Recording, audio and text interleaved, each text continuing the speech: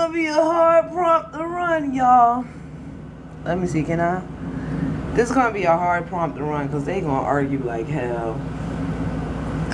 They gonna argue. Let me get the shares out. See what I could do with it. I want to have a different conversation today. We gonna keep we're gonna keep in line with what I've been saying. It's gonna be mostly us. Mostly us. Y'all already know. I don't think you're. What's up, Draws? The big Draws, not the little one. This gonna be hard for Elmo, y'all. These some big words for Elmo. We gonna help them struggle through it though. We gonna help them power bottom through. What's up, Vanity? Vanity, tell me how you feel about the prompt. I was just running it by Shawnee and Rita in the Discord. Let me know. None of these niggas look Spanish. I don't like that. I was trying to get everybody under the rainbow. Yeah, it's about to be a struggle. It's about to be a bunch of nuh-uhs, but no thought out response. So let's go. Let's see how it goes. But the whole point of it is to talk about how the patriarchy uses masculinity and misogyny to convert men of color over to conservatism. And I would rather start with talking about how they use other tactics such as Gamergate. So I guess the Reddits, just all of these different things that are a red pill to Republican pipeline. So for us, we know it was like Samuel Tate. Look at that. Oh, not the. It's not even a trifecta. What is it when it's double? Not the duofecta. But yeah, so how they used. Somebody told me they use like truck videos and race car videos, and then it's like it's a video of a car racing, and men love amalgamation. I was not about to mess that word up like the men's. Oh no. But let's see if we can get them in here to have the conversation, because it is an important conversation. I think that men do need to know like the tactics that are being used against them. Unfortunately, the men are not listening to these conversations because they don't care. They want to be, set in their beliefs. What's up, Leslie? So let's see how it goes, y'all. I doubt we're going to get people that's going to come up and say anything other than, prove it. Well, what do you think? And how do you... Yeah, boy, they want to feel included. But we definitely... This conversation today... Oh, I meant to share it to Rita. This conversation today is... We could do friendlies. Like, I'm not stressing the dudes coming up. I don't really care. I'll leave it to the men to talk to them. We can have a few. Mayan, why do you think more men of color should be conservative or Republican? Like Ben Carson. That's wild. Y'all can come up. Y'all can request up and have the conversation.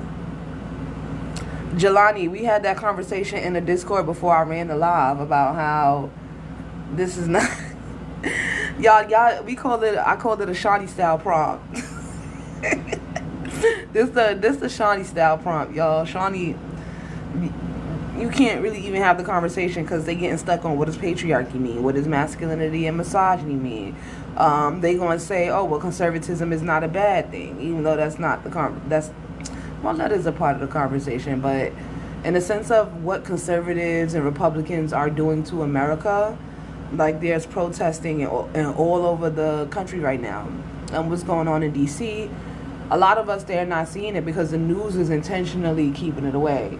And I'm pretty sure Trump messaged some people on the back end and was like, you're not allowed to talk about this, like he did PBS and all of the other news outlets. We're saving it from you people. Okay, well, insert racism. And that's where the conversation ends, because that's very narrow-minded. And a wise man once said, racism is extremely illogical. So if it's illogical, then that means a person who employs it or uses it can't be logical. I don't know who you people is. You can come up. I don't know why you're so scared. And I'm sure you probably could beat me in an argument because this ain't my usual conversation. Jelani, you can come up too. Pretty, you can come up. I'm not focusing on ops. I really do not care. I really just want to have the conversation. So if men can have the conversation, fine. But more than likely, they not because it forces them to address the issues that they contribute to. Individualism is a huge problem, and that's something that is extremely pushed by patriarchy and conservatism. Pull up your bootstraps, you know. Hello, Gamergate. That's that red pill to Republican pipeline. Traditional roles is not a black and white thing. So how is it not a black and white thing, King Kenya? If traditional roles for women was to stay at home and cook and clean and black women work. We were never a part of traditionalism. That's that weird shit. Y'all already revising history. It ain't even been 10 minutes of this Kendra. Hey, how are you? I was just saying that I definitely agree with your prompt. I didn't know if you wanted people on the panel who agreed. Yeah, we could do friendlies. I'm not stressing it today because the men they it's not like they're going to offer oppositional conversation that's worth anything. They just gonna talk in circles, I promise you. They're not gonna give good logical answers. So you can tell me how you feel about the prompt. No, I'm just saying I definitely agree with you and stuff because a lot of red pill talking points are conservative. Like the belief that women should stay at home, the way they bash single mothers because they believe single mothers did something to get in the situation they're in. Even how they talk about deletions. Like I was on panels and they were like, deletions, they just want to get a deletion because they want to be 304s and that's why they get deletions. So I agree with the prompt 100%. Yeah, and when we talking about deletions, there is no exception when they're explaining it, right? We're not talking about the baby who has a life altering chromosomal or genetic issue that could lead to a like the child not being able to live a little past birth.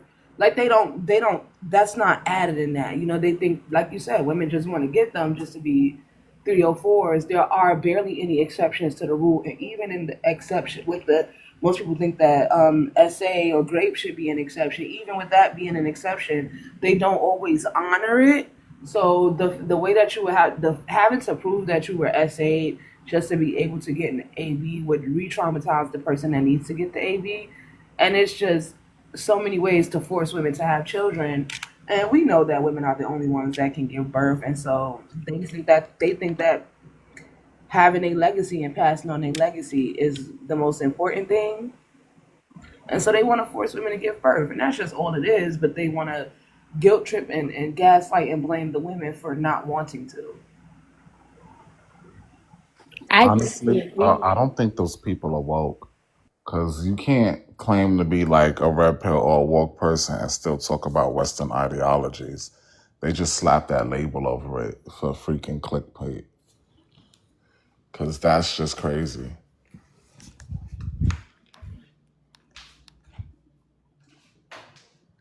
What you mean, boo? I'm sorry.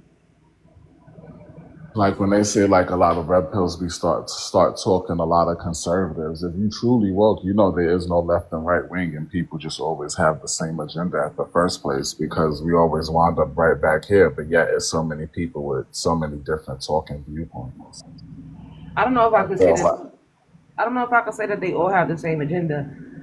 Villain, if you want to come up, you can. We doing the main focus is on the friendlies. I don't care if people see it as an echo chamber.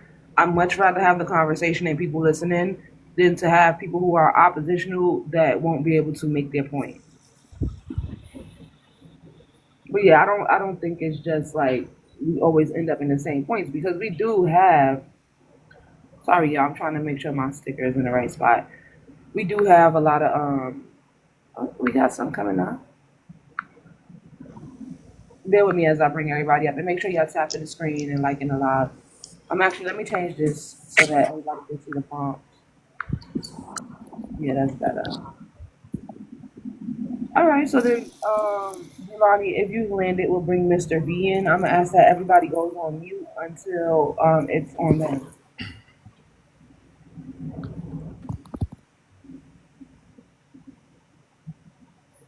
I think he's landed. You can go ahead, Mr. D, and say your response to the prompt. Yeah, I was gonna say in regards to the red pill doesn't. All it is a data packet. It's descriptions. It's not prescriptions. So the dudes saying stuff, they're the giving the prescriptions. The red pill is just a data pack. It doesn't tell you to do anything. And what are the things that they're saying regarding dating? Well, in terms of dating, like for instance, one simple thing is in general, women would want a man who's taller than them, whether it be 1 inch or 1 foot. That's in general. And now is that all women? No, but majority of women would want. That's just one example of the red pill description.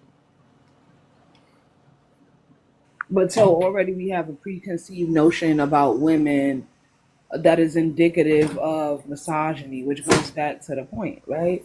No, a woman wanting a man who's taller than her doesn't mean misogyny. It is misogyny because it's a preconceived notion about a woman. It does. Where this is No, that doesn't mean it's good or it's bad. it doesn't matter. In order for it to not, it does matter, but in order for it not to be misogynistic, it would have to be something that is natural to women. And women wanting men that are taller than them is not natural to women. It is natural because in general, women are shorter than men, so therefore most men are going to be taller than them. So therefore, That it is doesn't. natural. And also, if you were to say men in general want a woman who's shorter than them, is that misandrous? Hello. Misandry is a hate of men. I don't know how that correlates. Well, you just said if you said the red pill says that one example of women wanting a man taller than them means misogyny. So if somebody says men in general want women shorter than them, that means that that's misandrous, That's misandry. misogyny. That's misogyny. So a man wanting a woman who's shorter than him is misogyny. I'm saying the word you're looking for is misogyny, not misandry. Misandry is about hate of women, supposedly women hating men. But the reference that you're giving, the example you're giving, is about how a man feels towards a woman, not a woman towards a man. So you would have to switch that. No, that doesn't make any sense. You literally just said if a woman wants a man who's taller than her, that's misogyny. So if a man wants somebody who's No, shorter I than him, that's didn't. misandry by that logic. I didn't say that. You literally said I it's don't even think. I misogyny. don't even think most women. The average height of a man is 5'9". Most women are dating So average. they want men taller than them. Yes or no? No, So wait. So women in general don't want men taller than them. no. That's what I'm saying about the red pill. It pushes the What narrative. evidence? What evidence do you have behind any of the shit that you're saying? The fact that the average man is 5'9", And and the women, average woman is 5'4", so therefore they want a man taller than them. that's not that means that's about ratio. That's not about what a woman wants. You just said it's natural because men are on average taller than women. Yeah, That so doesn't she's mean not that gonna this want the is 5'4" totally. dude. She's I gonna need you to want the dude stop. who's taller than her. I need you to Bro, stop. you're fucking dumb. You're dumb as fuck. You're Okay, stupid, bro. got you. No, you're So slow. Like you're genuinely technically, Just let slow. him finish. You Let just him said finish. it's misogyny if a woman wants a man who's taller than her. This is the dumbest shit I've ever heard in my life. I didn't say that. You literally said it's Ask me misogyny. a question, miss. I didn't. Hold on, Bird. Let him finish because I need him to get the disrespect out his chest for women. I don't Um, have disrespect for so women. I have a disrespect for stupid people. he feels really tough right now, so I want him to get that all out. No, you just said the dumbest shit ever. If a woman, it's He's just. I want misogyny. y'all to know that he's just. I want y'all to know that he's saying And misandry. then I use no, hold on. And then I use the same logic. There we And then go. I use the same logic that if a man wants a woman who's shorter than him, that's misandry. That would your logic be misandry? Now, Shawnee, didn't he used the term misandry while describing the definition for misogyny? No, I didn't say any. Hold on, I'm I'm not I talking didn't confused to say on you. the. anything about hating women. I'm not talking to you. I need you to have impulse control. Go on mute. I I'm didn't not say anything addressing you. Have self or contempt control. towards women. This is about to be 20% of the live is men not being able to be called out on what they got wrong. And we haven't even discussed the prompt in full. Now that's what just happened, right? He described misogyny, but he used the wrong word. That's what just happened, right, Shawnee? I'm not bugging. I'm just confused on what does misandry have to do with preferences? Shit, that's my Excuse me. point. It's not misogyny, it's preference. Excuse me, Neverson. I don't mean to disrespect your life, but could I please respond to Mr. V? It was yeah. Go ahead. I'll let you have it. Bear with us, Okay. sir. I know it was on you. Okay, and I'm sorry to your mod, Shawnee. I'm sorry. I don't mean to cut anyone off, but You I don't have have, to monologue, just get to the point. sir. Watch how you speak to me, Bitch, I don't give a fuck. Get to the point. motherfucker. I'm not trying to get your laugh shut down, so let me just Nobody explain cares. something Get to to the you. point. You don't have Wait to a minute. So monologue. let me Get to ask the you a point. question. First things first. You Are men good. and Hold women the on, miss. same? Hold on, Keith. You're not even gonna be able to have the conversation. I'm going to have to drop him because he's using TikTok unsafe words. So he gonna have to go. Okay. That was Could I just fast. say? Could I just say something to the live then? Yeah, I just want y'all. I want y'all again to peep how when men recognize that deficit, that lack of intelligence, they Mm-hmm. start crashing out on the women. And what did we call that? We called it misogyny recovery. Shout out to the ladies who keep giving us the tools to have these conversations and added all of these different words to our vocabulary so that we can continue to grow in our knowledge. Go ahead, Keats. Yes. Okay. So he he Masculinity recovery.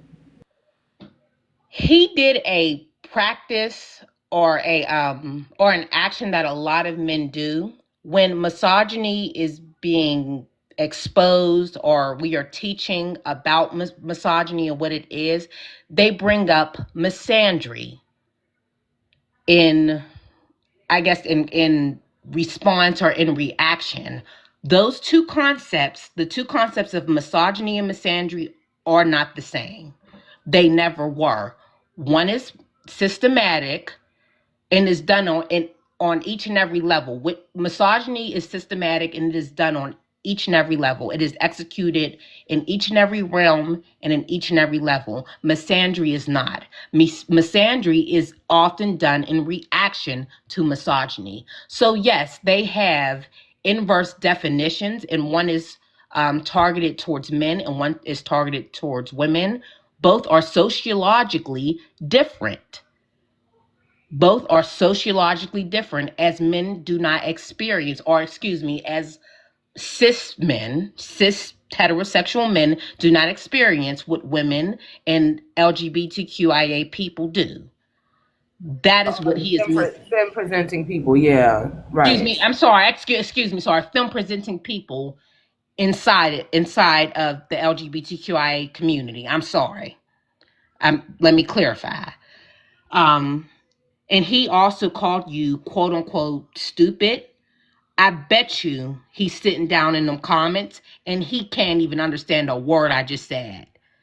The crazy part was what happened there was he kept saying you're misandrous, and he said, does men make, does men wanting a shorter woman, does that mean misandry?" And I was just simply explaining to him, misandry is the hate of men at the hands of women. Yeah, So so that's the exactly whole what you thing that said. he was describing was the definition of misogyny, but he was using the wrong word. That's all I was telling him. But once He got mad. he got mad as shit, that nigga crashed out like a He And motherfucker. really did.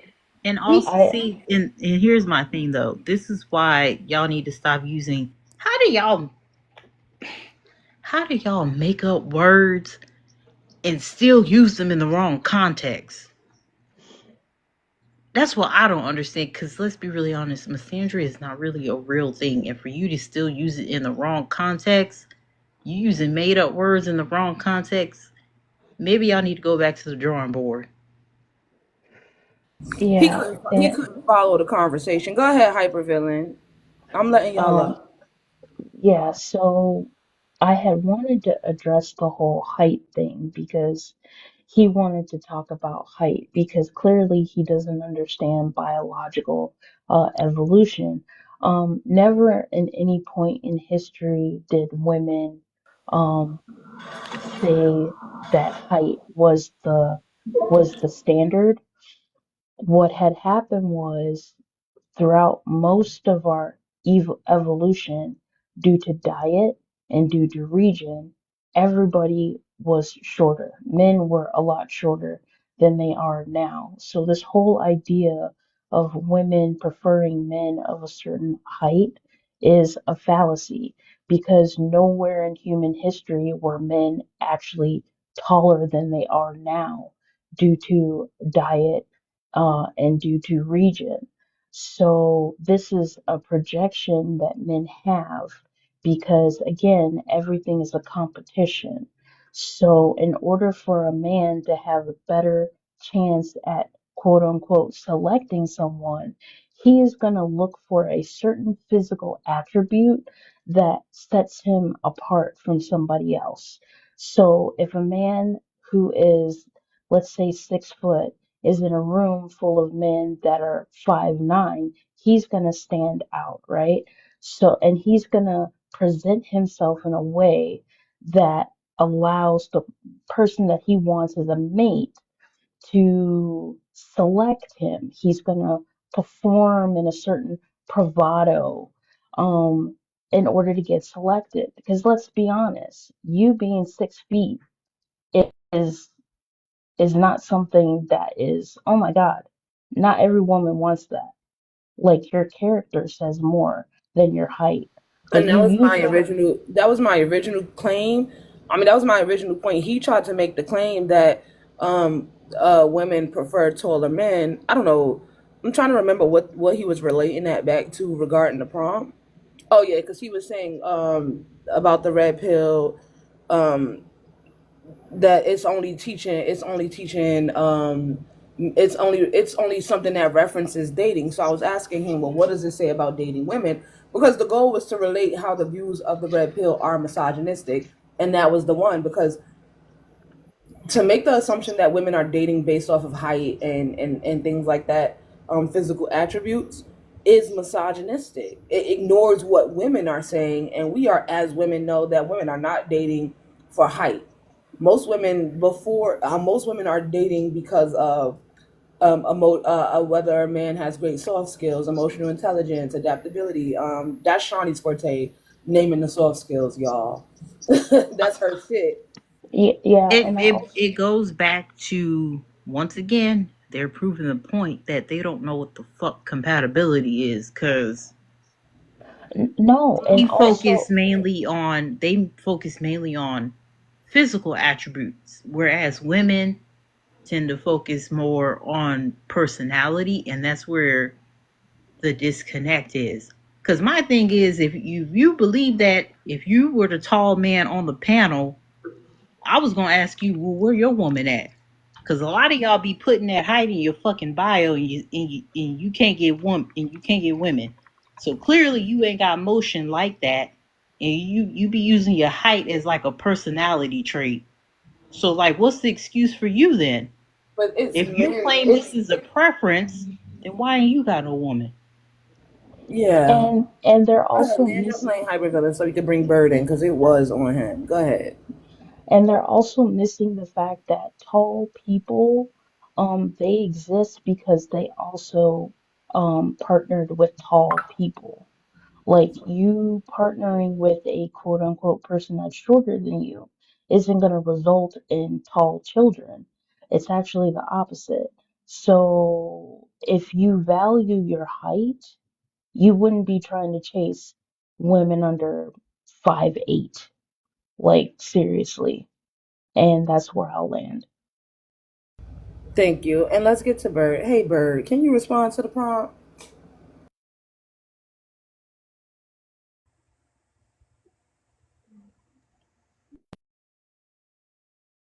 Bird, are you there?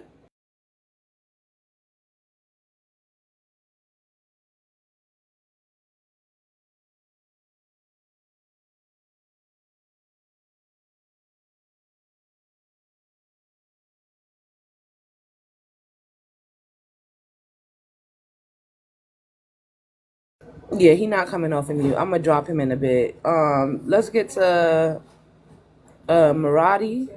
It says Marathi. Can y'all hear me? Wait, who's talking? Nobody's coming. Y'all can't hear me? Oh, you're breaking up. That's probably what it is. Drop and come back. I'll save you a spot.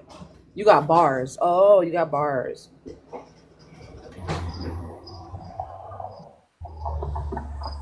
I can hear you now. Sound real lonely over there, the crickets and shit. God damn. Yeah, so we'll just open up the panel until he comes back. He might need to close out his app. I don't see, and this is the thing, like, this is a real conversation that needs to be had, but when we involve the men, sometimes it's just really hard to have it. Can you hear me Okay, now? yeah, I can hear you just fine. Did you, You said you go can hear ahead. the cricket. You can hear the crickets. Hell yeah. All right. I was saying, I totally agree with the prompts. I was having this discussion with my brother a couple years ago, but he wasn't really listening. The red pill leads men into the patriarchy. One is destructive to humanity, and two, black men don't participate in the patriarchy. We just think we do. And three, when I get to thinking about the patriarchy, and if people really think about it, it's like, what is it really saying? It's saying that men are supposed to lead, right? But then it says, but which man?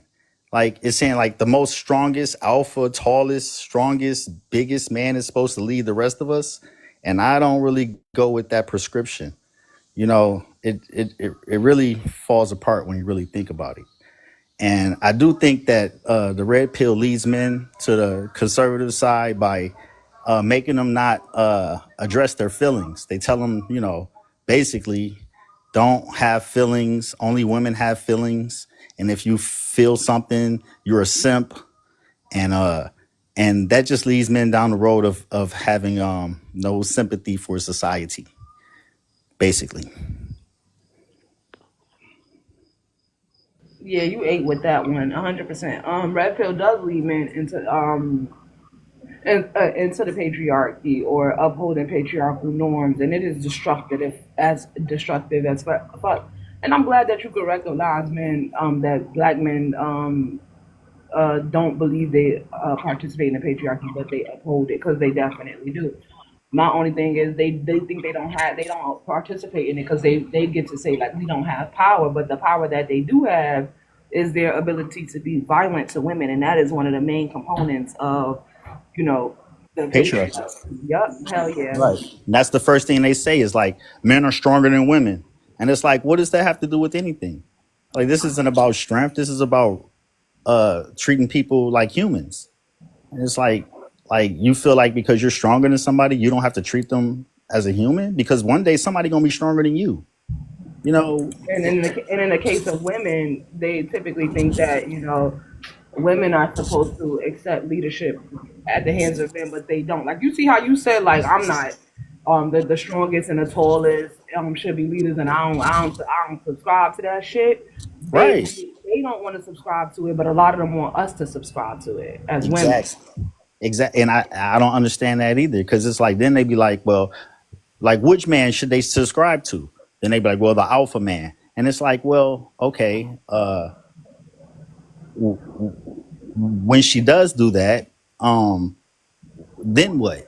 Like, is she supposed to just do whatever he says, or she Exactly. doesn't have to? She Exactly. doesn't have a say, or she doesn't have a good idea, or a Damn. And he cooking. He cooking like a motherfucker right now.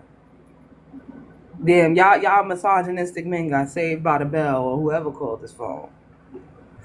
All right, I think we gonna have to move around though while he's. Go oh, my ahead. phone went out again. Yeah, it looked like you got a phone call. Oh, I was tripping. I was still talking. What? Uh, well, I land. Y'all understand where I'm coming from. Yeah, good shit. Yeah, that All right. piggyback off of what he said. Nah, no, Keeks. We got to go to Oh, GH1 and sorry. then go, and then we'll open up the panel. And then you'll be good. Go ahead, GH1. Well, y'all changed I thought I had a point, but listening to y'all go back and forth, y'all cleared up my confusion. I What agree was the now. misunderstanding, if you don't mind? Um, well, I was gonna say, I believe that patriarchy, first of all, is unnatural just to everybody. That's why it's not working out. Because for somebody to claim that they're bigger than you, my gun, my pow pow, my pum pum might be bigger than yours, and I might have a bad attitude today. That doesn't mean I'm naturally bigger than you. So that it's we're going against nature when we're trying to force our authority over somebody, and so misogyny. I'm sorry, I'm saying it wrong. Masculinity. That's what I'm focusing on. Masculinity. The When way you we're. when you cooking like that, you like a pastor. We gonna say take your time. I apologize. With masculinity, the way that it's being used unnaturally, and that's why it's not working out for us. Misogyny is the natural way. Ever since we were born, we heard ourselves. We went straight to our mothers first. So we would go to a person for comfort the way that males want the world to be right now, or this red pill system. They want you to be a robot. They're literally making you feel bad for feeling anything at all. So they don't want you to operate naturally with a woman. They want you to dominate another person. That's why they have all their sexual confusion, and that's why they're letting so many things slide, and that's why it's hard to even understand them, because they have absolutely an unnatural way of living, because it's not correct. It's converting men into conservatism, and that's unnatural also.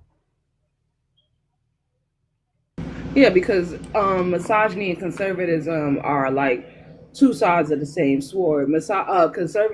Conservatism tells practices individualism, which is that whole like pull yourself up by your bootstrap thing, and that goes hand in hand with what you said about not speaking your feelings, or like, and that was something that Bird mentioned as well. The whole practicing stoicism.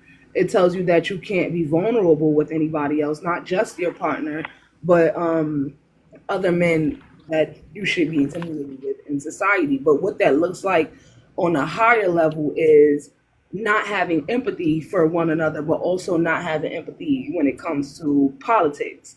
And so this is where we get, women not being able to get life-saving surgeries if they miscarry, or things of that nature. It's supposed to be like an exceptions according to the new AB ban laws, and we're seeing that they're not upholding their end because they are misogynistic and they want to push conservatism. Right. They much Right. rather say women are getting ABs because they just want to be 304s, and they're using it as birth control, and all of these like kind of narrow-minded, unintelligent views are forcing women to be put in predicaments where they are suffering because men lack empathy. And these are men that don't want to lose social power using women's issues against them. Yeah. It doesn't. We shouldn't even be involved. Hello. It's between me and my doctor. That's naturally. Let's get to Joe. Good afternoon. Thanks for letting me up. But I think there are great reasons why a patriarchal society exists and is successful. When you're a leader, you are the number one servant. I have a family, and it was incumbent of me to take care of them in every way that I could possibly do. Uh, if you are king, you only serve the people who are under you, and that's just the way it goes. Uh, it's not about power. It's about ability. It's about willingness, and it's about succeeding in those things. To be a man, to be a man, and to have a family and a woman means absolutely that you have to serve them, uh, and that can't ever be confused. Turning relationships between men and women into a partnership is foolishness. Again, I'll say it's not about power. It's about who's capable of doing the most, and accountability for that. And that's basically all I had to say. Thank you. Who takes the kids to their doctor's appointments? Both of us, but mostly, yeah. Both of us do. That's a partnership. Well, no, not necessarily. So It's exactly, about it's really exactly. about time management. Hold Who's on, hold on, hold available on, to hold on, do it? hold on, Yeah. because I'm going down the line. So Keeks, if you interrupt, Thank you. you gonna make him respond to you, and it's gonna throw me off from what the point I'm trying to make. Okay. So if you do it again, I am gonna drop you. I don't like talking to y'all like that, but I do have somewhere I was trying to go with this, and if I get confused. And that's a me thing, y'all. I get easily distracted, so I don't want to make y'all responsible for that. But it is what it is. It's not about. So you said I said who takes them to their doctor's appointments the most? I would say I do. Because I'm a business owner, so my time is a lot freer than hers, maybe. I don't need all of that. I just need yes or no's or me or Yeah, I do. I would say I do. you schedule them. Okay, who does the majority of the cooking? I do. Cleaning. She does. Majority of the homework. She does. Okay. Who is the one that does the majority of the laundry? She does. She does. Yeah. So you the man of the house. Like you're all right. So if she don't work, Yeah, she works. so and you own a business, but you work from home? No, but I'm flexible though. For the most part. But she not. She got like a 9 to 5. Yeah. Well, she works at night, so she works at a hospital. So yeah. She a nurse. Yeah. Oh, she on average do like how many hours a day? She worked 12 hours a day, but 3 days a week. Okay, I'm just taking some notes so that we can have a great Okay. conversation. Okay, because you said it's not. You said patriarchy is good, right? Because it establishes a leader. Yes, and it's really based on service. Right, Uh, and you said the leader does more of the serving, and then you referenced the king. You said kings typically serve, right? yes. They don't. They don't do labor. So that's kind of what my confusion was. Well, The for kings do. example, look at the lady. I can't think of her name. She married the young prince in England. They had to leave the monarchy because they refused to serve as the Duke and Duchess of Essex. So you cannot lead where you do not serve. That's That's just a fact. that's not what happened. Okay. They refused to keep working for the monarchy. It And if was they didn't work for the monarchy, they couldn't have a title.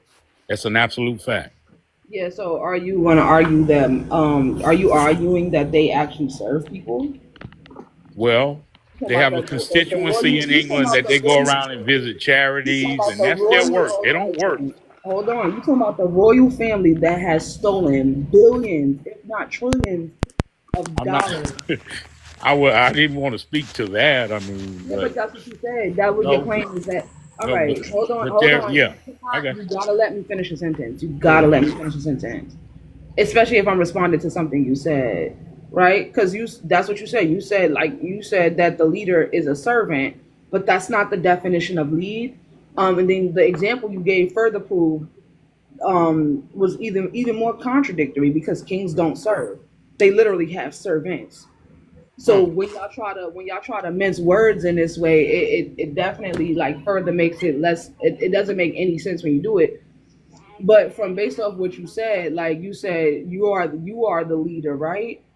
Which Yes, is odd because it seems like she does more than you. You schedule the doctor's appointments and you take them to the doctor's appointments, and you cook. But she does the cleaning, she does the laundry, and she works not a 9 to 5. She works 12 hours a day, and she's probably standing on her feet way more than you are, and things well, of that nature. So it's like she actually sounds like she would be the leader by your own definition. some reason I'm surprised you said that, but I'm kidding. But I take Don't them be to and from. surprised. I take them to and from school. If they have a problem at school, I'm the one that's called to go see about it. I pick up the prescriptions or whatever it is they need. I purchase everything. I pay all of the bill. I establish and keep her a car with insurance. I establish and keep I my mean, cars with that's what I'm insurance and saying. keep them up on maintenance. I'm just saying, That's what I'm saying. if a You're pipe saying, busts in the house, I gotta well, fix it. Yeah. hold on, but that's gonna happen once a year. Lawn work is like once every 3 months. But the thing is, right? You're describing yourself as the leader simply because you are a man, and patriarchy said you were. But when we itemize the things that y'all do, you're a stay-at-home wife, husband. Oops, you're a stay-at-home husband. So you've taken up the feminine, what would typically be described as the feminine role, and you would still, even with you taking up the feminine role, will still describe yourself as a leader. What would be the feminine role? What part of it is feminine? The caring and the serving Well, of children. here's the thing: if she works at night, You can't sleeps ask the during the day. question and then wait, hold on a second. You can't ask the question. Okay, Somebody goes to I didn't even respond, know if you and heard then me. you don't even let them answer the question. Cool. I didn't know if you heard me. No, somebody was literally answering your question. That's cool. Well, even in today's world, being non-sexist in the normal natural setup, the woman usually does most of the communicating. The woman usually does most of the cooking. The woman does most of the serving directly to the kids because the king is supposed to be so busy. That's all feminine. Also, It's all feminine stuff. also Uh, also she's contributing to the bills as well. So what you're describing, and this is what I get often, and this is why I'm saying patriarchy uses masculinity and misogyny to convert y'all over to conservatism, because everything that you're describing you do would typically be, if we spoke from the context of gender roles, everything that you're doing is feminine. And well, everything that I she think most everything people who hold pay on, their bills on time and you are got responsible for. You gotta let me finish my sentences. I know I took a pause, but I wasn't done. So everything that you're describing that you do is feminine. Everything that you're describing that she does is masculine, except for, of course, doing the laundry. And she's still working 12 hours and still coming home to cook. I'm sorry, to clean and do laundry and things of that nature. But however, what I see is y'all describing egalitarian relationships and partnerships, but because you subscribe to patriarchy, what you said in the beginning, right? He was like, patriarchy is great because it makes you the leader, right? Even though she is actually doing more leadership skills. She's she's doing more. She's taking up more leadership tasks. Serving in a leadership role. So, Go ahead, Sean. so Can I ask you something? What would be the So optimum for well, her to not be, for me to be the leader? What would have to happen here? I would have to do everything I don't to believe be the that men leader. are leaders. But you think that you're a leader because you're a man. I don't think that men are leaders because they're men. So you wouldn't want to ask me that, because I would say there's nothing to make you a leader. You shouldn't even be wanting to seek to be a leader to a woman who is a whole autonomous human being that has a whole life, a whole career, and is still showing up for her family and her children. But we're going to bring Shawnee into the conversation, and then whatever question you have, if you can remember it or write it down, you can ask it after she's done. I just want us to get this clear. This whole concept of patriarchy and men positioning themselves as leaders, it's and protectors and providers, it's based on an artificial need. It's not based in actual reality. Why would you, what make, how does this make sense for you to position yourself with these titles while simultaneously telling women they have no right to work, they have no right to basically be independent, autonomous beings? So you create a system to where women had to obtain money and resources through a man compared to them actually pursuing it independently.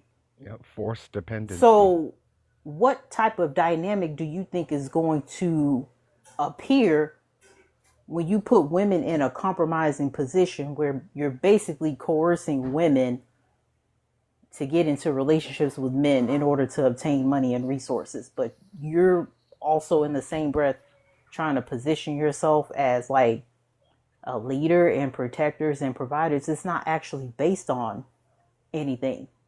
Because as women started gaining more rights, they started distancing themselves from men. And also, they started obtaining their own money and resources. That's why the marriage rate kind of went on a decline. Because why do I need to get married to a man for money and resources when I can go obtain the shit myself and manage it to the best of my abilities? I went and looked, Shawnee. I went and looked at when the marriage rate started declining, and I found that it was 1970. So I took a page from you and Rita's book, and I went to go look up. And I'm pretty sure y'all probably said this before, but I be having a lot going on up here.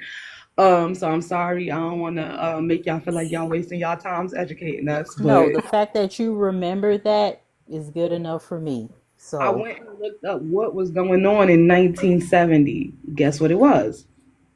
That's when they put no fault divorce. So the moment that women could divorce men without having to prove a reason why they needed to divorce, women started doing that shit. Can I say And something? I don't know I who said agree. it. I don't know if it was GH or Bird, but somebody just came off mute and said forced dependency. Yeah. Yeah, I like And you. look, I like you a yeah, lot. that's just the what the fact that a woman patriarchy. has to accept a man's name. What does that prove? It's patriarchy, but it's the ignorance of authoritarian. You're giving yourself a title.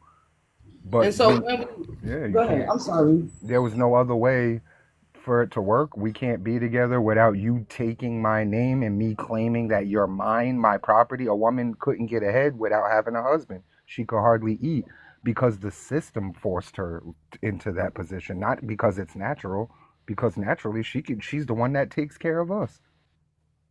So What is it's Joe's business? ignorance. Add to that.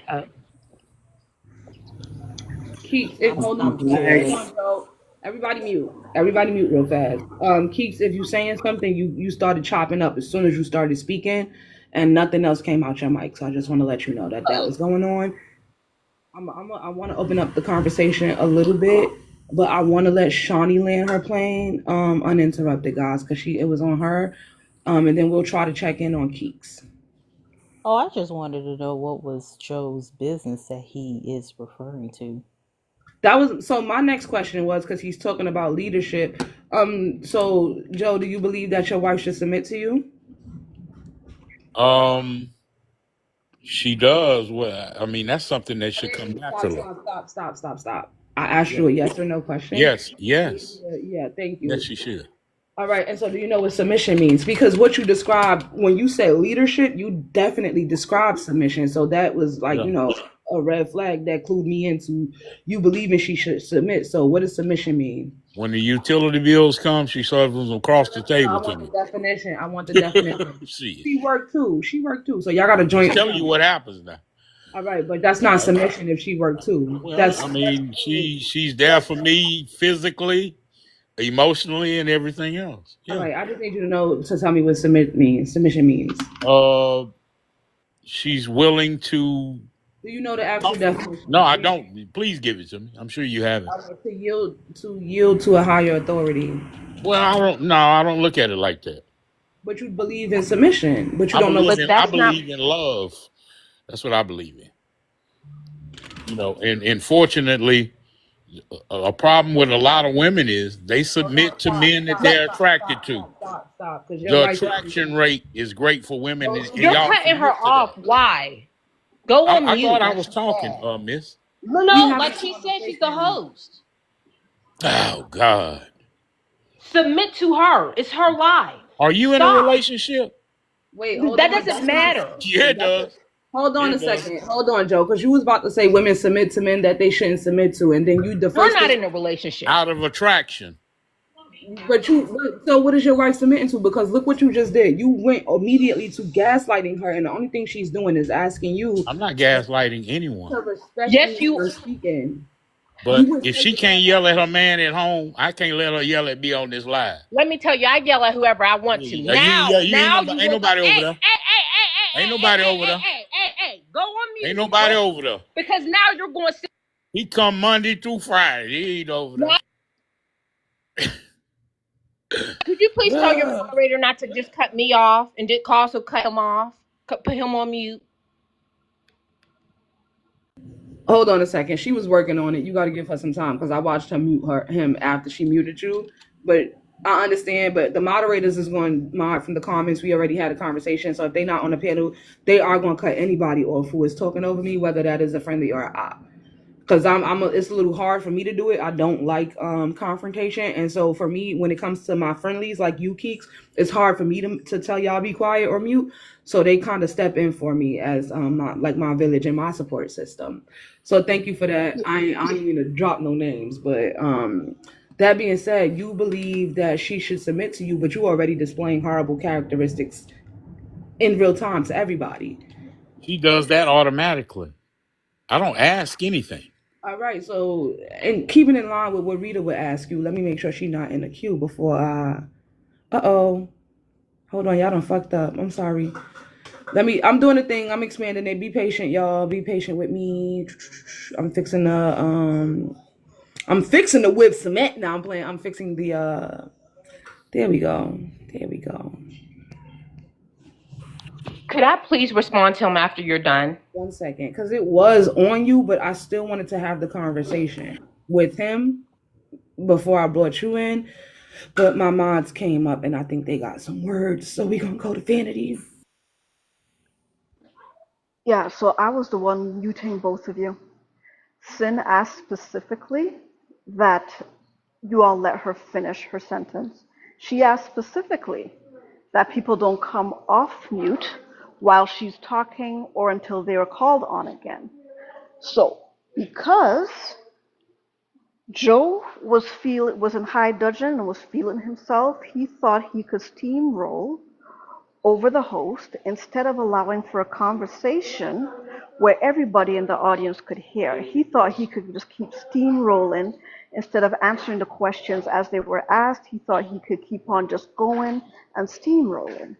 Keeks was asked to stay on mute until she was called on, and then she came off and said, nobody's going to tell me to shush, while Sim was talking.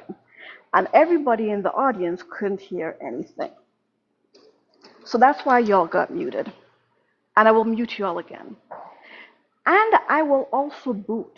The reason why I'm a mod here is because I will mute and boot friendlies if they are not respecting my host.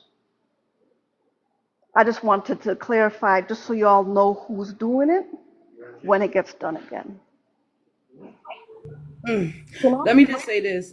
So for y'all, I'm gonna give y'all a better understanding. This is for my friendlies in the comments or on the panel.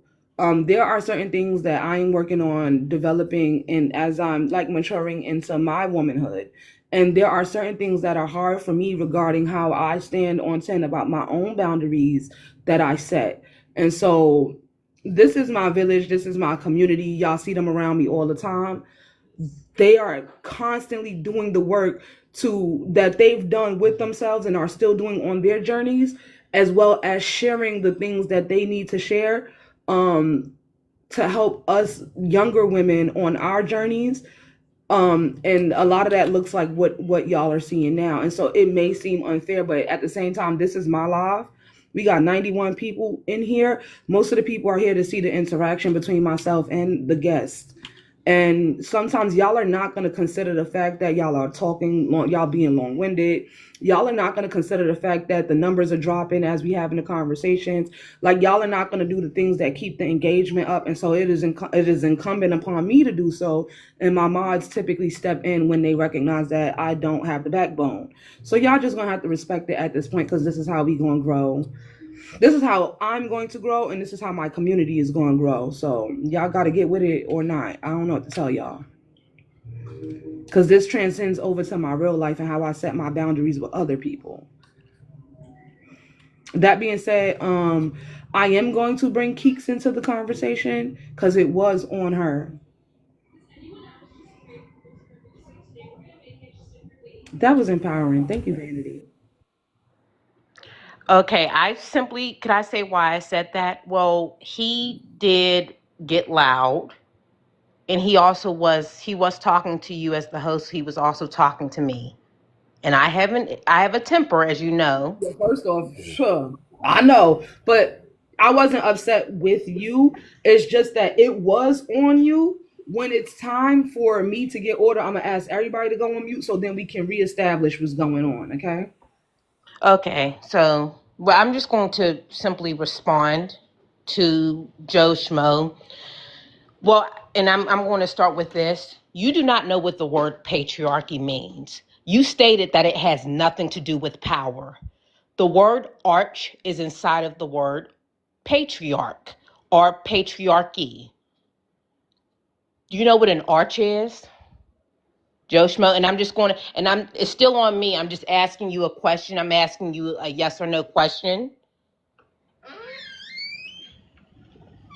An arch in terms of what? What is the definition of arch? Do you know what the definition of I arch think is? that the fact that he ain't know what the definition of submission means is probably Exactly. So you know what, Joe Schmo? I don't. Explain it to me, ma'am. I'm it's all listening. right. No, No, no, it's all right. Make your point, yeah, because no, no, the no. defining All word. These are the. But this, remind y'all, this is the man that said he is the leader over a woman that has a nursing degree, and he don't even know the meaning of words. Go ahead, Keith. okay. Well, actually, thank you for jumping in because that was my going to be my next point. You didn't know what the word submission means, but you were 100% and 10 toes down that your woman, if she even exists, gives it to you. Which I also just don't believe she exists. I don't believe you have a business. You have misused probably every word that you have given us. The word arc, it it means that the word arc is just to be over, to be ahead, um, to be in quote unquote leadership. So you saying I don't view it that way. It doesn't matter how you view it. The definition is the definition. The fact that you can't even give your own definition in accuracy tells us you're uneducated. That's what I have to say to you, Joe Schmo. And then here's the thing: I'm working on my temper. But if you ever yell at me like that again, or if you were to yell at me like that in person, I bet you wouldn't, because I have something for people like you. Vanity Now, better than me because she muted you, and it might be because we know you. Low key, it might be. I don't know, but also because out of respect for the boundaries that I said, she better than me because I was gonna let you get that nigga. Y'all don't know Keeks. Y'all don't know Keeks like I know Keeks. So I was gonna let her have it. I was I'm counting sorry down. for disrespecting your boundary. I understand trying to, you're the host. You are trying to create your own platform. I have to really work on my temper. But I don't like it when men especially talk to me like that. I don't. Yeah, I know that it came out of a place of him disrespecting you as well as a place of you respecting me. And I appreciate you stepping in to stand up for me and stand up for yourself. I know your temper, and I'm glad that you're working on it because I've seen you working on it because it could be a lot worse. It could definitely, but I appreciate it nonetheless. But we got it over here. You know what I'm saying? We got it. It makes me upset when I be seeing people saying shit to y'all too. I be wanting to, whew. But you know what? We will hold it down. We got this. That being said, at this point, what do you do with a person that don't understand words but believes that they a leader? Uh, Tell him to join the library. And also, he asked if I could educate him, or if you and I could teach him. You're not paying either one of us, sir. I'm Stop sitting up here. asking. Can Go I ahead. ask you a question? One second, But Bert. I'm sitting up here, y'all, with my list open of words that I've added to and it's titled after Rita, with the words. It's spelled the same way Rita be spelling it. And it has so far on that list benevolent patriarchy, patriarchal fawning, which is a word that me and Vanity work together with collaborating on creating. It's a term rather. These are terms. Benevolent patriarchy is a term. Patriarchal fawning is a term. Masculinity recovery is on there. And I got soft skills up there, and I'm currently adding, because I got all of this going on, precarious manhood. Precarious manhood or precarious masculinity. We'll figure it out. So when it's scary because while we working on educating ourselves on the words and stuff like that, I'm always trying to find a way to be better spoken, to have a better way of describing things and articulating myself. So it just makes me wince when men ask us to explain shit that they could just look up themselves. Bird, you want to add something to the conversation, and then we're gonna get to James. Yes, I just wanted to ask Joe a couple questions. Oh, This is okay, the that's first fine. thing. Are these going to be yes or no questions so we can kind of get him settled so that it don't get long winded? Pretty much, because yeah, pretty much, just a couple questions. All right, so I just want to let you know we got something we do over here called Unk Hour. And I think that's what we about to get a little taste of that from you. So go on ahead, y'all. We love a good Unk Hour. One's in the chat if you love Unk Hour. And I'm muting. No, I'm just asking. Do you respect your wife's opinion and or leadership? Absolutely. All right. So I don't, like I said before, I don't really think black men really prescribe. We think we prescribe to patriarchy, but we really don't, because in a loving marriage that it seemed like you guys seem like a partnership. It seems like you guys have divided up responsibilities like mature adults, and are, from the way you sound, Uh, it doesn't sound like there's a leader. It sounds like there's a partnership going on. well, everything's down the middle, but I have the bigger half. I Look mean, at it that way. I understand what you're saying. I Yes. understand where you're coming from when you talk about. I kind of understand what you talk about when you say manhood and being a service to your family. I get where you're coming from, but I really do think that you prescribe more to a partnership than a patriarchy.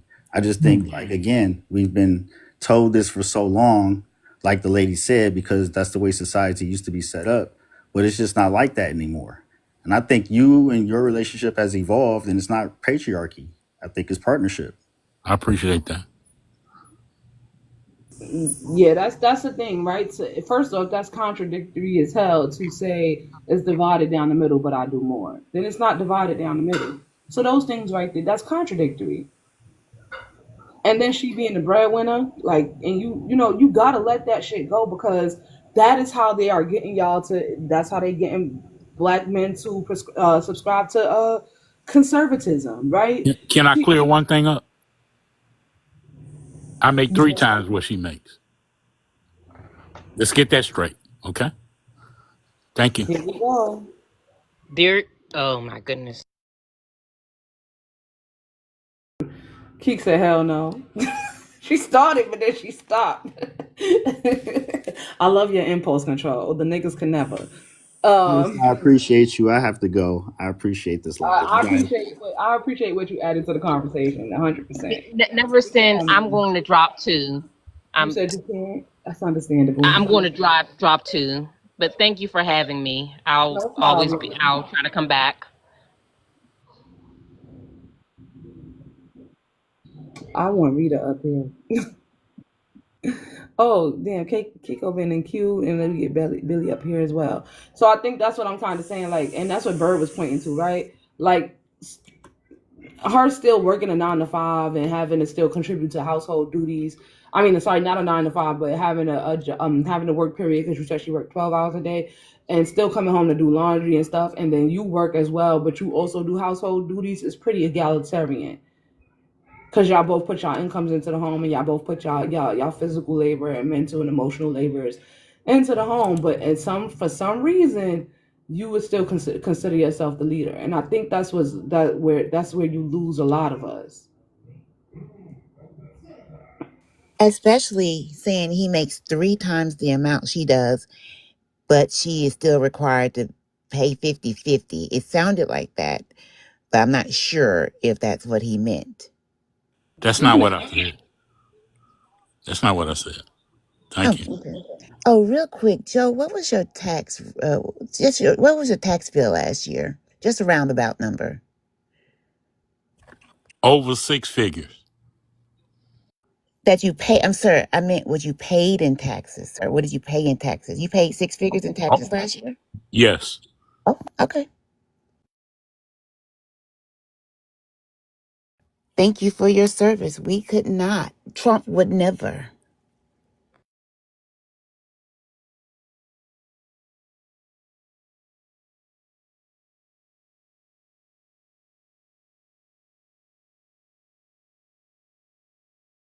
That man make 280K annually. That's what his claim is, but it's neither here nor there. I just did 3 times the average the nurse's annual salary, and he said he made three times what she make. That'll put him at 288K a year. Sometimes north of that, man. And he paid 1/3 of his earnings in a tax bill. I don't believe it. No, that's about right. Wait, wait a second.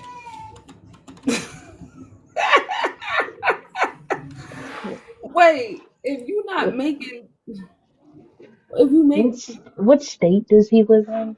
child, that's not even because the lie's just going to commence, and I'm over it already. All I right, don't know well, what kind of men you've dealt with, but let me I get this am him. gaslighting. Believe that. You believe Okay, what you want to. you are not. But Let me tell you of something, course sir. I am. You're not. And you got a key ring in your nose. Fuck you. See what I'm saying? That's a good man, Savannah. That's the good man. Cause y'all caught him in his lie. All of Oh, that because is I was suggestion. as a person who has made that much, was about to tell you he was a motherfucking lie. Because I'm not married, so I don't get the marriage deduction that he gets. And I still only paid 2,200 in taxes that year. That's what she said. She I said, oh, she clocked I was this I with was me. finna be the phantom. I was finna be the phantom that pulled up to the 300 today. Not that old man talking about nose ring theory. And so, James, do you still believe him? I think that was James that Wait, came wait, wait, off to wait. slurp him. So hold on. You're telling me you made almost $300,000 and you paid $2,200 in taxes? 2,200 or 22,000? 2,200. I have children. I don't know how the hell you pulled that off. She just said I have children. No, I get it, How but the hell didn't you pull that off? no, but 300,000. How did you not pull that off? So okay, so let me explain. I used to work in the music business, right? I do something different now, and I remember I made 500,000 one year, and they took more than half. Do you You have children? At the time I had one daughter. Did you claim head of household? Yes, and they took more than half. Did you itemize and let a professional do it? Uh, there you eh, go. Okay. eh. That James, that's don't that's it. lie. That's it right there. You did not have an accountant because you should have been a business, and there should have been write-offs. There should have been tons of write-offs with doing Hell that type yeah. of work. Especially, Okay, and hold on, James. Especially, and I've never made that much. Especially for the things that you purchased for your business. so but again, I understand what you're If saying, you needed, but that's a big if drop you to go down needed, to 2,200 from 300,000. And the yeah. way that my very Republican boss explained it to me, she said everything you buy is a work expense if you know how to make it one. That's a fact. Yep. So that's where you fucked up at. So And Well, I that that's do why I do much Trump better don't pay now. taxes. You but you understand? That's why Trump don't pay taxes. Right, I do way better than that now. I'm just saying, but that still seems extreme, 2,200. But I get it. I digress. Hey, I just want everybody to know that I'm not married, I don't have kids, and I do itemized deductions, and I only paid like 1,500 in taxes. Yeah. that's what we be saying. Y'all don't read. Y'all don't Right. read that y'all need to read. That's what it Uh, is. can I respond to the prompt, or Yeah, is it you still sure on my can. turn? It was on you. It was on you, love. Go ahead. So, I'll be a lot more respectful, but kind of like the brother, I have the same situation where I believe that the men should lead in the household. I have a reason that y'all probably going to kill me for, but And all my life, Favor, James, not to interrupt, but say unalive, okay? I'm sorry. So yeah, and I'm 45, right? And in my entire life, there has been a delusion that women walk around with. It's called privilege, and women walk around with a privilege that most of the time you guys don't really have a real good take on how the world really operates.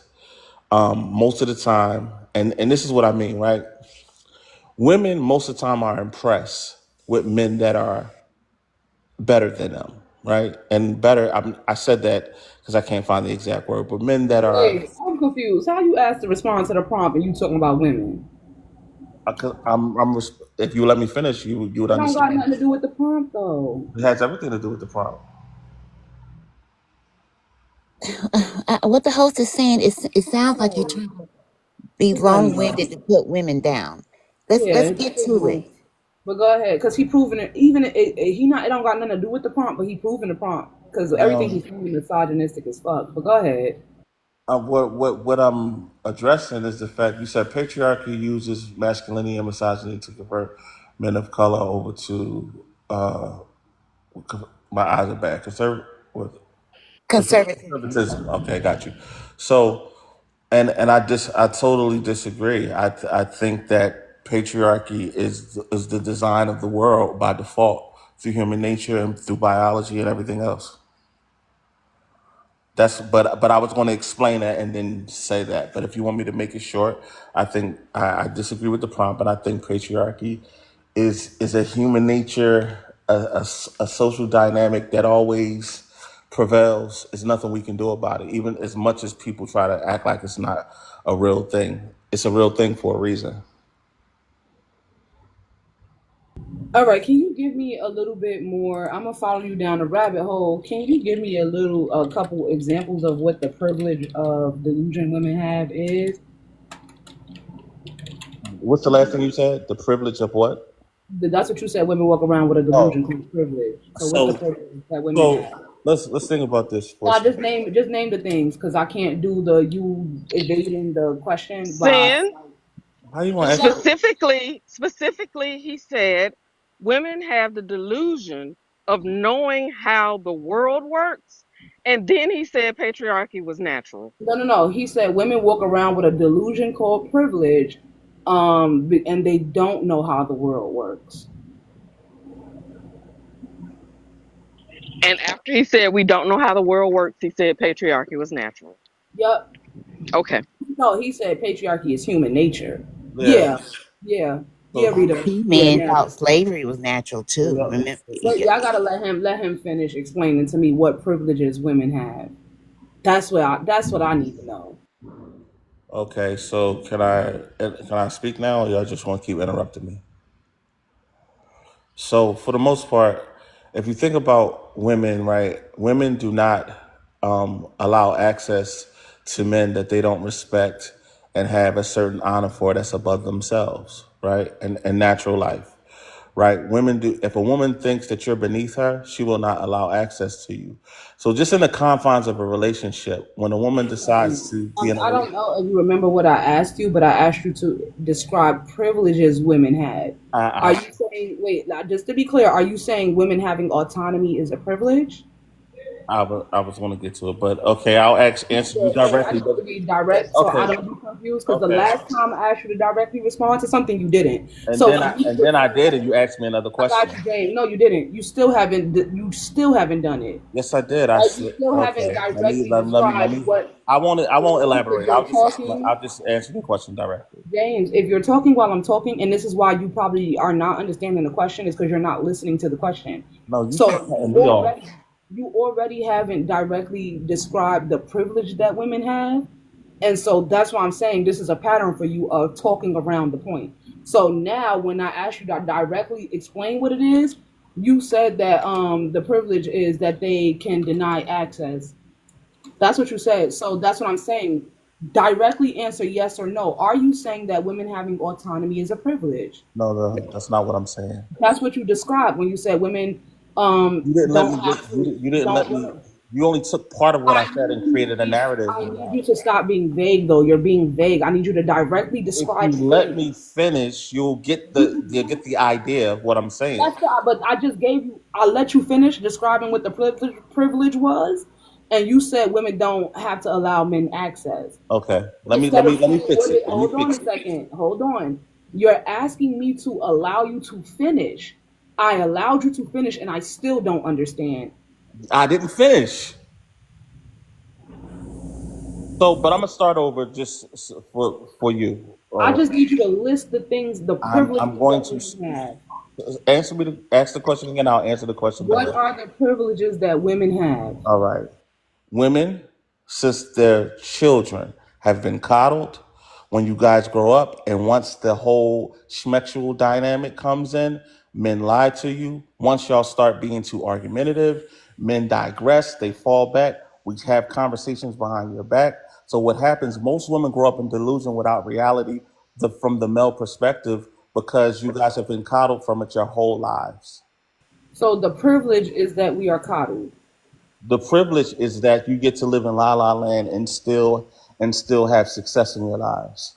I find that odd from somebody I find it odd to say that women are coddled from childhood and we live in delusion when you got took for half your income and the women here didn't. But that's neither here nor there. Um, I can't. This does not Then make why sense. say it if it's neither here nor there? I'm gonna bring Rita in because she's really good at speaking nigga. So, Rita, can you explain to me what he said? Because the first thing I read was that women. The first thing I understood him to say is that women have the privilege of being autonomous. And now I the didn't say second that. thing, You said that. and then now the second thing I'm understanding him to say is that women have the privilege of being dumb. You're Is proving my that what? point. Is Actually, that you're one's in the proving chat? my. You're so Hold unwise because on. you don't even listen to the whole matter before coming up with an assessment. This is what I'm talking about. But most time men just shut up. Sir, don't do that. Wait, let me tell you what you said word for word because I wrote it down. You said women are coddled from childhood and then men lie to you. You argue back and men digress. What is the privilege in that? You're saying that men are lying to women. What is the privilege in that? You right. You got it. Yeah, like that don't make sense. Nothing in that sentence. Women are coddled from childhood, and then they go into adulthood, and men lie to you, and when they lie to you, you argue, and then men digress. That don't make sense. I know that you go in them red pills six spaces and say shit like that, and they'll probably clap it up because they are as equally as unintelligent as you are. But so you're on a panel full of educated women, that shit don't make sense. So you're gonna have to come harder than that. And this is why I asked you to itemize it. Tell me, be very direct. What are women's privileges? And you still haven't succinctly articulated that to me. It's funny If you because want to tell me that women have privilege, you need to explicitly explain what the privilege is. If I were to say men have privilege, I would say they have the privilege of being able to walk around at night without being having to be feared of being essayed. That would be a clear description of what I think male privilege is. You have not clearly described what a woman's privilege is. To say women are coddled when we know that women are parentified and adultified in childhood as young girls, and they are typically more responsible for uh, learning how to take on tasks and delegating tasks and doing more household duties than boys are. You can't even. That's a false argument you just made. When you say that women are coddled from childhood, but girls typically have more higher turnout rates and success rates in education than boys have, I don't see how women are coddled. When girls experience essay more than boys experience essay, I don't see how we are coddled. So you would have to explain to me what the privilege women have instead of this weird talking and circle shit you're doing. Did you clock the envy? What was the ending? I said the envy. The did I, envy of young girls. did I, He said, yes, the envy of girls, even though we know that 80% of black girls are coerced, essayed, or raped before our brain fully develops. But I want you to clock the envy. He said, we get to be stupid and still be successful. So I was correct in my assessment of what he said, which Very was, much so. thank you. Okay, because I know you speak nigga. I Could I speak go baby through daddy. this? That's a different type of nigga. I'm sorry, let me give the order to mine so that you won't feel left out. I believe it's Keiko, I'm sorry. Billy, views, and then you. And don't worry, it ain't gonna be long winded with the women. So do you want me to elaborate my point, or do you just want to tell me I'm gonna come back to what I you. I'm was gonna come saying? back to you. For the success of the live, I want to bring everybody else into the conversation.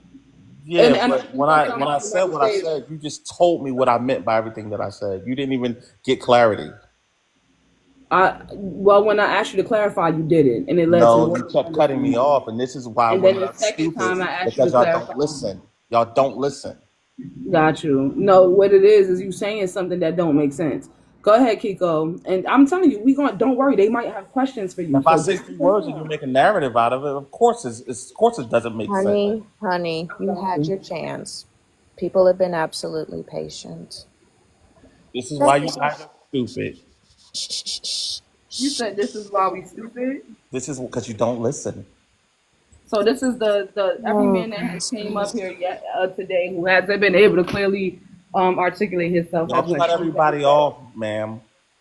Anyway, go ahead, Kiko. He need he needs an You could, example. Y'all don't He let needs y'all to don't be let people get their shown. ideas He out. needs to be shown how it's done to I want actually y'all. mean what you say.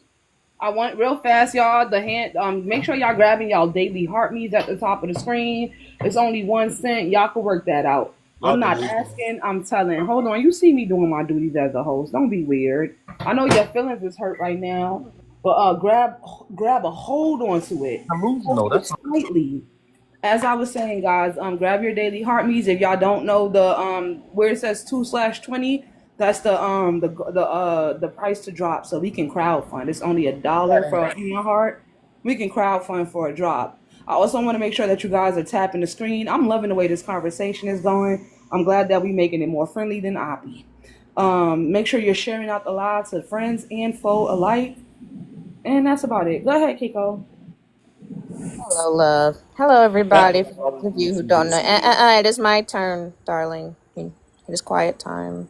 For those of you that don't know, my name is Keiko Cosplay. I'm 30 years of age. Just in case if you do need to refer to me, please refer to me as she, her, as I am currently out of cosplay and or drag. Thank you so much, Allie Bear. You are a goddess among women for that. But to You put answer the that towards the drop. question. But yeah, patriarchy uses masculinity slash misogyny to convert men of color over to conservatism. Um, absolutely, because I feel like sadly men of color believe that they are superior to women of color, and usually the tactics they use are the same tactics that was used against them in regards to racism. However, we are not talking about racism in this conversation, but it's funny how they understand racism as a construct because they were on the receiving end of the issues instead of the patriarchy and misogyny in which they benefit from. But because of that, they absolutely will, clutch onto this hyper masculinity, um, misogyny, misogynoir, in order to put women down. It's different levels. Sometimes it's very very covert. Sometimes it's very blatant and in your face, like was just shown. But unfortunately, I'm not 100% sure what it is. That's why I usually like listening to conversations and listening to different lives that talk about topics like this, because I'm still trying to bridge the gap in the confusion of racism and misogyny and why men of color do not understand how they benefit from the patriarchy as a whole. But I'll pretty much land with they need to stop projecting. They need to stop projecting this lack of, I guess, control overall. They don't have self control, so they'll project that onto us and try to control us. And I think once they get that, life will be better, not just for the, not just for us, but also but specifically for them. Because Wait, Kiko, hold on. Y'all, hold on. Wait, so Ali sent the Galaxy. And then y'all had got it up to 5 on the old goal. So I just said we gonna do 5 more for the next drop. Y'all paying for the drop, the man ain't even speak. Let the man speak. I was Do y'all sitting know up what there I steadily don't know. donating. Okay, I'm sorry. No, put it in the gift. Hit the gift box. If you or the blue sticker right there, boo. That's that green app with the money sign. If you know what I mean, you call it the tip jar. You can put something in there too. If you just want to give, you don't want to give your money to TikTok and stuff like that. If y'all just want to give, go ahead and hit that gift box. Y'all can do roses. Yeah, it got all different prices up there. We are where we are, Divine. So that's it. I'm gonna let Kiko land her plane. Then we're gonna do my views. Rita didn't get to speak to the prompt either. I don't think. Damn. Kiko, land your plane. We're gonna work it out when we're done. No, no. Honestly, that was pretty much it. It was a rocky landing, but I did land. I'm out here gardening because what the f? It makes me a little. But yeah, you get it. Oh God, help us. I don't think hypervillain. Damn, where'd Shawnee go? I told y'all we not doing a drop for the ops. So Rita hypervillain. Well, hypervillain did speak to the prompt. Rita and Vanity didn't speak to the prompt. Did y'all want to speak to the prompt? I'm sorry, I might have skipped just for the ops. Um, I wouldn't mind actually. Um, and and only because like the two gentlemen who you all had up here a little while ago, um, maybe more than two, they went to pretty much girls are dumb, like girls drool, right? Like that's kind of like the sentiment they went to. And in patriarchy, with that Patras rule, part of that benevolent patriarchy is pat pat, oh you're so dumb, girl, on the head, and infantilizing women while adultifying women. Like they could, like it's very much an oxymoron how like they treat women. They expect you to know all kinds of things. You're supposed to be prescient, omniscient. You're supposed to know all things, be able to vet better than an FBI, CIA, etc., etc. However, while we are asking you to educate me, and I'm saying me as though I am the dude, I need you all women to educate me. Yet you all are still too stupid to be in a position of authority over me. So educate me even though I am smarter than you is kind of a weird flex, because the way like that last dude like kind of crashed out and everything, like they really do see like a relationship with a woman as a mother, sorry, a father daughter type of relationship.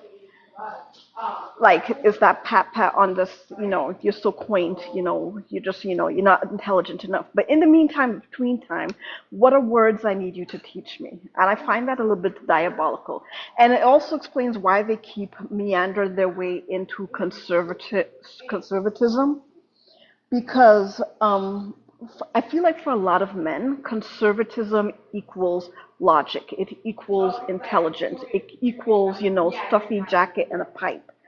And I think when they think of themselves in that realm, it gets them to say, yeah, but I'm at a higher level mentally or whatever the case may be than, these mere females. And I think that is why misogyny is like the pipeline that gets them into conservatism and the alt-right, because it's all about them preserving their place in manhood. So while they're like LARPing manhood and stuff like that, they're preserving the image. They're trying to conserve the image, and in order to conserve that image, they have to be disrespectful AF to women. Because, sir, how are you demanding education while calling people stupid? I find that to be absolutely diabolical.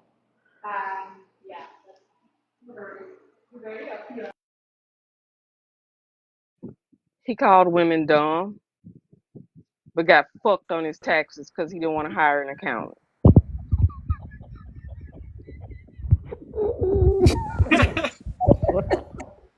Pop all of that shit. Rita, did you want to respond to the prompt? Then we'll do my views and Divine. I told you the ladies will Yeah. talk. Oh, I'm sorry. Yeah, accounting is a feminized occupation, so he felt like he could do it because he makes music. Um, Patriarchy uses masculinity, and music is math. Patriarchy uses masculinity, misogyny to convert men of color over to conservatism. Now, I can never say conservatism. Um, Earlier last week, we found out that conservatives hate black people more than they hate anything. So it is profoundly sad when we see black men join them out of a hatred of women. Um, but yes, patriarchy uses masculinity to convert men of color to conservatism. The thing I always want to explore is why. The thing that I am I always curious about Rita, is why. one second, Rita, and I want to say this right. This is why I'm not doing op heavy panels no more, because we got stuck on patriarchy is a good thing, or benevolent patriarchy, whatever they call it, right? We got stuck on what masculinity and misogyny means. We got stuck on conservatism. We got stuck on power imbalances. Is Mr. Rita over there? I heard an No, intra slurping I got sound. my Bluetooth in. Oh, hold on, shit! Now my earbud fell out. Wait a minute. I'm playing, but damn, Okay, I was gonna say, that shit was Smokey sounding jumped in like the bed. Juneteenth when she be saying they be glazing each other. She come up here like funny as hell, but we couldn't get nowhere. I want y'all to know that Rita just did what you're supposed to do with these prompts, and I'm not putting no pressure on nobody else. Y'all all talk about it how y'all want to talk about it, but this is how we move the conversation forward. She agrees with the prompt, she added context, and then she said, "But I want to know why."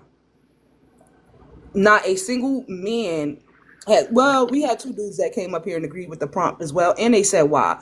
They didn't ask. They said, now Rita about to say why, and then she's going. We going. This opens up the conversation. This is where we could never get with the ops.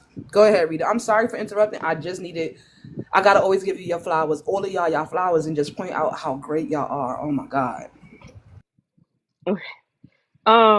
The why is to maintain the power of the men at the very top. So they give the men at the bottom somebody else to hate, and those men hate the people that they give them to hate while aspiring to join the men at the top. And this is why their manhood is so precarious, because they will never join the men at the top. And that inability to join the men at the top is what makes them come up here and lie about how much money they make. The inability to join the men at the top is what so many of them blame the women in their community for. And so that jealousy, envy, shame, and guilt that they feel about their precarious manhood is then projected onto the women and oftentimes ends in violence, as well as them becoming conservative, going down the red pill pipeline, and a lot of other shit that they do. Oh, I land there. Thank you. Then we gonna get to my views, Devon's and EB8. Go ahead, my views. Hey, I was like, I don't know if I come up a lot, but Rita did clock it. I had a couple things to say. First of all, the man, he was lying about his income.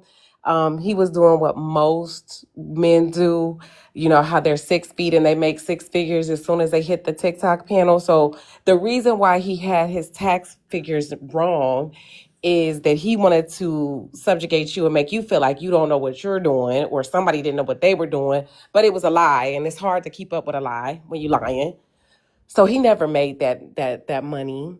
I have never thought about this like this. So thank you, Sin, for putting this prompt. Um, because patriarchy absolutely does use masculinity and misogyny to convert men of color to conservatism. And it really worked. We saw that in this last presidential election. But we know that Black men are the last in earning power. So what they did was they used them as puppets to vote for somebody. And now who gets all these tax breaks? The real patriarchal system gets the tax breaks. And they wave this carrot of capitalism in front of these Black men who don't even make anything, you know, and say, oh, look, you're going to be able to have something because DJT's looking out for you. No, but to put it back on to the term that you guys have coined, it is the ultimate patriarchal fawning for them to get behind DJT and vote in that manner. It is the ultimate because who is the ultimate of this patriarchal system? It's that YT man. Yes. So I think the answer is follow the money. It's the capitalism that they quote unquote have a hope for because all they unalive on the heel uh of their money of I provide and protect, you know? Yes. So I think that's the real reason. A is the ultimate patriarchal fawning. B is the carrot of capitalism that we see their last in earnings, so they're never going to reach. So I think that's why.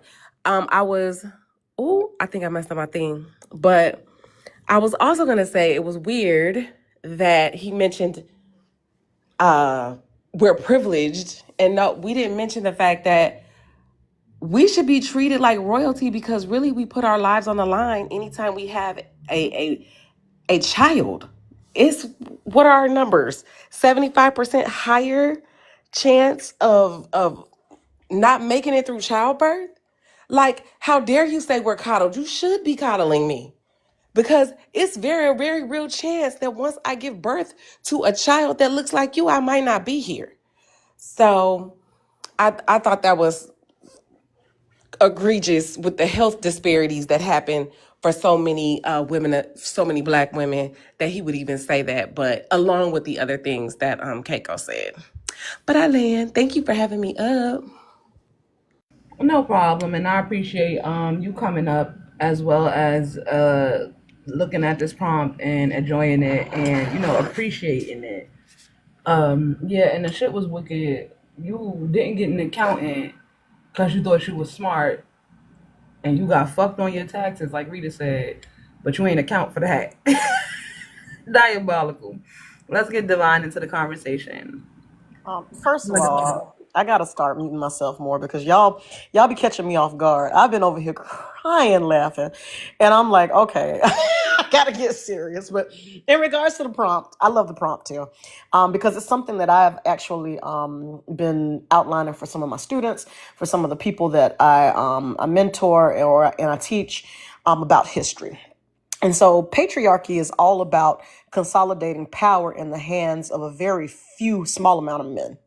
And then of course those are YT men.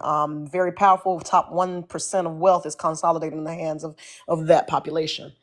In order for to get people to play in these games, they what they do is they use men's insecurities against them.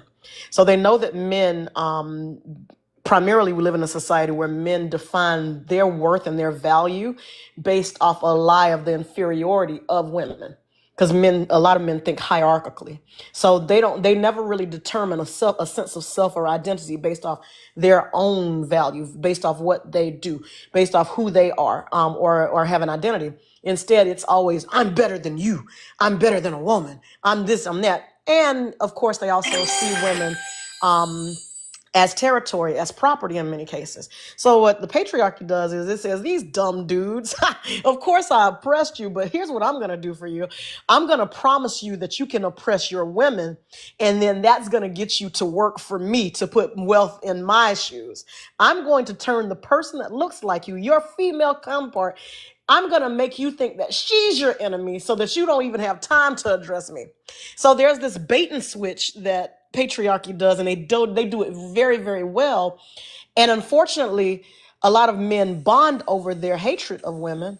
And so they enter into these conversations and they completely ignore the parallels between racism and female oppression. They completely ignore those parallels, and so you get men who expend millions of hours on podcasts not addressing YT supremacy, but minutia in their women, like eyelashes and wigs, and like you've completely derailed a whole group of men from actually building their community, and you've turned them against their own women. And it's sad to see because historically they keep doing this and it keeps working. One of the richest kingdoms in the world and in ancient civilization was in ancient Africa, and it was ancient Mali under Mansa Musa. During that period, they were newly starting to accept Islam, and one of the scholars, Ibn Battuta, he was a Arab dude. He went all around the world. He saw these civilizations. He's like, okay, wow. One of the main things he hated about ancient Mali was just how healthy the relationships were between men and women. In ancient Mali, women could have friends. Married women could go and see other men who were and be friends with men. Men constantly had female friends that they were not screwing around with. Women weren't objectified. A lot of women were participants in the legal structures and the political structures.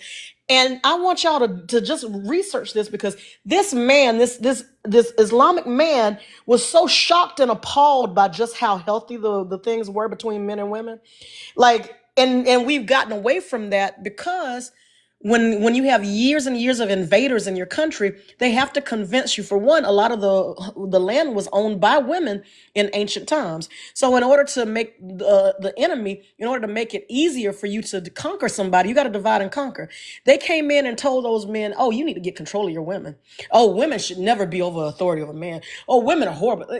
And unfortunately, a lot of our men ate that shit up to their detriment.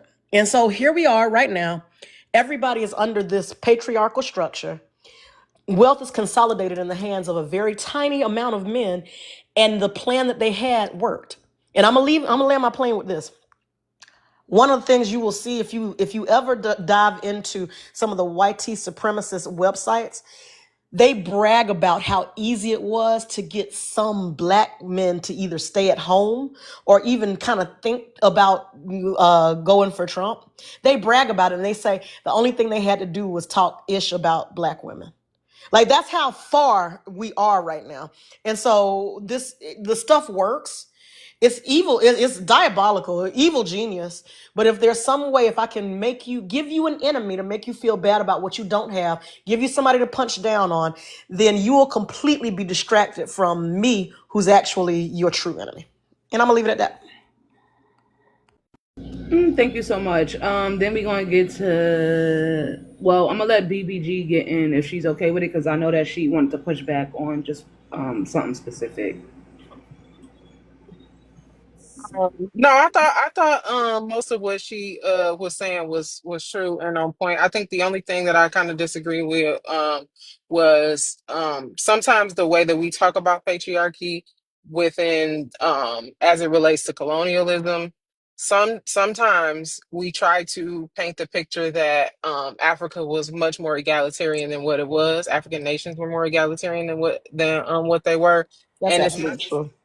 Yeah, Mm-hmm. and it's not that they weren't. They definitely were more egalitarian. However, when we talk about especially like men like Mansa Musa, when we talk about I'm still in the middle of deep diving in this, but I think that the woman Shaka and the king Shaka are being conflated together, but don't quote me on that. But even when we talk about African nations and their leadership, those women were experiencing immense amounts of what now would be considered sexism, misogyny. Those men were harming those women like left and right. The queen Nzinga, when she was trying to liberate her nation from settlers, the men of her family, I think it was her nephew or something like that, double crossed her essentially, and that was how we ended up in the modern day slave trade. So I think that I don't disagree that it was more egalitarian, but I don't think that that is the excuse for why it is. And I'm not saying that she was saying that that's how I took it. So I'm free to be corrected. But that wasn't the catalyst for black men in patriarchy. They were participating in those patriarchal structures before colonialism. I think colonialism exacerbated it. Got you. We're gonna bring EB8 into the conversation and then Allie. Hey EB8, you want to respond to the prompt? Hello. Yes. I do agree with the prompt.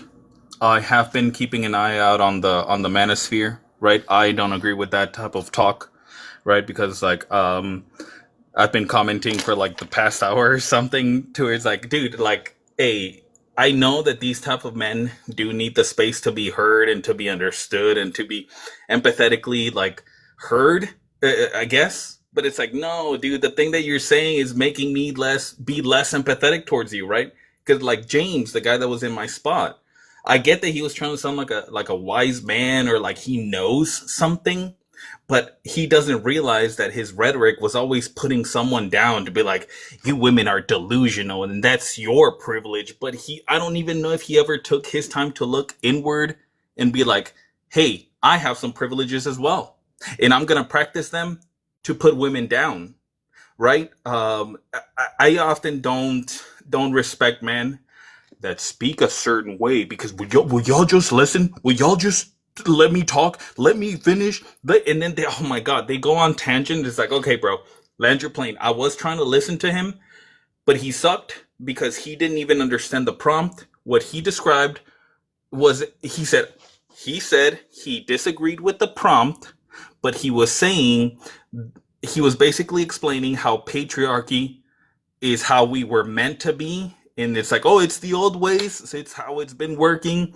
He's explaining conservatism to us. Like, that's what we're saying. Like, the manosphere does pull men into into the conservative agenda, into the conservative mindset, to where it's like the word treadwife hasn't been said here, but oftentimes what men are advocating for is for women to be treadwives, and it's hard for them to not see the social aspects of everything. But just like how another man was in the comments, they never notice bad men. Oh, well, I don't know. Something's going on with him. I don't know him. I can't check him. I can't say anything on the messed up things that he's saying. I'm just me, right? That is a privilege for a man, for you to not have to deal with problematic men. But then again, you have spaces like we are right now in which problematic men come up and other men never take their time to check them, to be like, hey, don't say those things. I've been thinking about this all day because I'm like, why are men coming up here? I guess getting caught up on the generalization of all men because hey, I'm not like that. Not all men, not this. They are quick to correct women in simple generalizations, but they never correct men whenever they say men can just take anything by force. Y'all just lucky we're kind-hearted. Like, what? It sounds like James was on that thing, and he, like, the way that he explained that women are delusional and that he didn't even know what privilege was. I that man has been in the manosphere, and you can smell it, and you can tell that he's been taking in the talking points that we have heard. And even in comments, I've been in these types of lives. I keep hearing the same points, the same planes being landed, and they are just talking points, and they don't realize that they themselves are being emotional beings by like tackling these things, as opposed to talking to other men and being like, hey bro, don't say those things. You're radicalizing more women against us, and that is against the movement that we're trying to make to bring people together, right? Because the the second best type of men that you can get up here is like, no, we need to work together. But also that's a very centrist thing that I don't agree with, because oftentimes the working together means women knowing their place under men, which I don't agree with. We are equal. Like, how is that so hard to comprehend? And that's where I land my plane. That that Jeff, I think it was, I don't know, not Jeff. Jeff was a good guy. James was the next one that was talking about delusion and all that stuff. I'm like, bro, you're not wise. You're not old. You don't know anything. I'm sorry. And that's where I land my plane. Uh, so I'm I'm happy you brought up the term trad wife, and I really wish Prairie was here because she does a great job explaining that phenomenon. But trad wife in this day and age, it's propaganda because so much of what we see is content based and it's not real life. Um, Prairie put it best. We have these women that have taken over social media, and these women are financially in positions where they can afford to have makeup artists, they can afford to have high definition cameras, they have assistants, they have people helping them prepare these quote unquote traditional meals. This is all a facade. It is not real. It is Hollywood that is made for the internet, but it's done in such a way that it makes the men that are viewing it believe that women of today are capable of such things. And we know that if you're working as a full time woman, trying to run a household, you are not going to be uh, glammed up all the time. You are not going to be cooking like five-star extravagant meals with a full-time job and raising kids. So it's a fallacy that is sold to men to make them believe that for them this is achievable when in fact it's not. Thank you. I just had a question for EB8. Do black men uphold patriarchy? The only frame of reference that I have is the TikTok lives that I've been hearing, and oftentimes the most vocal ones are the ones that are trying to uphold the patriarchy and basically asking women, why don't you just submit to the system? Even the quote unquote, there's some centrists out there that are quote unquote good men and like, but I'm a good man. Why don't you understand? And it's like, okay, if you're a good man, you would be trying to understand these women as opposed to trying to change their mind because you are a good person. And I, that's, Are yeah. you are there any like tangible frames of reference, like real life instances you could think of how black men uphold the patriarchy? Dude, I haven't. And I'm going to say that one of my privileges is that You don't know. I get to choose not to interact with men. And I'm going to Oh, say men across wait, the hold on a board. second. Well, hold on a second. Go ahead. This is patriarchy is systemic. So if you don't know about systemic forms of oppression that are specific to black women, then that means that you're just not looking. Because I could just give you one word: femicide. Oh yeah, yeah. You know, I'm aware. I'm aware of, I guess, the things that the, the information that's out there for the internet. And when it comes to femicide, I have watched a whole documentary called "It's a Girl." If you go online and you see like a little,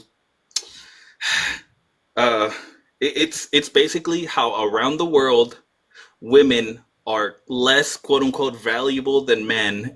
Let's say third world countries in which like, hey, at some point you're gonna have to give your daughter away to someone else that wants to marry her, and then it's like, so it's like my investment as a parent, and it's like it sucks to have that whole mindset to think that you're investing in your child and your offspring whenever you want to love the kid, you want to, it's weird. But yes, there is a thing where women are seen a certain way. I'm talking about specifically by black men, because black men. Gotcha. Yeah. No, you respond.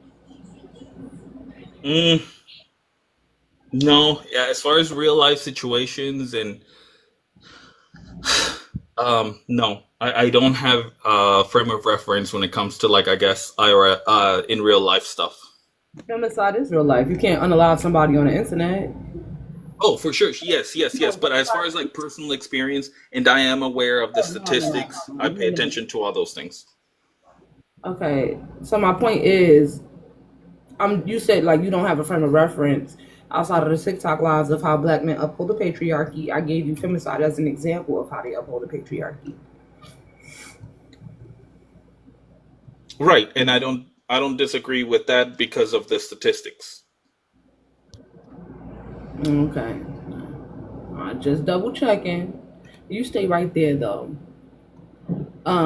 Ryan, that's why I sent you the invite. Astra, hello, are you there? Yes, I'm here. Sorry, I was responding to a text. How are you today? I'm good, and yourself? I'm doing well. It's Good. my So day the off. goal is, oh shit now. That means you got time to do whatever you want to do up here. Thus the patriarchy uses masculinity slash misogyny to convert men of color over to conservatism. Do you agree or disagree, and why? Um, I would say I agree. Generally, but I think that the society that we live in, we're already like apt to have people be funneled to like right wing, super like far right wing spaces, what people would call red pill. But I think that it's just like it's a means in order to radicalize people deeper into misogyny.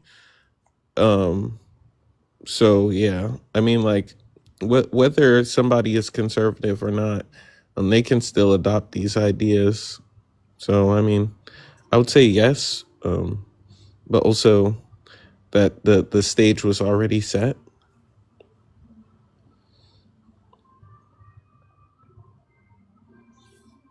So I'm confused because when you say it's a means to radicalize people deeper into misogyny, that's just you agreeing with the prompt. That's literally what the prompt says, to convert men of color over to conservatism. The only thing I heard that you said different was like, oh, the society we live in makes us all apt to be funneled to right wing spaces. Yeah, well, I'm saying that like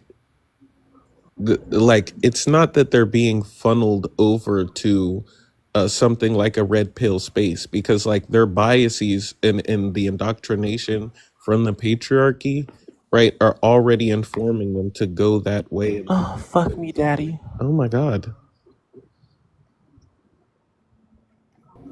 Let's take a second to give the guy 15 the time that he's begging for, the attention.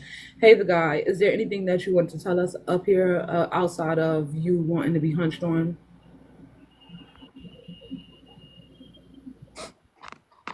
Patriarchy uses masculinity slash Well, wait, misogyny it's to your convert turn. men.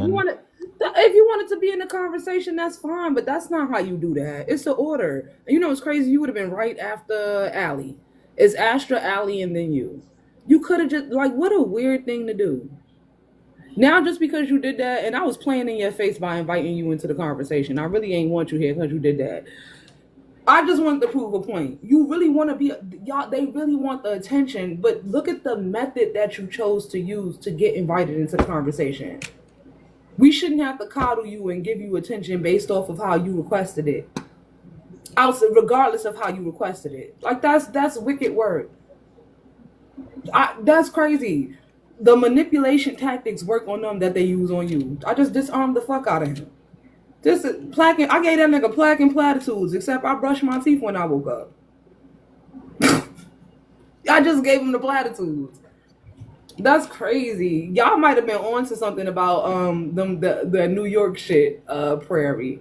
I'm sorry about that, Astra. I didn't know what type of time he was on. Next time you come into my space, I dropped you. I ain't gonna block you. Next time you come into my space and you want to have a conversation, have some respect for me as the host, me as a person, me as a woman, and the people on my panel who are extremely educated and really want to have this conversation. Don't do that shit again. That's fucking dumb. I'm Yeah, see, sorry. now you're getting blocked. Ain't that the same person who did that before? He did that before in the live. And I had said you didn't even sell it. That was that same person. Like, You come up here. Oh, that guy that was moaning Remember? before. And you had gave him his little 15 seconds of fame then, and he didn't want to do it anymore. That was that same person. But if you don't want to do it when somebody prompts you to do it, and again, I just did it to you again. I asked you to join the conversation. I gave you the floor, and you still didn't want to be the person you entered on. This is why this prompt exists. Because they are telling you that being unserious is masculine. Playing around is masculine. Joking around, moaning and shit like that is masculine. I'm gonna do you this, right? Make yourself a new profile because that one's getting blocked. Make yourself a new profile and come to have these conversations. There you go. Bye bye, boo boo. Bye bye, boo butts. What the entire actual fuck? Come on. It Come was on. it was it was Astra saying, "Oh my god."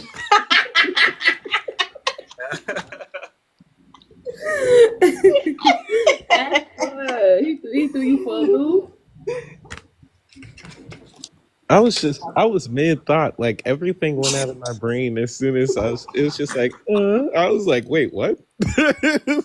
That's that's what they do it for. Like it's a weird combination of like tactics, right? They want to derail the conversation. They want to be censored, but they don't have the range to have the conversation. But they want to be censored. Go in a space where they got people that play on all day on their lives.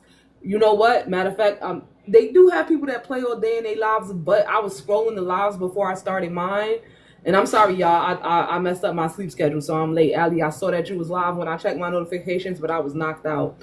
So next time you go live, let me know. If anybody else had plans to go live, let me know. Y'all know I'll knock all this shit over for y'all. I'd much rather be well rested when I come in y'all spaces. But they wanna participate and feel like they're in community, but they lack the interpersonal skills required to be in community with people, and they don't have the range. So instead of coming up here doing all of that, you could sit in the conversation and take notes. I got mad notes. I got mad notes from my last couple lives up here, from everything that all of the people are saying on the panel. Like, y'all ain't gotta be like that. That's weird behavior. Then y'all be mad because it's a male loneliness epidemic. But look what you just did. And we got heavy hitters up here. Vanity, Hyper, Prairie, Alley, Rita. Come on. That shit is wicked work. Come back from another profile. That is ridiculous. Astra, I'm sorry about that. I'm sorry about that. No, you're good. Like, what I was saying is that, like, um, I'm Hard to come sorry. back. Like, My last question was talking about my last statement was in response to you saying that it's radicalizing people deeper into misogyny, which is actually what the prompt is saying. And I think that what you were trying to say is that it was going to happen anyway. I don't know what your point was. well, I mean, yeah, basically that conservatism, especially like in the United States, is just like it's liberalism, right? And whenever we like set the stage for like people Hold in a on, right wing, conservatism is liberalism is crazy. yes, I mean it does sound like a crazy You gotta, you statement, but gotta, you like gotta, you gotta talk me whenever through that one. okay, conservatism is just about like it's just about conserving the traditional values and norms of a society, right? And whenever we look at the establishment of specifically like the United States, um, it was classical liberalism in the Enlightenment period that informs the societies and the norms and et cetera, the political sphere that we live in, right? And So it now we sounds like have things. you saying that this country was built off of liberalism in the sense that it was white tea people trying to escape British rule. Well, yes, in a way, but they also were trying to establish a society where they held the power, right? And we also see like that it's changed over time. So it's not just classical liberalism of the Enlightenment period, but now we have modern day neoliberalism, right? Which is the same exact thing. It's the same function, right? So people like will sit here and be like, "Oh well, you know what I mean? You're liberal, so you know what I mean. You're working on your misogyny, and you're working on you know what I mean, opposing the patriarchy X, Y, and Z. Whenever really it's the same. It's the same coin, just two different sides. That's what I was really trying to say. If that makes any sense. We got I some questions. Kind of, Hold kind on. of doesn't. Wait, one Are, are second, you y'all. One are you second. talking One about like second. centrists or fence sitters or Hold on. what? 1 second. 1 second. I had a question from somebody in the comments that I wanted to ask because she don't come up. Where the fuck Kenya wrote that shit at?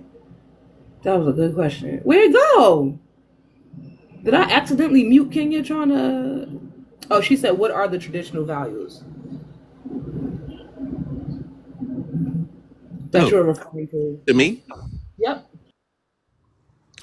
I mean, you could go on about any And traditional I think that values. was in Marriage. context to what you were saying when you were referring to classical liberalism um, regarding the early start of this country. Yeah, I'm just saying that's what conservatism does. Like, and I was talking about like the values politically are classical liberalism, right? That's like in order Okay, so for what values are you said classical liberalism? yes. Sorry, y'all. Trying to see if that's thunder, the rapture, or um, Syria getting a lick back. I think it was thunder.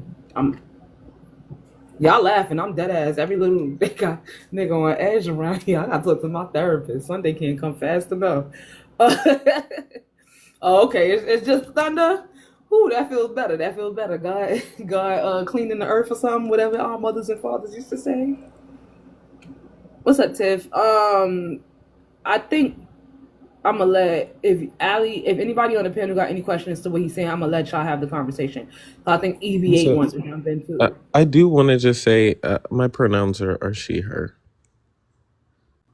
Oh shit, my fault. I'm sorry. You know what? Something told me to ask because the name Astra, but I wasn't sure. I apologize. She, her. So anybody want to respond to anything she was saying? When he talks about classical liberalism, he's talking about. Rita, she. Oh, I'm sorry. I'm sorry. When she talks about classical liberalism, she is talking about free market capitalism. So she is right. It's the individualism, the free market capitalism, property rights, and it's a fourth one in there somewhere. But that's what it was. Oh, and a limited state government, a smaller state government. So yeah, that is what it was. And so we had, and I can't remember what the one Edward Greenberg said, but we had classical liberalism, and then we had the very short-lived progressive period of FDR, and now, as he said before, we had neoliberal hell, and neoliberal hell has drifted into asset management oligarchy. So that's where we are now, and we can't get men to fall in line and fight it. So essentially, what she was saying is that she was just being literal. Yeah, I thought so. she was using the real political terminology. That's why I ain't pushed back after I asked Yeah, what you mean by conservatism is liberalism. So yeah, in a very literal sense, got you. yeah. I Well, get it. Now, in I'm a not very literal disagreeing. sense, the United States has always been a conservative country. Always practicing free market capitalism, property rights, and limited state government. Yes, with a healthy topping of racism and misogyny. And that definitely ties into the Protestant work ethic, which was a shift in um, narrative where in order to gain your entry into the heavenly gates, you had to prove your ability to work hard on earth. And that's how we get the modern day work culture. You know, some countries take it to the extreme where you have, like, for example, 996 in a lot of Asian countries. In America, it's basically our inability to stop working overtime because we can't afford basic cost of living. But it ties into in order to prove to God that you are worthy, you must submit your body in exchange for gaining into heaven. I want to let y'all know. I don't know if you finish. You can finish landing your plane. I'm gonna change the gift goal in a minute, y'all. That was to drop a op. That was the remaining on what we had to drop a op. So if y'all do want to give, just hit that gift box down there, or y'all can put something in the tip jar. I'm gonna let you land, but we gotta get to Allie. And well, thank you anyway. I appreciate that. I want y'all to know that if y'all want to participate in this conversation, we gotta get to Allie and Prairie. Those are the next two. If y'all want to participate in this conversation, you can.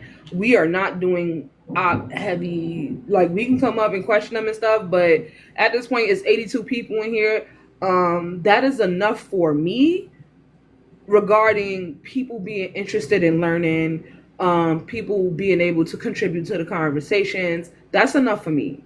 Like, it ain't got to be a 1,000,000,000 people in here. I just want to start having these conversations. And if the ops come and they can sit and listen, then fine. If they want to come up and argue, I don't know. They always derail the conversation. Look how far. If y'all could see how far we are in this conversation, I might have deleted some of them. How far we've gotten in this conversation with our interaction alone. Like, I seen 21 in here.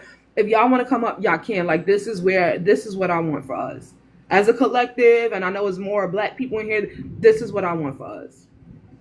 We came a long way from when we're talking about how Protestants, and I'm sorry if I misrepresent anything you said, but essentially what my understanding, as much as I can remember, is how Protestants use that whole religion to encourage or force people or indoctrinate people into believing that they should be working, and that's beneficial to capitalism.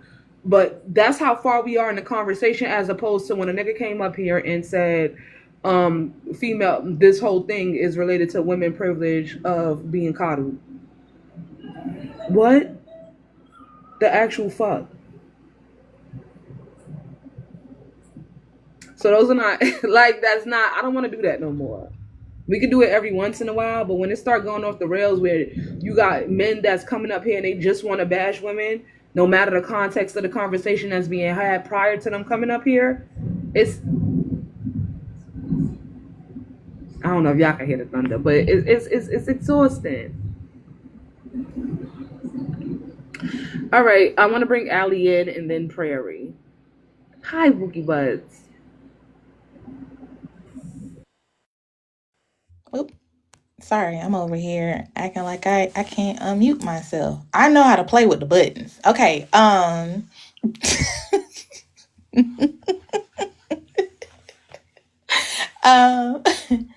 I've been listening in and out, y'all. I did catch the man when he was saying what he was saying, and he sounded absolutely ridiculous. And I'm gonna tell you why when I go into what I'm about to talk about. So let me read the prompt. The prompt says, "No, Sin, come back." Thank y'all for the gifts. I appreciate it, by the way. I'm so sleepy, y'all. I'm tired. I gotta read the prompt and Sin gone. I guess somebody called her. But basically, it was alluding to the fact of how patriarchy has won Black men over into like leaning into conservatism. And you know me, y'all, I'm going to talk about some damn babies. Y'all know that, right? But more specifically, I wanted to talk about like the reproductive rights and like just how Black men as a collective, because they are so hell bent on trying to shame women and their disdain for women, the misogyny creeps up and they don't even recognize it, but they are leaning into this conservatism. And how it shows up with reproductive rights is they vote for things that ultimately affect them in their legacy, quote unquote, their little legacy that they care so damn much about, without even realizing like the aftermath or like the effect of those votes. And so A few of the ways that look, or how it looks, or how it shows up, is that, of course, they are for AB laws and limiting contraceptives.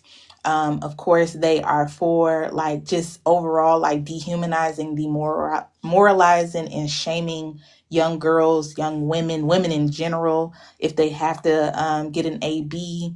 If someone should get pregnant, there's this stigma that surrounds pregnancy, of course, that wasn't planned, or like if you just get pregnant without being married, even though a lot of they mamas fit under that narrative, but that's neither here nor there. They don't really have a concern when it comes to the maternal mortality rates that are extremely high within the US. And you can always tell that because, like that man, when he came up here and he said essentially that we get to just fool la la and go about the world not really with any care or concern. We have this quote unquote privilege. Somebody had said it when they were up here earlier, but um everything is all hunky and dory until you get pregnant, right? All kinds of things start happening to you, but men don't recognize that because all they think is that you done laid load and spread it wide for somebody, and now you're pregnant with somebody else's seed, and all it takes is for 9 months to pass by, you go into the hospital to have or give birth, and that's it. They don't know what can come of the birth. They're not familiar or informed of like what birth looks like specifically within our healthcare systems.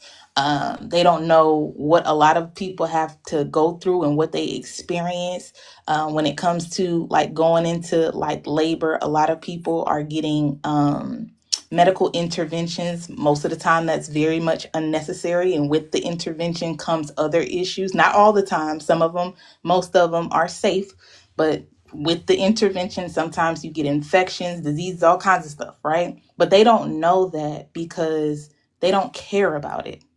They don't care about it. And it's frustrating when you're listening to men talk about how easy women have it, because men go outside these doors of their home and get their hands dirty. Now, all of a sudden, the women don't do nothing.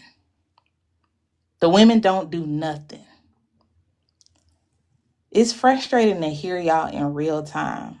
Like, you'll never know what it feels like to be in a doctor's office and you're having symptoms of what possibly could become or be preeclampsia, and nobody's listening to you.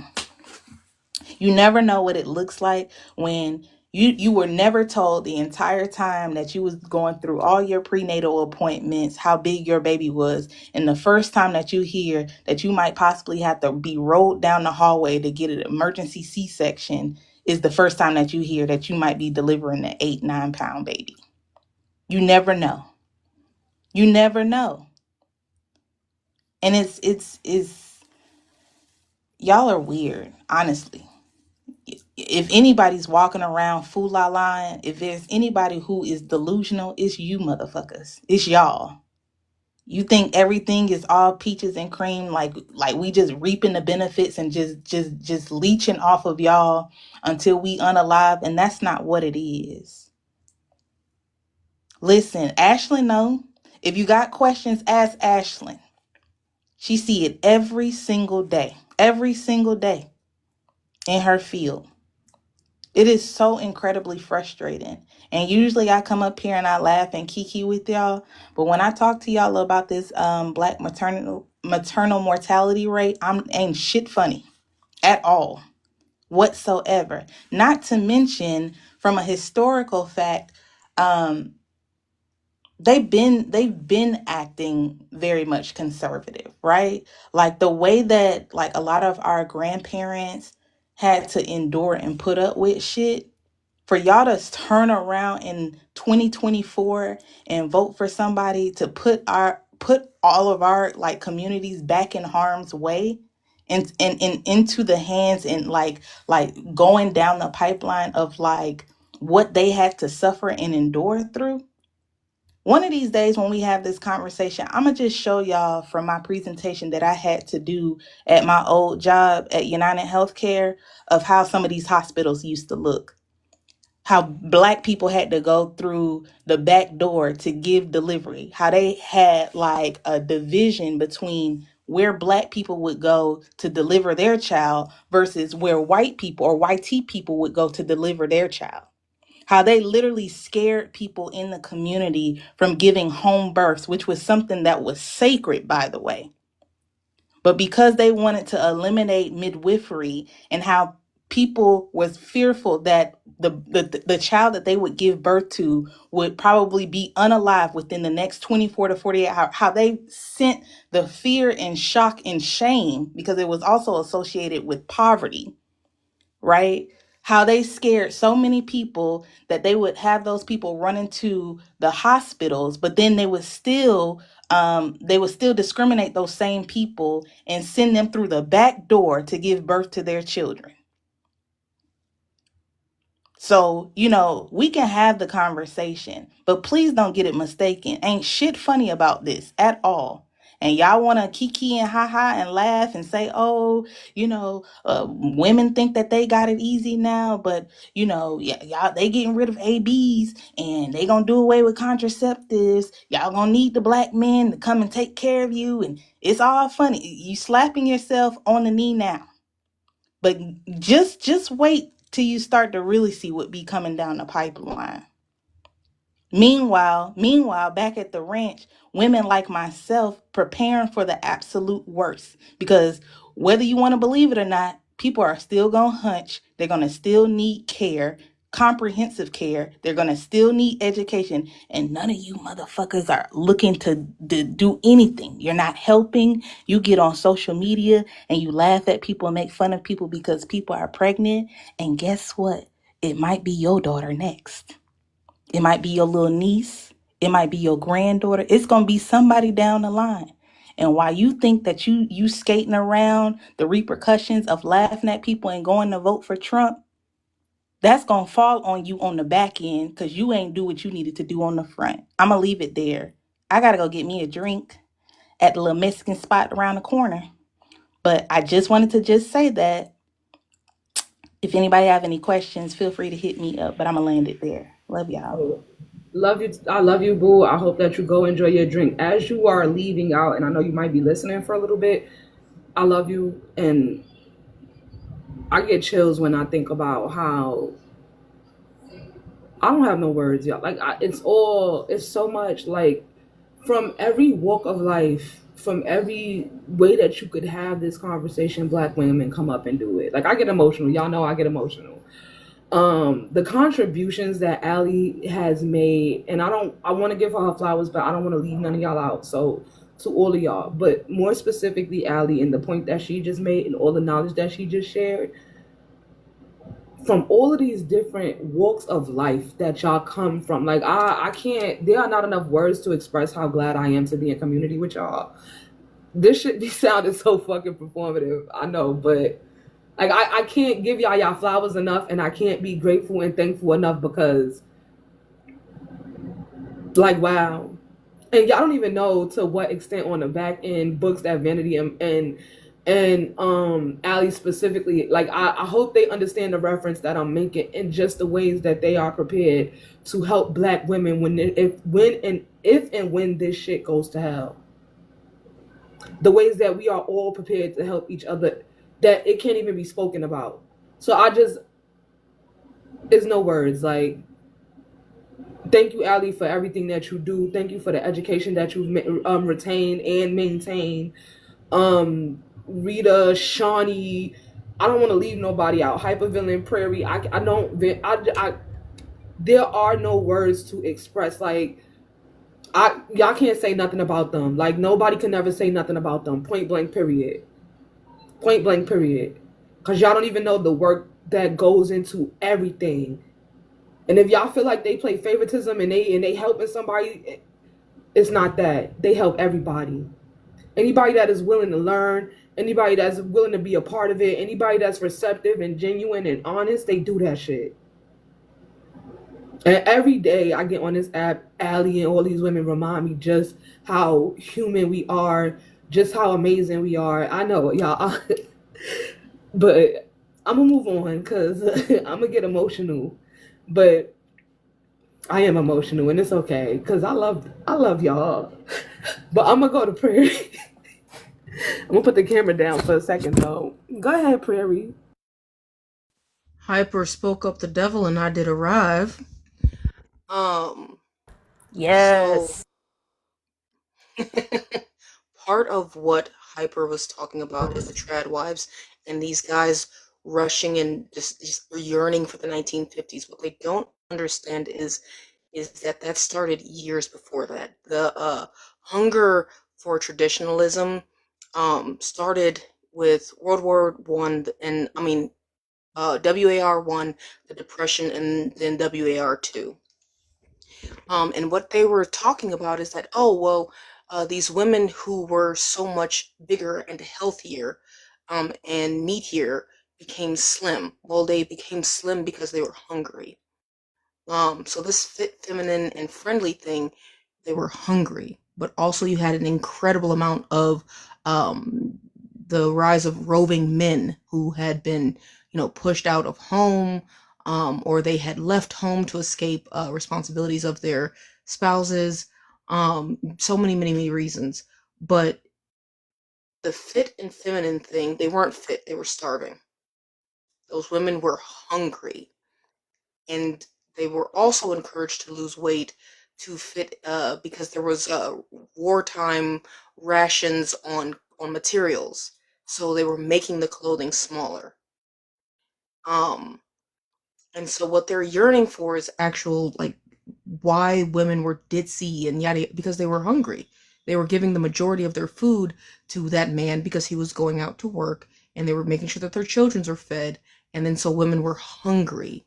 And then coming into the 40s and into the 50s, well, ending out of the 40s and coming into the 50s, what you had was women who were just clinically depressed, just clinical levels of depression, and they were being heavily medicated. Um, and I'm actually writing about that right now. I'm on the back end of doing some other stuff that I'm writing about because my business is feeding my community. Yes, Vanity, the big piece of chicken. Not even necessarily just the big piece of chicken, it was the bigger piece of everything. He got the bigger of everything, and usually men would eat before the family did, even though yes, they did eat as a family and family style. But men were still served first, and if he wanted more before everyone else ate, he was usually given that. My business is the food that goes into people's bodies. My business is giving the best option for people who don't make enough money to go to Whole Foods and Trader Joe's, and still giving them that level of quality for the price point that I serve at. That's why I have a sliding scale. People who are low income pay a certain price here, and wealthier people pay a different price. And I'm fine with well, I don't like having to pay more than somebody who uses EBT. I don't care. I don't care. So what they're talking about in it's very expensive to pretend to be a trad wife. It's exquisitely expensive to pretend to be a trad wife. Like Hyper touched on. I live near one of the rentals that they use to go out and pretend to be farmers and farmer wives on Instagram. And when I say that, behind the scenes, you have hundreds of thousands of dollars in camera equipment.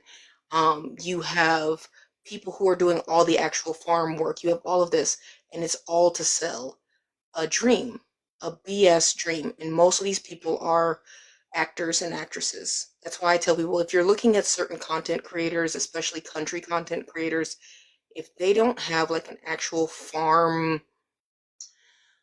like a CSA, or like they don't have actual things that they're doing, they're lying to you. They're lying to you.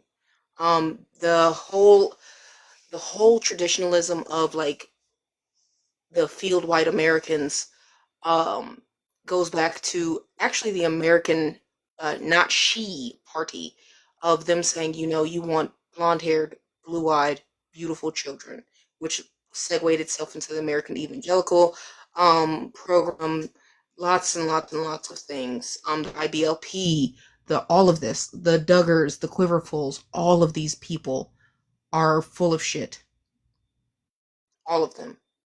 And the way that they did it was insidious because they had to stomp on, like, black folks were already getting stomped on, but they had to stomp on black women, and they had to stomp on Native women, and they had to stomp on Native Indigenous women, uh, um, Mexican women, because they couldn't meet that beauty standard. So the thinning of America didn't include black women, Hispanic women, and Native women because they couldn't. Their bodies, they had been working. Where you had women who, for the most part, had worked in the cities. Remember that, like, majority of white Americans did not live rurally. Overwhelmingly, they lived in the urban areas. That's before white flight. So yes, the call to return to sourdough making and, raising 50, 11 children in a 3 bedroom But Prairie, farmhouse. but Hmm. Prairie, but Prairie, black women put black men out the home. Like hell. I'm so Okay, that's an What you oh say, my, Astra? I what the got hell? agreement because at first I was like, I hope this is a joke. Because that's how they be Not coming to the Cindy. conversations. Sin, you messed up her monologue. You know I'm here She for was Prairie's alright, but she was monologues. she was being long winded, so I had to clip it for real. I But was you fuck. Oh my god. No, I was actually about to end. Now you've thrown me down. I'm not going to go into that rabbit hole, but you have tossed me down another one that I want to screech into a microphone about. But no, quite literally, the the strings, the red strings that lead back to this trad wife and this trad life thing goes back to partially to the American Not She Party. It goes back to early evangelical parties and tent revivals. But mostly it goes back to the Great Depression and the two great WARs, and that Wahite women could not eat. That's why you see so many women, like, suddenly, like, doing things because they're eating more. In the last, like, since the 90s, women have been eating more. It's why the very first sin was a woman who ate.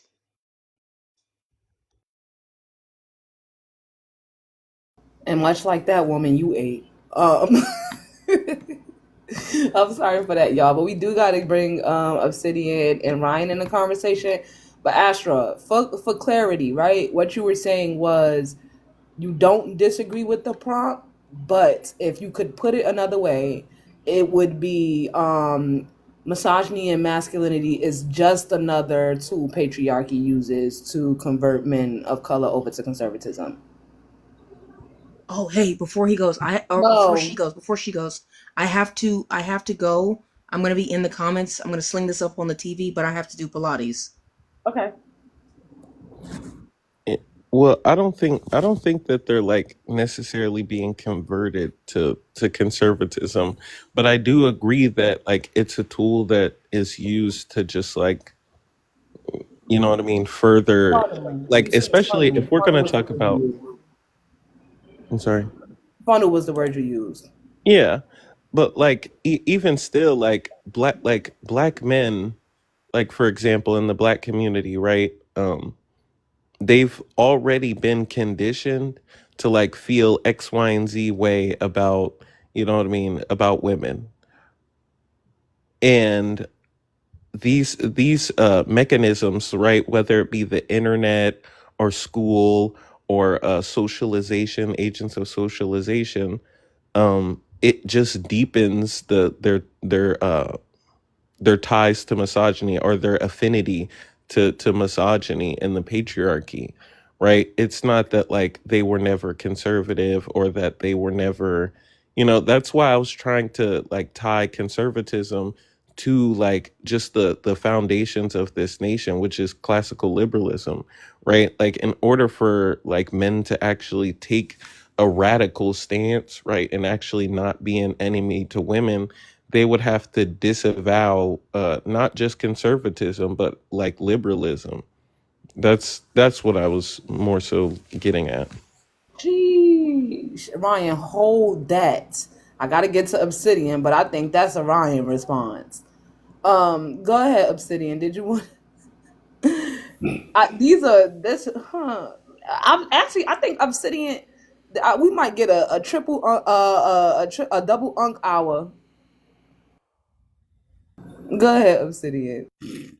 Patriarchy uses masculinity, misogyny to convert men of color over to conservatism and reappeal the Republican pipeline. I have to agree wholeheartedly. When I read the prompt and see conservatism, I think about the ideology first and then the politics of it. So, yes, black people, especially black men, have been extremely conservative. You can see that in our religious views. We were marked as the most religious people in the world at one point in time because of our fellowship in the church.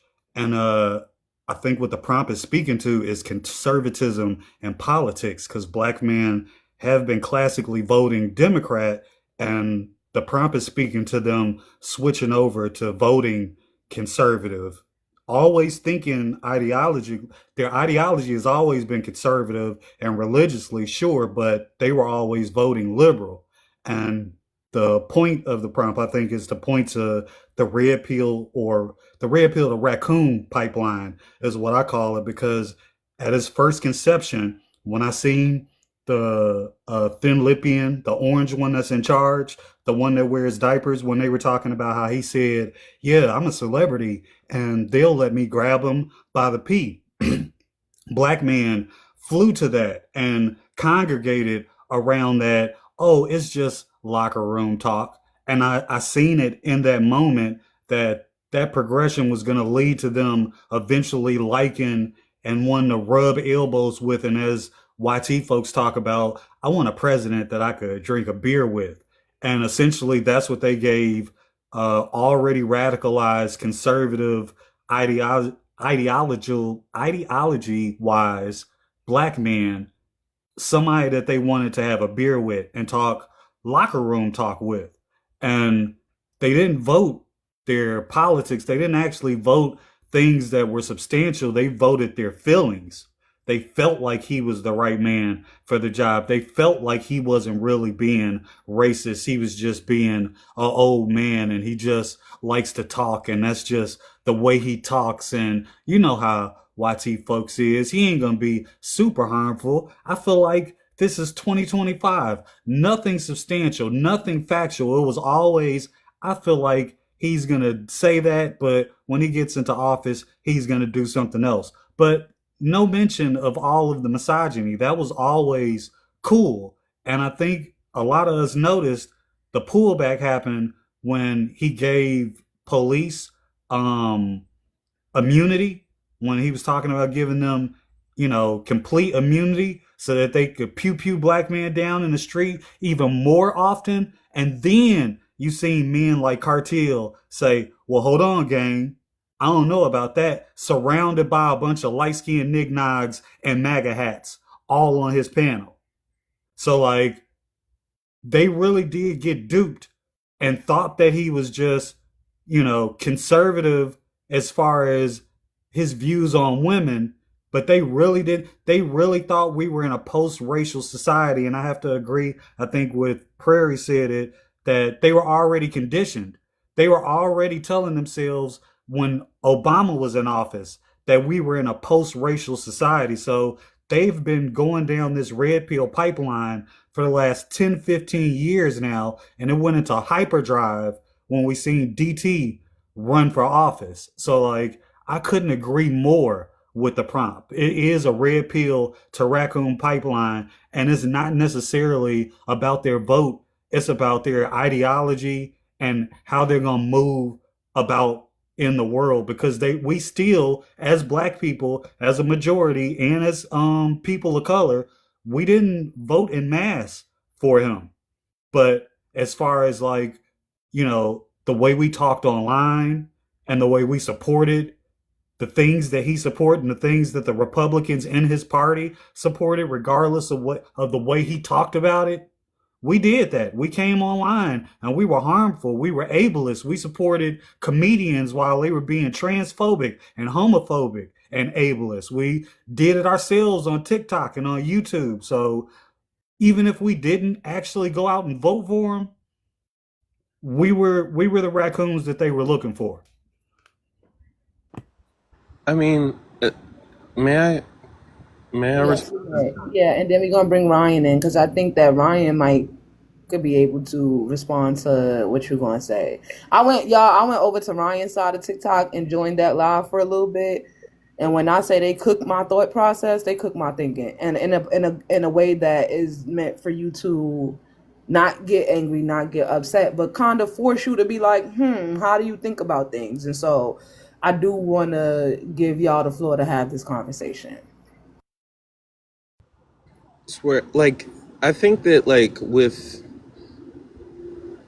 like, when we're talking about, like, the patriarchy, misogyny, you know what I mean, how it affects people, I'm saying that, like, liberalism is the rabbit hole to red pill, right? Like, we have to take principled, like, anti-liberal stances, right? Like, it doesn't matter who they voted for, right? Because again, these people were already misogynistic. They were already perpetuating harm towards women.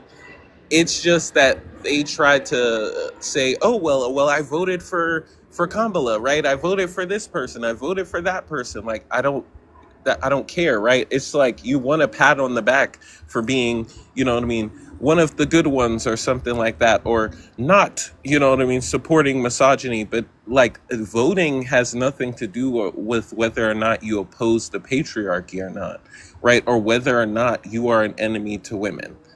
Um, and like, black men are used as basically like a force, and they have historically, to police the black communities, right? Like, whether it be cisgender women, trans women, queer men, etc. Like, the black cishet black men are the point of them in society. They've been conditioned to police the black community, right? Like, so I'm saying that, like, we have to actually deconstruct the ideas of society and oppose them, because, like, we can't sit here and say, "Oh well, you voted for Trump, so you're worse than me," right? Like, because that's not how oppression works, right?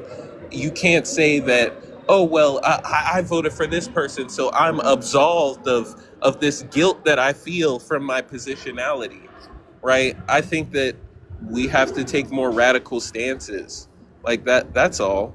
Like, I'm not, like, I wouldn't personally call myself a liberal, right? I'm a socialist. I follow the traditions of, you know what I mean, radical black femmes, right? Which are not liberal. They're not liberal in nature, right? These things are leftist, right? They are anti-capitalist. They are anti-G-side, anti-imperialism, X, Y, and Z, right? So I think that we gotta have a deeper look at, like, what we're actually supporting, right? Because there's people that have been like, "It's your fault that X, Y, and Z is happening," simply because, you know what I mean, the way that because I didn't vote for Kamala Harris, right? But I also didn't vote for Trump, right? But, you know, these are the things where I'm like, why are we not listening to, like, most marginalized communities, or marginalized communities in general, and demonizing them, right? Like, whether it be on a liberal side, or it be just like straight up misogyny, where it's like, "Oh well, I just don't like women," right? I mean, that's where I'm at with it. You know, it's not the fault of marginalized communities, you know what I mean, for living the experience that they have, and having the perspective that they have. I think a majority of black women voted the way they voted to mitigate harm, although they do understand the politics of true leftism. They are not just Democrats or not just liberals. They still are the black women that you're talking about, but they attempted to mitigate harm. Let And me let me let me let me let me say this. I'm sorry, y'all heard my toilet flushing. I'm cleaning out my bathroom, so if you don't hear me wash my hands, that's because I'm about to. Please, hypervillain. If you don't hear me wash my hands, that's because I'm dealing with bleach and gloves. Hold on. So just to be clear, you're saying Ashra, and this I know this might not be all that you're saying, but I do got to bring Ryan in them city, and I know you want to comment. Just to be clear, you're saying that we as a collective need a clear, definitive list of things that we need to deconstruct. Uh, Not yeah. you're saying that, It's but there just, needs if there needs to be one.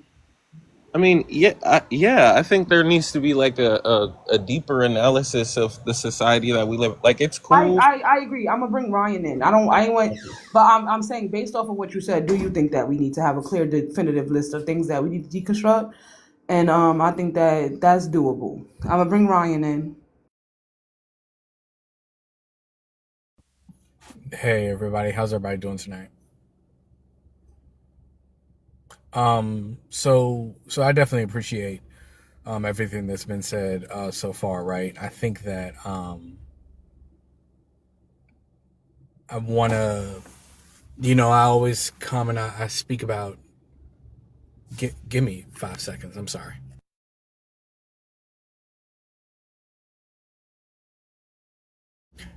Sorry, y'all. There was a bit of a kerfuffle that happened on a live this morning that is actually still affecting me. So please forgive my tone. But I do want us to, like I said, I appreciate everything that's happened and that's been said so far, right? But I do want us to start to think or just to remember. Now, I understand the political focus, and I do think that that is very important, right? What I do want to say is that we, I'm always going to talk about systems and structures, and I think that these systems and structures exist in a more forward way at times than the political aspect does. And so when the prompt says that patriarchy uses masculinity and misogyny to convert men of color over to conservatism, I believe that a more apt way of saying this is no disrespect to sin would be that patriarchy uses masculinity and misogyny to entrench societal control within marginalized and oppressed communities, right? Because, um, black men do not own patriarchy. Black men do not own misogyny, right? Black men don't own capitalism, and overall, we don't own the power structure, but we do replicate these things within our community.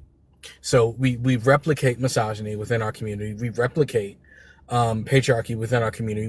We replicate um, capitalistic exploitation within our community, right? And I believe that that is a derivative of individuals who actually control the power structure, allowing us the ability to say that we have this positionality and this adjacency to that power structure without actually letting us in. So, so definitely, because we replicate these things within the community, we as black men have a responsibility to correct these things and to build counter structures and counter systems in order to rectify these things, right? But the reality of the situation is I don't think that we're being converted to conservatism. I think that we are, like it was said a little earlier, right, that we are being used as tools to maintain control over a community that the traditional power structure, the YT power structure, doesn't feel concerned enough or probably knows better than, right, to infiltrate directly. And so when men talk about traditionalism, right, and these values that are apparently associated with these philosophies, right, like I said, that was something that never happened in our community. That was not the traditional, what we understand to be the traditional housewife, the traditional homemaker. These things did not exist within the black community, right? I said on another live a few days ago that black women have never been allowed not to work. That has always been, whether or not it's through chattel slavery or through the development of how we socialize within our community, whether or not it's through postbellum, or even all the way up through the civil rights movement into the current age, right? Black women have never not been allowed to work. So we've always had to work. They have always had to work. They have always had to suffer under the fact that, in addition to racial oppression within the community, we also suffer economic oppression. And so we have always had to work. So when black men around after the civil rights movement, I think it's very important that we always remember, and I promise I'm going to finish, but I think it's always important that we remember that after the end of the civil rights movement, when the black power structure, the individuals, the men, right, who were leaders within the black community after Martin unalived, decided that they had enough, and that because of the efforts that Martin made, that they were close enough to the power structure, and that everything that had occurred had benefited them enough, and so that they were currently done with civil rights. They were done with progress to that point, right? And then the 70s came, and those same black leaders, a lot of whom were religious figures, right, leaned in and delved into the explosion of white evangelical Christianity that became televangelism in the 70s and 80s, right? And so now within black households, we're talking about these themes, like I said, regarding the role of women, regarding familiar structures that were not endemic to us as a people, right? But because these themes allowed the people who in the black community who were in power to be able to feel again like they had that adjacency and like they had that positionality. We as a community had this forced upon us, and so now you've got these talking points that have been recycled and reverberated throughout the community since the late 60s and the 70s, right? So again, just to finish, it's not about, to me, it's not about being converted over to conservatism. It's about black men being used as tools to further marginalize and oppress us as a community by being sold a dream about positionality and adjacency to the actual YT power structure. Thank you all for the time. 1 second. So I'm guessing you read the Baker Fest though, and that confirmed it for you. Correct. Go ahead. Go ahead, Ryan. I'm sorry. No, what you say, Ryan? No, I said let's not go back to that. Come on. Listen. I missed that live when y'all talked about it. So. But yeah, okay. Go ahead, Obsidian. Speaking to what you said about the 1960s and after we saw those very prominent civil rights leaders unalive right in front of us. Wait. Let me address this and hold your thought, Obsidian. Yeah, you cook with that, Ryan. And what you said about that dude, yeah, I got some of that. And I think that's why he dropped when y'all started having that conversation. Oh, yeah, I meant to say that. I'm sorry. But yeah, I know him. I place what it is that he is somehow a fuck ass. I know that he is. I don't know where I know him from. I don't know where I know him from. I don't know what exactly the circumstances was. But I have engaged with him in the past, and he is absolutely a covert fuck ass misogynoirist. I know for a fact that he is. I cannot place where that is from, but I know it. I know that he is. So I just wanted to. Wait, yeah, I'm sorry. He's a liberal. Who? No, I'm joking. I mean, that's what I was talking about earlier. Definitely red pill. He was definitely on a. I have to remember, if I go back far enough in some of my Discord chats, I will find his name. I'm fairly certain. And yeah, he's definitely covert. So yeah, but yeah, sorry. And if y'all missed it, we talking about EB88. Because that's what I invited you up here for initially, but after everything you said, it reminded me. Because and then when I asked him, he was like, after you had said that, I was like, well, let me see. And I asked him, what did I ask him? I was like, if he believed black men upheld the patriarchy, and he was kind of like, trying to deflect away from it. And I was like, yeah, because he said he didn't see anything outside of online, that reflected that was true. He tried to, like, talk about how the men on the TikTok lives are. And so I was like, well, what about femicide? Like, that's a very real, tangible thing that would reflect that black men uphold the patriarchy. And he was like, distancing himself from the conversation at that point. But he was like, based off of the statistics, I would have to say that's true. But he ain't want to say it. And I think that is a great representation of what you was talking about, in the way that they, not too much on my Samsung washing machine, y'all. In the way that black men, are being used as tools to further uphold the patriarchy. Yeah.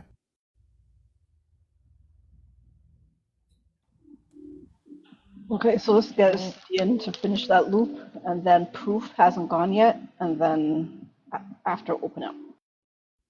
Okay, all I was gonna say is, to the 1960s, after those prominent leaders unalive, there was a lot of black men that were still open to congregating amongst each other and trying to talk about what we can do and how we can move forward. And I do believe that the YT patriarchal structure used masculinity and misogyny and what I coined as COINTEL pro-black movements, like the sudden rise and the far left comrades that are black that suddenly came online and said that they weren't going to vote for either, which only led to DT winning.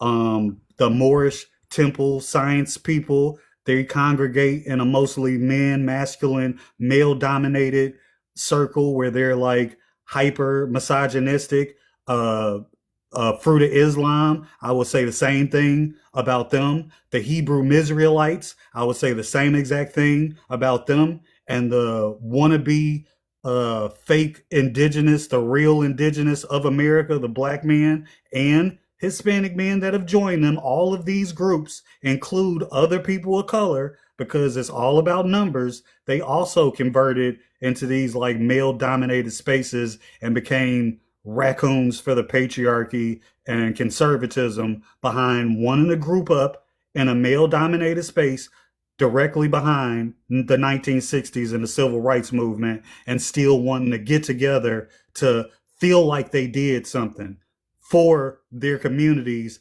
against YT supremacy, but all the while it was just a COINTELPRO black program. And it's still going on with these black comrades that come on here and tell us to vote Jill Stein because she got a better program, or don't vote at all. We should just stop. Let's stop right now without any kind of organization, without even the numbers. Let's go independent. Let's not do what's necessary and do grassroots organization to get an independent person in every district that we could think of from every state for the next 10 years so that we could rise in prominence as a new party and then elect that independent. No, let's wait till the last second and not vote for Kamala Harris. And that's where my red flags and my spidey sense went up. And I was like, no, these far leftist black people that are trying to call us comrade are just another version of COINTELPRO black. They seem like they're for the community. They talk the language of the community, but their actions were harmful. Your words are sweet, but what you did hurt me. Let's bring So as a black communist, right? I have to say that yeah, I have to say, and I get it. I understand the motivation. I understand the passion behind this because, like I said, I understand the way that we as a community have been. I understand the way that we as a community have been entrenched into the political binary. I really, truly, madly, deeply do, which is why I don't usually talk about my political philosophy in these types of spaces because I know that we as a community that we have a lot to come to grips with in terms of our political history, especially since the 60s, right? But what I will say is that I don't believe that there has to be a distinction made, right? Or there has to be an understanding that without black comrades, as you call them, a lot of the progress that we have made in the history would not have happened at all, right? Like now, and I'm gonna say this, and I think everybody here knows the history and understands that it's true, right? But for all that it was, the Black Panther Party, and it was full of men who were misogynists, was full of terrible men, right? But the women in the Black Panther Party, right, have were the ones who really did most of the structural infrastructure, the social infrastructure regarding things like the free breakfast program, regarding how to get everybody armed, and how to ensure that we did community action, especially specifically involving children, right? That was something that black radicals, right, black comrades, and the Black Panther Party was a communist organization. They considered themselves to be socialist communists, right, Marxists, right? I think that that is something that we have to we got to be real about that, right? It was the black women within the Black Panther Party who made the Black Panther Party what it was. Now, the names and the people who were in front, right? I understand that we have an understanding of those people, but the reality of the situation is that the majority of the work that was done on the ground and the majority of the philosophy that was built in the party was done by women of the Black Panther Party. We got to acknowledge that those are the black radicals that you're talking about, right? Black radicals in history. We can go back even further, and talk about, people like Claudia Jones, who wrote philosophy, which is actually, and if y'all listen to my lives, and if you all hear about the things that I say in my live, and even though I was told this morning that I steal my ideas, my lives, the topics that I come up with, my lives, and the way that I approach how I engage individuals on my live is rooted in almost everything that Claudia Jones talked about, with regards to black women and black womanhood and their approach and its approach to progressive politics, communism, socialism, things like that, and how the black community would benefit from these philosophies, right? So I think we gotta, I think the COINTELPRO happened, right? That was a real, actual thing. COINTELPRO was what got Fred Hampton out. COINTELPRO was what got Martin out, quite frankly. COINTELPRO was what got Malcolm out. Right. So like, I get that part. But I think we got to have a little more care, and concern for an understanding of, the way that these things really actually happen. And I think it's easy to beat up on, especially politically, right? I think it's easy to beat up on, people who people who y'all say are far left or who you call comrades. And I get that it's easy to do that, but there's a reason that black people, right, have a radical tradition, and the black radical tradition, is rooted in, the political philosophy of Marxism and socialism. Just ask W.E.B. Du Bois. I just think we got it. I'm sorry. But I did take that a little personally as someone who holds to that philosophy, and who, and y'all can tell me, right? And I would hope that Sin, who I've known longer than most people I've known on this app, and Rita, and all these different people who I know trust me, right? I think that it would be nice if y'all ever tell me whether or not my philosophy has ever given you a sense that I would not be somebody who would work for your benefit or your fervor. I think that, and like I said, I'm taking it personally, but I think we need to have that understanding. I'm done talking. I'm sorry. No, you good. I think that, wait, hold on, Astra, because Vanity got her hand up, and I want to get proof into so just write it down or hold the thought. I know this is a lot, but I want to respond to, and me too. Okay, so I got y'all. I do want to respond to what Ryan said. So it was Yellow who said ultimately black women and men are going to have to bridge the gap. And I don't know how true that is. I don't know how well that's going to work out. But in these spaces where we have black men like yourself, I am willing to bridge that gap in any way that would be beneficial for black women and children. And so I do trust that. I do trust that having these conversations with you is safe. So that is one of the reasons why I did want to segue into this conversation after Astra brought it up, because she made some really great points. This is, I think that for the progression of us as a collective, and I know y'all leaving out the room and shit like that, and that's fine, but whoever's here is here. You know what I'm saying? Um, for the progression of our community and and for us to be able to have these conversations, we are going to have to start bringing in more people that can speak to it. And so this is kind of like what I want for the platform, for my platform, these conversations. We would have been stuck arguing with a nigga that said that women have the privilege of being coddled, and we so much further past that. Go ahead, Vanity.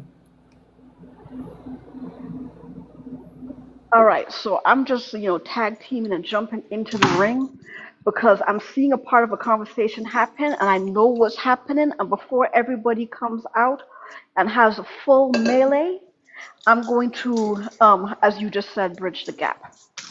I understood completely what Obsidian meant when he said the COINTELPRO left us. I understood what he meant when he said that. I also understood why Astra came off and gave the eyebrows and, she made the faces. And I was like, okay, I see what's going on. And I also see why Ryan said what he said. So we need to figure out how to delineate between the people who claim to be like leftists, the people who make claims to be leftists and were very loud in their rhetoric during your guys' election. They were very loud. They were chock full of misogynoir. They often come under the guise of, one, they tell people that they are leftists. That's so, we're going to have to go with what they're telling us. They also, but they also have very patriarchal views about, where a woman's place is, et cetera, et cetera. And he named the people, right? And these are the Misraelites. These are, the Moors, the Pretendians, like these very specific groups who were basically talking to people about how people should vote based on their proximity to the power that they wanted. And a lot of these people, while they are claiming to be leftists, if you ever look at horseshoe theory, they were damn near kissing cousins when it came to the alt-right. And so I understood that that's who he was talking about. However, he did call them leftists. And so those of you who truly are leftists, I understood y'all fell hit and I understand why y'all made the faces and said the things that you said. So we're going to have to find a way to delineate between the people who have actual ideology that is about liberation, actually being a moneyless, borderless, all the other lisses societies, versus those who keep screaming that they want liberation, but do they really? Not really. They just want to be, just want their turn to be massa. So I don't know what the word is we're going to have to call them when we are trying to delineate between people who are actually leftists and the people who are saying that they are leftists and are actively causing harm and have a rampant amount of misogynoir running through their whole entire politics, so that we don't end up in a kerfuffle going away from the actual topic that we're talking about, because people are going to have an argument about what is what and what isn't what, when that wasn't originally what we were talking about. So I just came in to stop a melee because I see it. So I just want everybody to just think. Wouldn't they be centrist? I could be wrong. Hold on, hypervillain. I don't want to lose this. They would just be liberals. And I even hesitate to call them that. I don't know what you call somebody who is an opportunist and a wolf in sheep's clothing. I don't know what that political ideology or Malcolm X alignment would is. say that's a liberal. Well then, so okay, so maybe that is the thing, whatever. But like I said, I do understand like what was being said, because they might not have, like, because those people were not calling themselves liberals, right? Like there were a lot of people out here, like, cosplaying Huey P. and Fred Hampton while being extremely dangerous, and like the amount of misogynoir that comes out of them is like, okay, so while you were saying the things that you were saying, you are actively kicking black women under the bus. So you're talking about liberation, but you're only talking about liberation for you. You're talking about, communism and socialism and Marxism, and you're talking about the literature and everything like that. But whenever you have this discussion, you are actively like saying all the like trash things about like black women and black girls while you're doing it. And these are the people we're talking about. It's like somehow you want to be tell everybody that you are a leftist and everything like that, but your ideology is like, just a little bit too Abrahamic, and you're arguing a little bit too fervently for Hunch and children, and I don't like it. And so I know exactly who he was talking about and why he was talking about them and the kind of stuff they were saying and doing. So I don't know who we have to call, what we have to call, but we're gonna have to delineate between them Nope. and people. No said just call them hoteps. It goes so much farther than it's so much more insidious than that. I don't even want to name names, but like there was already like a thing with somebody who like goes on about all their things and everything, but yet they have like a lot of like really shady allegations. Like there's like a few of them like I could think of on this app alone. And And Africa so Bambaataa in real life. that you know what, he embodies exactly who that is. He embodies that.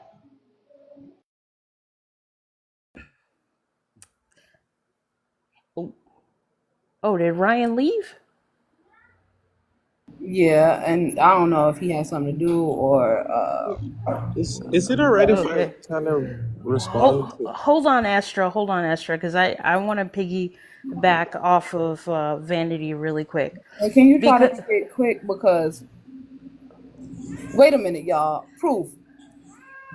What does it say? Proof. oh yeah, Proof and solutions. What did you come to respond to? Just take a pause, y'all, so I can make sure we all having the same conversation.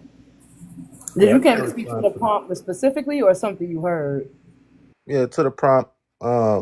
All right, so just hold on then. I don't know how long you want to wait, but this conversation is like outside of the prompt, but very important nonetheless. Oh, I'll wait. Whatever he's got to say, let him say it, just in case it turns out to be some.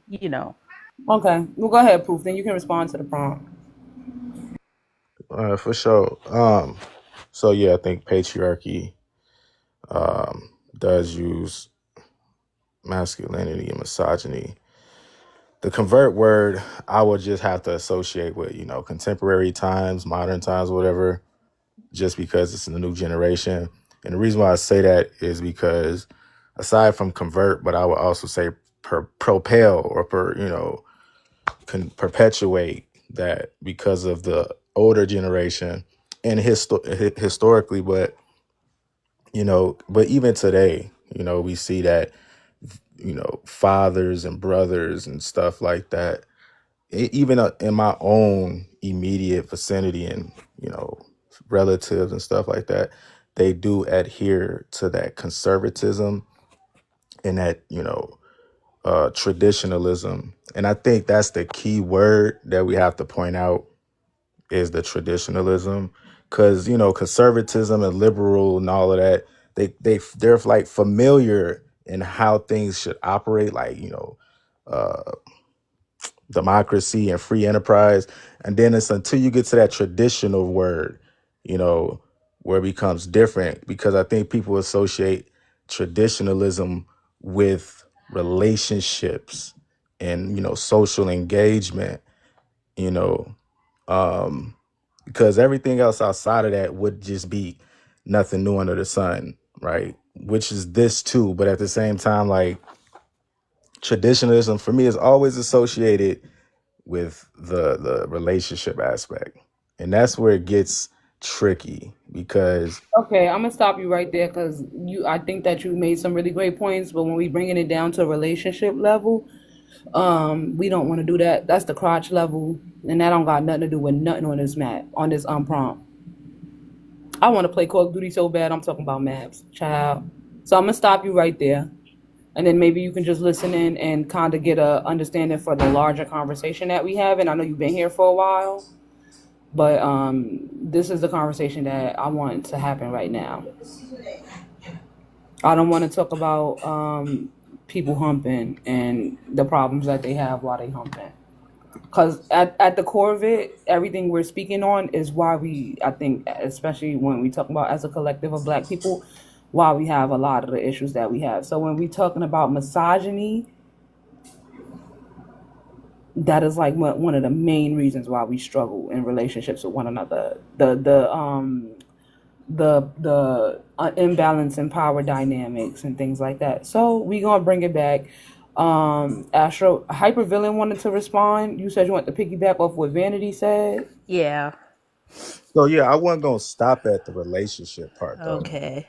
I guess I'm gonna have to That's what wait I'm saying. I was gonna. because Proof needs to get something off his chest. Well, I So, don't give I don't care. This conversation is way bigger than that. I'm not gonna hold well, you. I just don't know why he's off mute. I mean, what's the deal? Like, I'm saying I wasn't going to. I need you to just call black. I need you to just call Black women bitches and be done with it, so we can move on. No, that's not what I I'm need you to doing. tell us that we ain't shit and we be destroying family dynamics because we put the Black man out the home. okay, thank you. All right, so to what Vanity was talking about when it comes to messaging and leftism and how it operates in real time. One of the things I wanted to piggyback off of is the fact that we have representation of black leftism in actual politics, but for whatever reason, they do not garner the same level of attention as the white tea version. And we need to sit back and ask why. Because I'm going to give you three names: Summer Lee, Jamal Bowman, and Cori Bush. All three of these have either served or are currently serving. These are black leftists.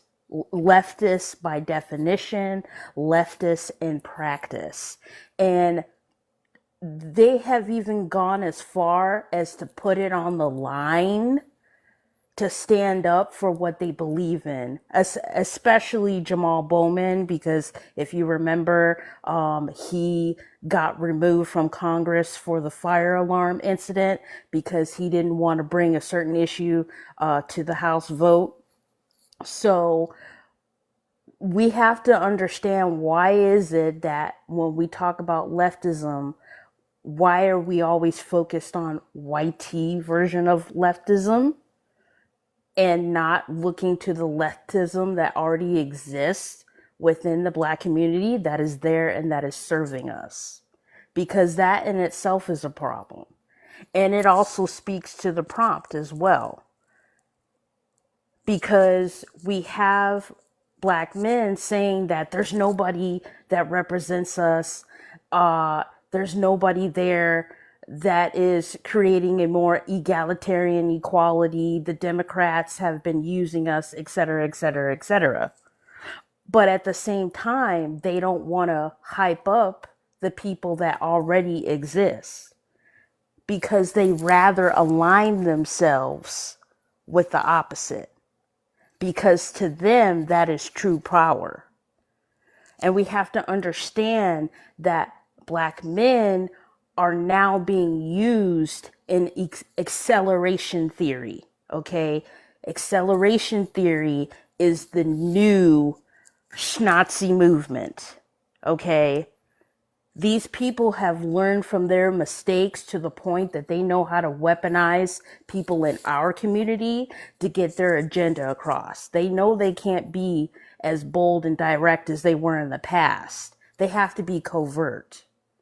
And the covert is convincing black men that it is the position of black women as to why they are behind, when we know that's not true. But it's the messaging that has gotten across very effectively. And we have to sit with the fact that although we have clear examples of black leftists who are in politics, but yet they are being silenced in preference of red pill conservative ideology. Ryan, you wanted to respond, and then Astra. Yeah, I'm good for now. I'm gonna let Astra go. Go ahead, sis. I'm gagging. Like I think there's like this fundamental misunderstanding that people have with leftists, right? Like, or about what leftism is, right? Like, there's a difference between people that co-opt leftist language and are just progressive liberals, right, versus people who are actually like staunchly anti-capitalist, right, and they come from some type of like leftist radical tradition, right? A lot of these people are just they're just liberals, right? There's no leftists um, that are allowed to even exist in the Democratic Party, because that's not what the Democratic Party is for, right? They have a list of donors, right, and these donors are majorly, you know what I mean, YT men, right? And they have an agenda that they want to, you know what I mean, that they want to pass. But that's neither here nor there, right? You can disagree with like the fact that like leftists, you know what I mean, don't think that voting is necessarily going to be the end all be all, right? But like to demonize leftists, I think is my biggest issue, right? Because like I think that I think Astra, what you missing the point is which Vanity made of finding a distinction between describing liberals who are leftists, and I think that that's kind of like correct me if I'm wrong, Vanity, but I think that that's what you're getting hung up on. no, I'm not getting hung up on it. It's just like you're confusing rad libs with actual leftists, Okay, right? Like it's Astra. the Wait, wait, hypervillain. Wait, like wait. like for example, like I don't even use the term leftist anymore because it's been so bastardized, right? Like I'm a black anarchist specifically. That is a leftist tradition, right? These people aren't coming from something like that. The state wouldn't allow for something like that. The state wouldn't allow for some liberatory politic to actually exist because they want to exploit people. They exploit people through oppressing other people, disenfranchising other people, right? I mean, I don't see how it's not obvious, right? You And want to bring we'll sit sorry, here, Astra. we'll sit here and we'll say like we're anti-patriarchy, but then like whenever we're talking about abolition, we'll sit here and say, well, that's not a good plan and that's not good enough, right? Like whenever that's the black radical tradition in feminism, right? I It's the black. swear to fucking God. Thank you. Thank you. What did I say? Okay, I'm gonna hypervillain, stay on mute. Rita and hasn't spoken in mad long, and KGR just got here, and speak for yourself. So I know you've spoken already, and I know you're gonna contest some of these views. I know. I just want to open it up to them as well. So Rita, you can go ahead, and we do KGR and speak for you and 21. I am the resident abolitionist on this panel, and I just last night I was explaining how abolition does not happen until we end violence against women. But the main thing that's annoying me is there are leftists in the Democratic Party. We are called a captive electorate. That's Paul Freimer. I'm gonna give you some sources. That's Paul Freimer. Particularly the black left is the most captive electorate in the United States. The solution for that is state and local politics. And we are doing the work, which is another thing that people say about us, because Democrats do have a social media campaign that they pay for to separate this. They pay people to say we don't do the work at the state and at local level, and then they pay people to get us kicked off ballots at the state and local level. There are leftists in the United States. There are leftists in the Democratic Party, and we are the most active voting bloc in the country. We are the most active, we are the most educated, and we are the most engaged. So the bullshit that people say about the black left and how we don't do the work is bullshit. But the other thing that's bullshit is saying that we're not in the Democratic Party, we're not allowed in the Democratic Party. The little power that those motherfuckers hold, they got from us because we're the ones that do the organizing. We know they ain't shit. We know that 70 and 80-year-old donors are the reason why America can't have nice things. We know this. We understand it. We understand it much better than you do because we read boring motherfuckers like Matthew McManus. Another source for you. We know it because we have Jonathan H. Martin in Delaware writing about what we need to do to develop a progressive third party, because that is the answer. But you develop the progressive third party by working with the broken system we have. You have to rebuild a new system by overhauling the one that we have now. We know this because the love of my life, Matthew Desmond, wrote 3 books. We know this because the other love of my life, Ari Berman, wrote 3 books. David Dayen, my cutie from New York, just wrote an article today about how broken the Democratic Party is. We know this.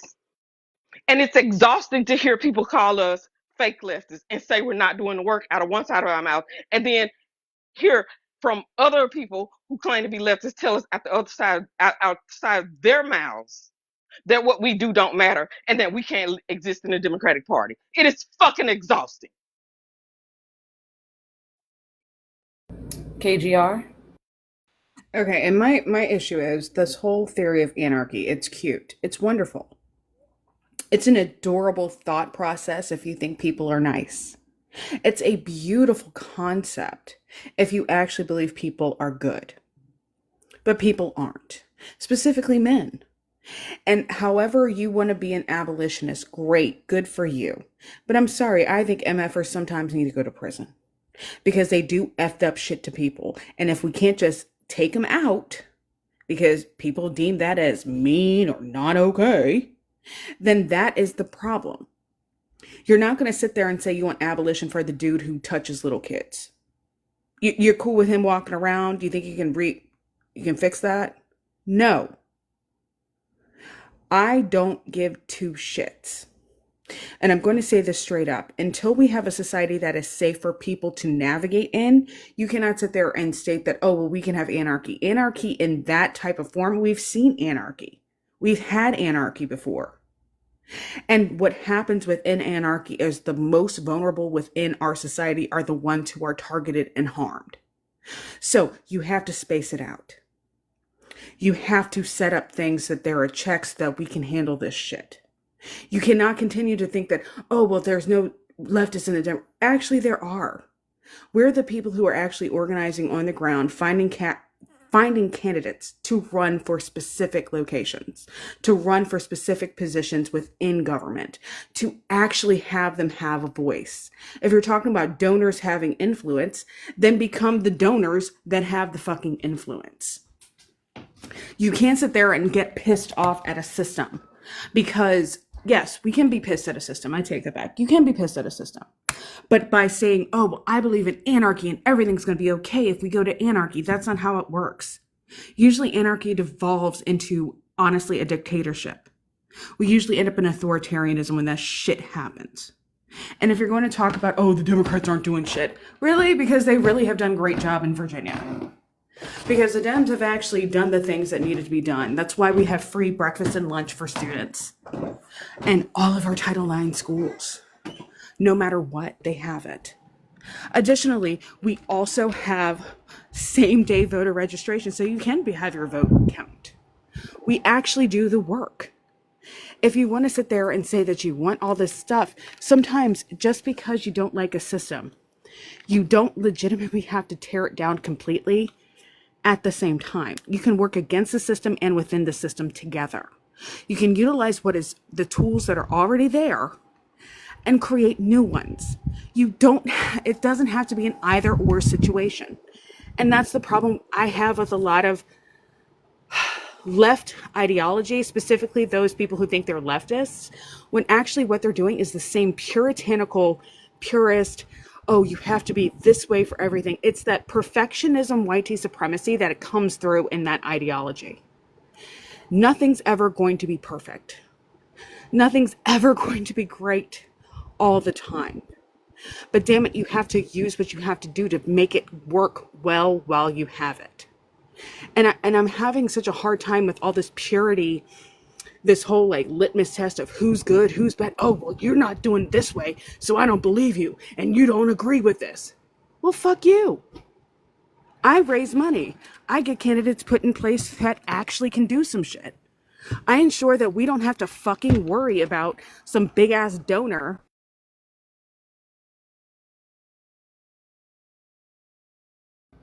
KGR, if you still talking, you cut out.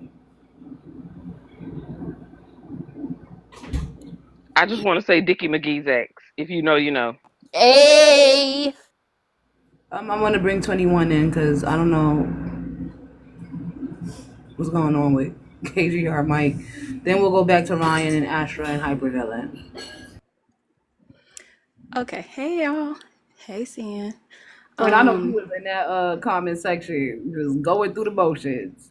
No, I'm listening and I try to find I try to listen I try to understand what people are saying. And I know sometimes people are saying something that's not directly what they're saying. So I understood what Obsidian was saying, and I understood why people responded to it. And Vanity did a really great job of breaking it down. I just I tend to believe I understand that there are these strong leaning political alignments. However, I tend to think politically most people are infidels. And I understand that infidels is typically used as a word towards religion.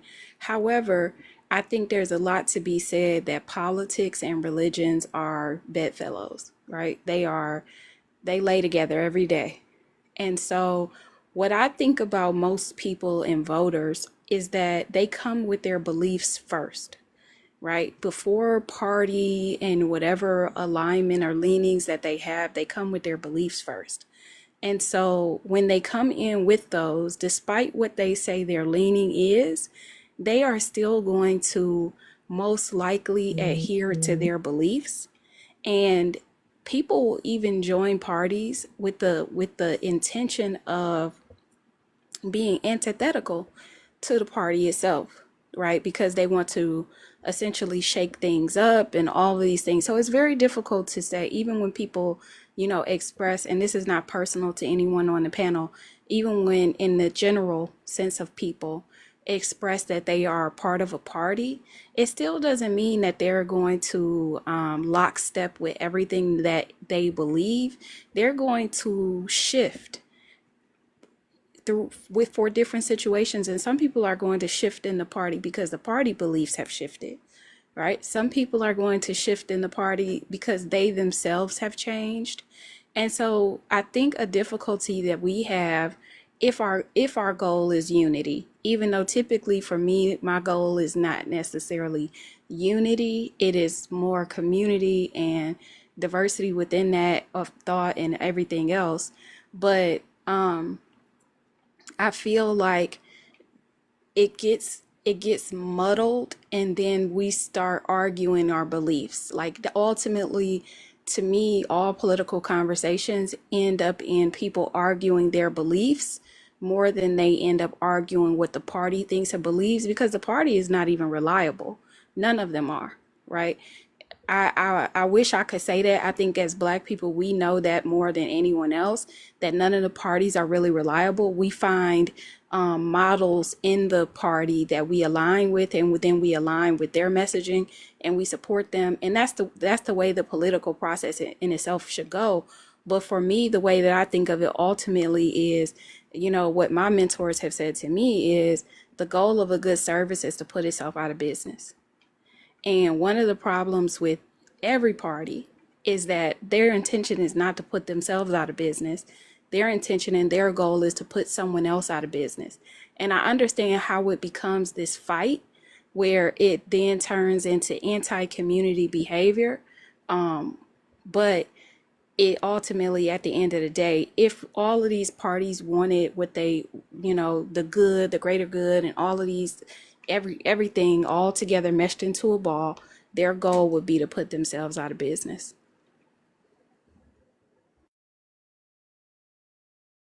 Obsidian wanted to respond. Well, let Obsidian respond because he hasn't spoken in a while. Then we'll do And I Ryan. actually wanted to say it before Ryan left because it was kind of finally directed at him. That wasn't directed at you. If anything, it was directed at Astra because I heard her specifically say she didn't vote for DT or Kamala Harris. And I immediately got triggered and remembered all of the comrades that were openly and actively campaigning against voting for either one of them and or a third party or whatever thing that they were going to do that led to the harm that we're experiencing now, because it got to a certain point where either you weren't listening to Black women that said, hey, let's mitigate harm. I'd rather you tear this whole shit down, but let's mitigate harm. Or you couldn't see with your own eyes that a vote for Vice President Kamala Harris would have mitigated harm. And in either case, that's who I was talking to. So if Ryan, you used your campaign or you used your platform or your voice to actively draw votes away from what would have been President Harris, then it was directed at you. But if you didn't do that, then that wasn't meant for you at all. And then Astra said that she did vote for some third party. And I assumed she probably was vocal about it during the campaign. So that was directed at her. And I do feel like the people that got together in groups and did that and called themselves far leftists was just COINTELPRO Black at it again. Can I say? Can y'all hear me? Gotta let Ryan respond, and then Astra and Hypervillain. I know KGR. It's a lot. It's a lot. Y'all just gotta bear with me. Yeah, sorry, I do have to go. The last thing I'm gonna say is I've heard everybody. I'm receiving everything that everybody is saying. The one thing that I'm going to implore us to do as a community, right, is to start to realize that we have to be able to see, or not see. I guess we have to be able to imagine ourselves being able to build systems and structures outside of the ones that currently exist in order for us to truly get where it is we want to go. I'm not personally, and this is not a knock to Astra at all. I personally am not an anarchist. My philosophy comes, a little differently. I do believe in a development to get to where it is I want to go. And so my personal actions dictate me leaning into political education and building community, right? So that's what I try to do. But I just want us as a community, right, like I said, to be able to imagine ourselves existing outside of these current systems and structures. Because while I'm sure there are people who can say that they have served them, and that they function well for, right, I think it's necessary that we start to say, all right, well, how does this affect everyone? And I don't believe that even currently, right, this is something that benefits everyone. So I think that, like I said, my philosophy is a little different, but I still have that hope. So I just wanted to say that, but I do have to go. I love you all.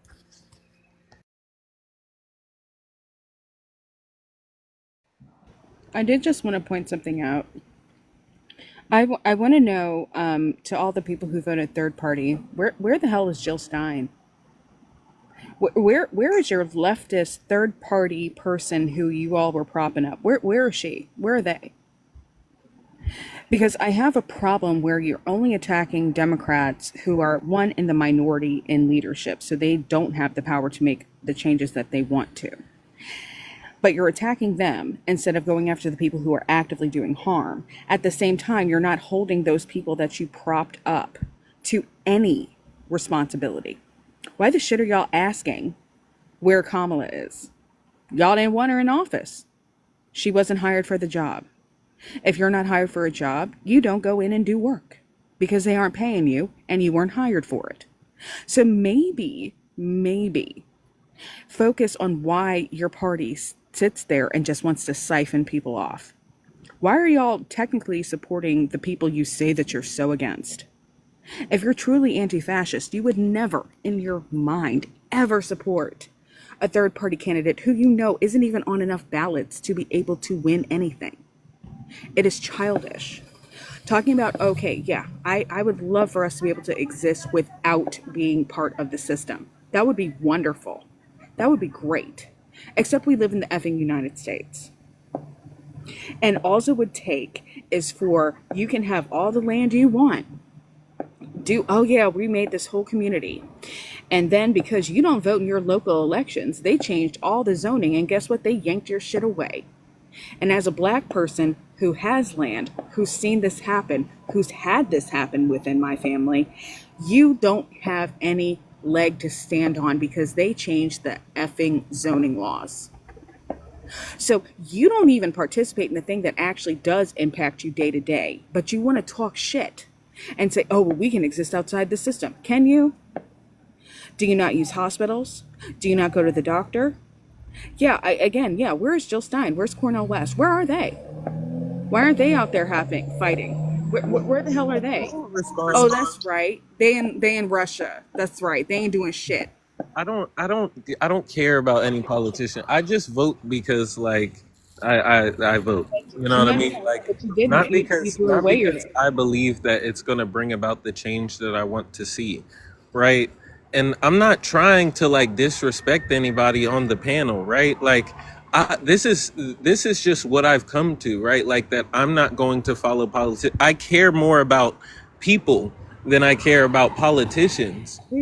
Like that's Hold on, where I'm KGR. going. Hold on, KGR. Hold on. And Let you him know what I finish. mean? Like Ryan was on the panel, and like me and Ryan share a lot of the same. KGR, you gotta let Astro land her plane.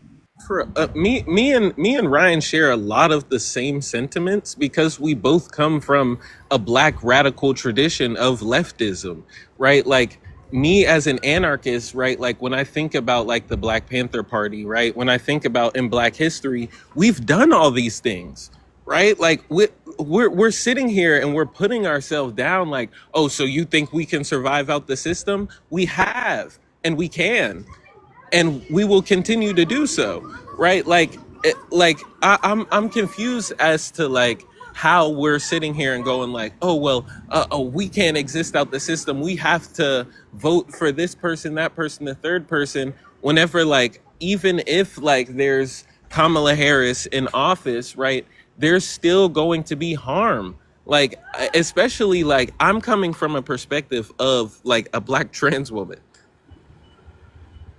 You know what I'm saying? Like, there's still going to be harm. There's still going to be, you know what I mean? To point to the topic, there's going to be that harm towards trans women, right? Like, and my focus is like for those people to be liberated, right? Like, and I think that you can say your vote is impactful in the short term, X, Y, and Z, like, but I just like, I'm never gonna see it that way, right? Because it doesn't matter who's elected, there's going to be harm towards Black trans women. So like I'm Except coming from a radical perspective. I'm not coming at this like ignorantly or like some YT leftist like I hate when y'all group us all together because I don't like white leftists either. You know what I mean? Like you're talking about Jill Stein and like I don't care about Jill Stein. Like what you know what I'm saying? Like I believe in building community. I believe in direct action. I believe in doing things outside of the system. If you think your vote matters, great. But like I think that the more important thing to focus on is the building of community and undermining the systems that oppress us and oppress, you know what I mean, a bunch of marginalized communities. So May I? the liberals that you use as a pejorative and hate so much would give T people all the rights in the world in lieu of giving them no. health care. He And will that's follow what you the need. That's law. what you need to learn. That is what you need to read. She That is will what you follow the need to law. learn. Liberals have been giving us social Astra, I'm gonna progress say the same for the thing. last Hold on, Rita. I'm sorry. Hold the thought. I'm gonna say the same thing you to Astra that I said to KGR. You have to let people land their plane. 1990s, and then I'm gonna give you another source, Edward Greenberg. Reaganism is corporate liberalism. Liberals began to focus on social policy and give us social issues and social progress in lieu of giving us economic policy because that is what their donors wanted. So if you are going to focus on the evil donor class of the Democratic Party, you have to talk about it in those terms because what they did was a sleight of hand where they gave us descriptive representation, but not substantive representation. So they would jump on every single social issue and co-opt every single social issue as long as it meant no free college, as long as it meant no free health care, as long as it meant not taxing those donors. And if you want to change that, you do the work. The first step I would suggest is looking up the history of the Minnesota DFL and doing the work to make your state party more like it. And if you live in a red state, your Democratic Party barely exists. And so that work would probably be easier than trying to do it in a powerhouse state like California or New York. But yes, when we say liberal, you have to divorce modern liberalism from classic liberalism because New Deal liberalism happened. And so now, with the liberalism that we have now, it is social issue focused. And the last thing that I'm going to say, because I know Hyper wants to come off, the last thing that I'm going to say about leftism, most people have no idea who Bob Altemeyer and Emma Goldman are. So they don't know that in the United States, what leftism is when there is a contradiction between democracy and capitalism, the left chooses democracy.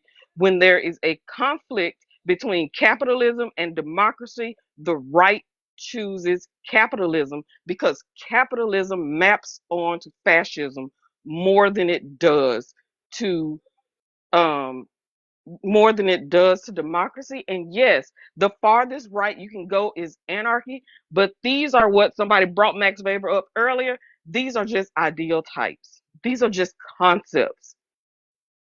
I really need people to do the reading and understand these concepts and understand the system that we have better. Rita's my king. Deep So breath, now am I because Mr. Rita? If I have a king, I'm Mr. Rita. Can I say it? Can I say it? Can I say it? say it. I'm Mr. Rita. If I was a dick, if I had a dick, I'd be Mr. Rita with a crook thank, in it. thank you. All right. So That was wildly transphobic. I'm not even gonna lie. hold on. Just Astra, just chill, because no one up here is transphobic. That What? comment was wildly I transphobic. need y'all to stop. Stop. Everybody stop. First off, say T-phobic, please, for the safety of my life. Okay. So That was wildly T-phobic. Like, Okay.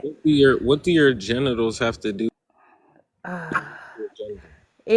it is an inside joke, Astra.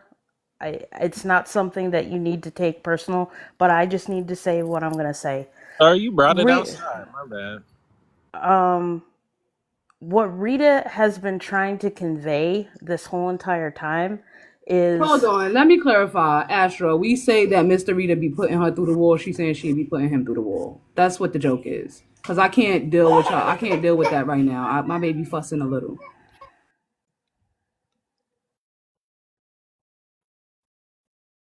okay. Yeah, that's still. Okay, Astra, are you gonna have a hang No up about Rita hypervillain. said, or do you Yeah, want to have no, a no, no, no, no, no. discussion? Hypervillain. Maybe we should just work through this thing, cause I can't. The baby fussing, and if Astra feels like that's T-phobic, then maybe we need to have the conversation. Cause it's more better to learn than to just steamroll over it. Sky Candy Rita said, if she had a dick, she'd be Mr. Rita. But it's a joke about being put through that exposed brick. I don't know. But that's still like you're tying your genitals to your gender. That's like, huh? I'm sorry. How is that? Like, how do you not see that that's transphobic?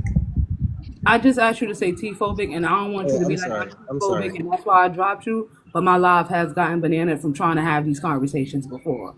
I apologize. T-phobic.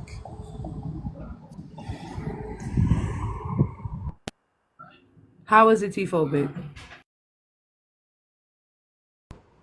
Is I just. I mean, you're kind of tying your gender to genitals. I'm tying smicks to genitals. Mm, Smicks. Gender is social. Smicks is yeah, biological. that's why you changed it to Mister, and then said if I had sex, right, which was gender or sex, right, your genitals, like then I would be Mister.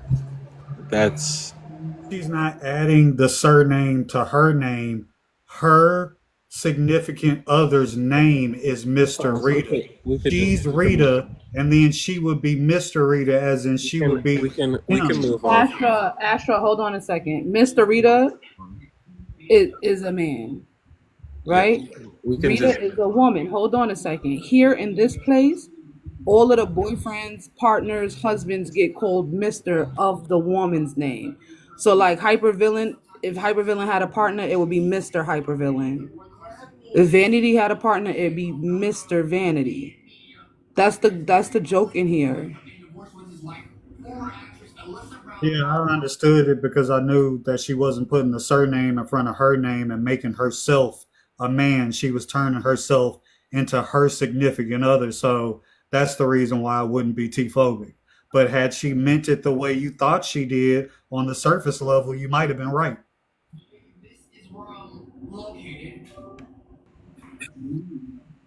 I mean, sure.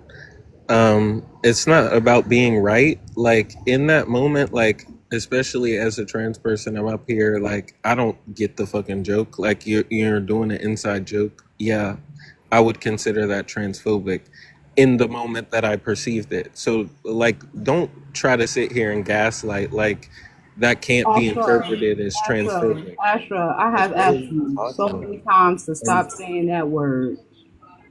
And I don't want to limit you to being able to speak. But as I told you before, and you said it 3 times in a row just now in one sentence, I do not want my live banana because of that word or any word that is not considered TikTok friendly. And I apologize that is the community standards that they set.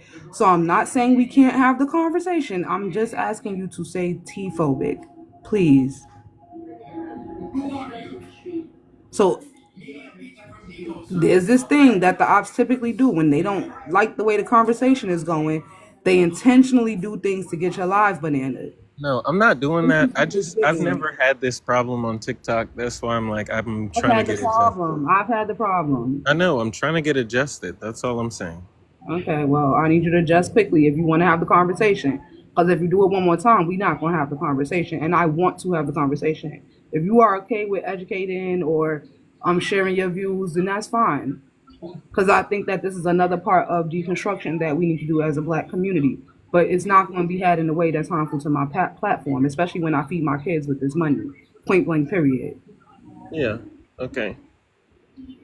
Um.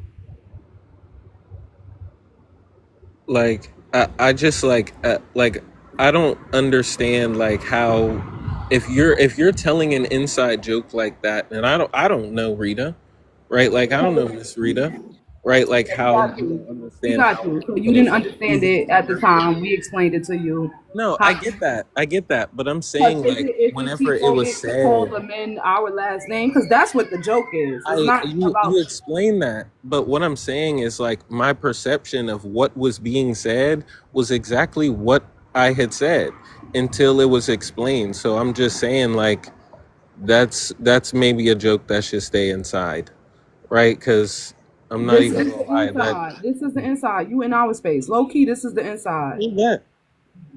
This is our space. This is where we have it at. And now that you discovered that it's not T-phobic and you understand the intent, why stand on that? Why double down on it? Once at the point where you understood it was no longer T-phobic, that should have been the end of it.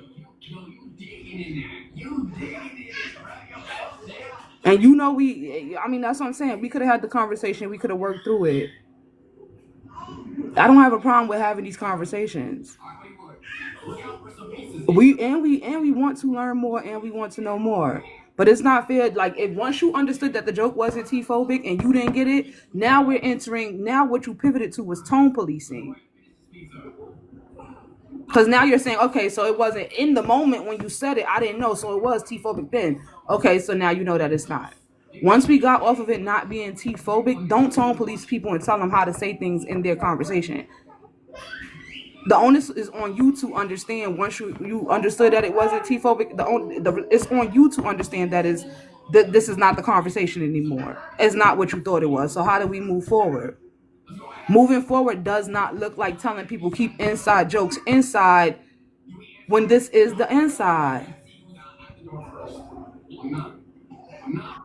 Being able to recognize that making jokes of phobias is harmful and will normalize that behavior while simultaneously not being able to recognize that throwing your vote away will be extremely harmful to all T people for the next 4 years or however long he plans on sitting in there is pure insanity to me.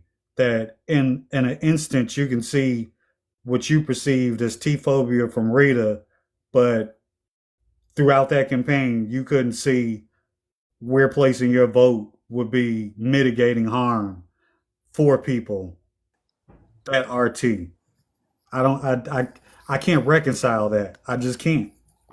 That is that Now is you very doing what valid. now you in the comments doing what the men do. And if you Yeah. feel like that's T-phobic, that's on you too, because I say it to the women every time. This is male-centered behavior. These are the radical feminists. Like what? You And gave your pronouns. We've respected them since you've been up here because that is what we supposed to do. You wanted to have the conversation about how it was T-phobic. We respected that because that's what we're supposed to do. That is intersectionality. But now that you understand it wasn't T-phobic, you still doubling down and we radical feminists. Okay, fine. You share views with Ryan and Ryan cousin sitting on the panel with him. Like the fuck? I don't get it. It's giving you just angry at this point and you want to be mad and double down. Go I ahead, think Evelyn. I think the disconnect happened earlier when Vanity, spoke her piece about how, leftism is translated to the Black community and how parts of it alienate people who are marginalized, and because I've talked about this as someone who worked with special needs kids. I know wholeheartedly how I vote affects the children that I worked with, right? And that's the thing. Like Obsidian just hit the nail on the head bringing up the fact that you made a conscious choice to not do something because you acted in individualism. Well, if you were a true leftist, you would have acted in community and collectivism, because you need to set aside your personal feelings and think about those who would be most harmed in a situation. And when you individualize yourself, you are also silencing those who aren't in a position to fight for themselves. And that also goes for your community as well. You know, we're in a situation now where we know the harm that is being happened to the T community, to the point where many of them are coming up to the Northwest where they are safe, where we have local and state laws that protect them from harm. We really need you to sit in that, because that's what Rita is saying, that regardless of who you vote for president, it does not change your state. And the problem that we're having with politics is so many people put their power in one branch of government and not the state, because you can be the change that you need for your state and making sure that no harm comes to your community, your loved ones, and the people that you value. I think about that all the time. That's why I took Nevada law, because I wanted to understand how could I be more of an informed voter in the state. And that's when I learned that the most important person I will ever vote for in my life is my congressman, because they have the power to make and change laws that not just affect me, but people around me. So yeah, I think Astra taught us all a lesson, which is many of these votes are acting as individuals and not collectives, and that's what does the harm.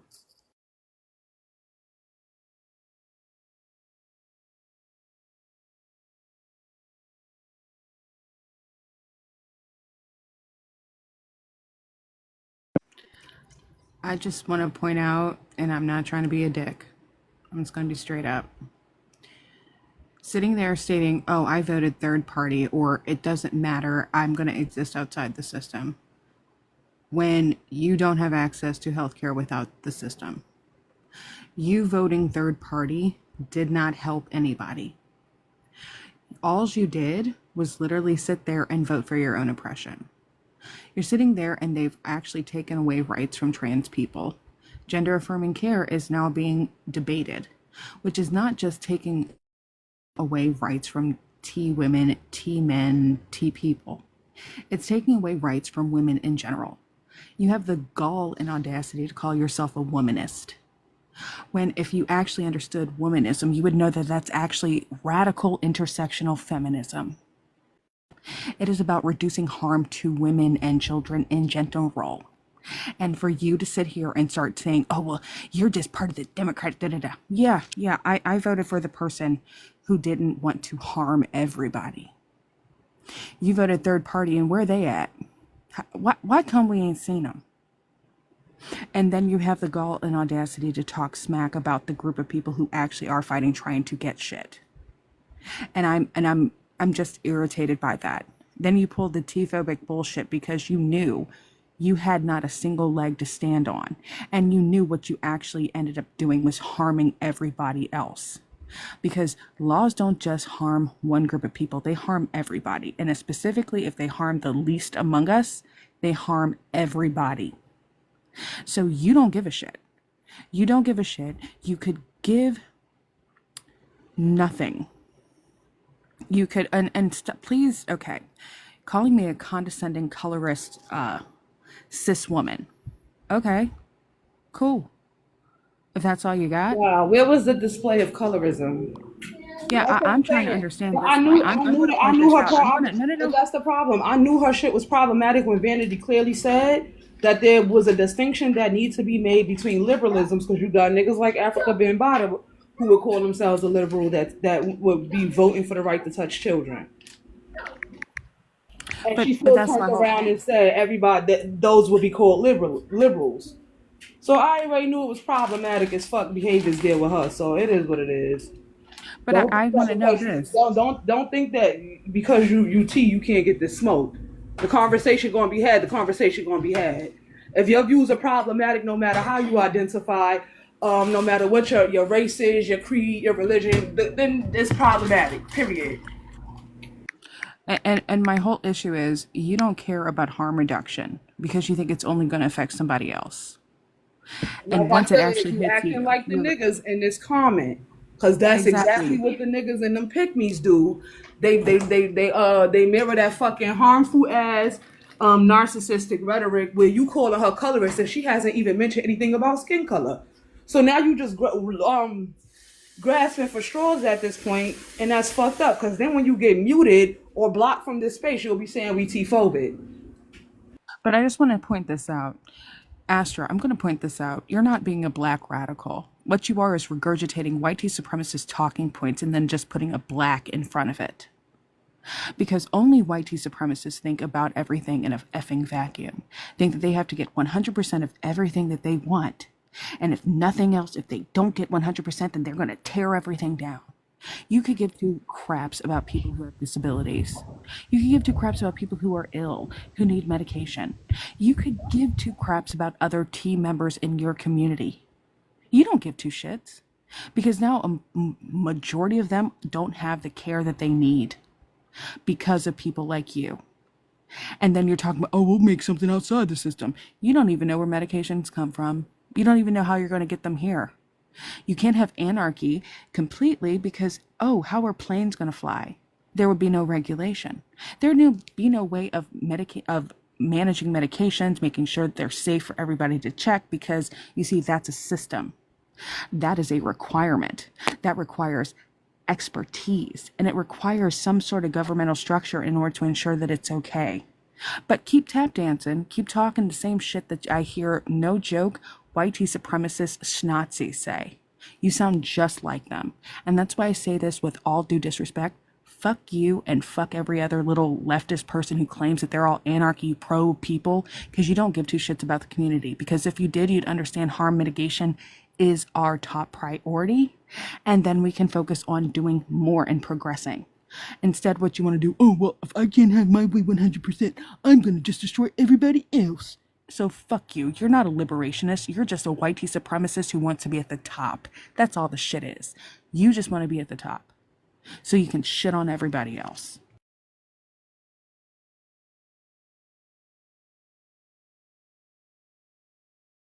Clock it.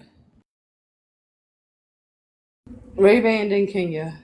One thing I want to say about anarcho communism is not a political ideology, it is a form of praxis. And if you ever do the goddamn reading that I am begging you all to do, you will know that harm reduction allows us to practice anarcho communism at the local level without the police cracking our skulls and without ICE dragging our immigrant friends away.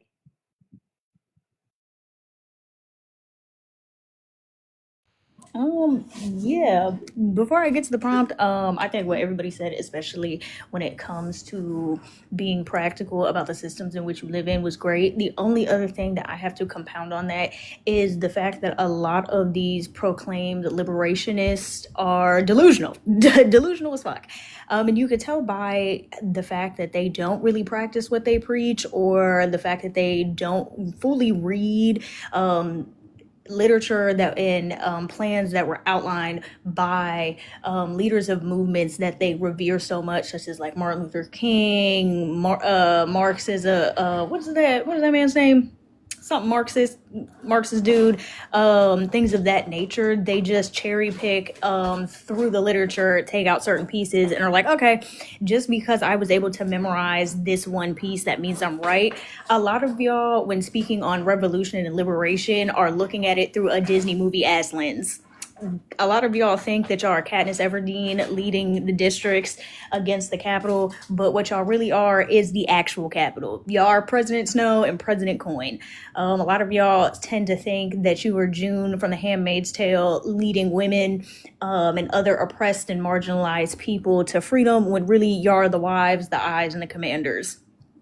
Y'all don't actually realize that you cannot vote third party or protest your vote by not voting and act like that's going to do something, or act like that's going to change the system from the outside, because it doesn't. When you really look deeply into American politics, I don't think we have ever actually had a third party candidate that ran for the presidency and actually won. A lot of times they're mainly based on state and communal levels. They do not really make it up that far. And even when they do make it up the government chain, even your third party heroes will admit that they have worked or been in cahoots, or however you want to claim it, with both Republicans and Democrats, because they understand that they have to reach across the aisle with people who think differently than them, that have different politics, in order to reach a common ground so that they can reach the greater good for all people, not just certain demographics.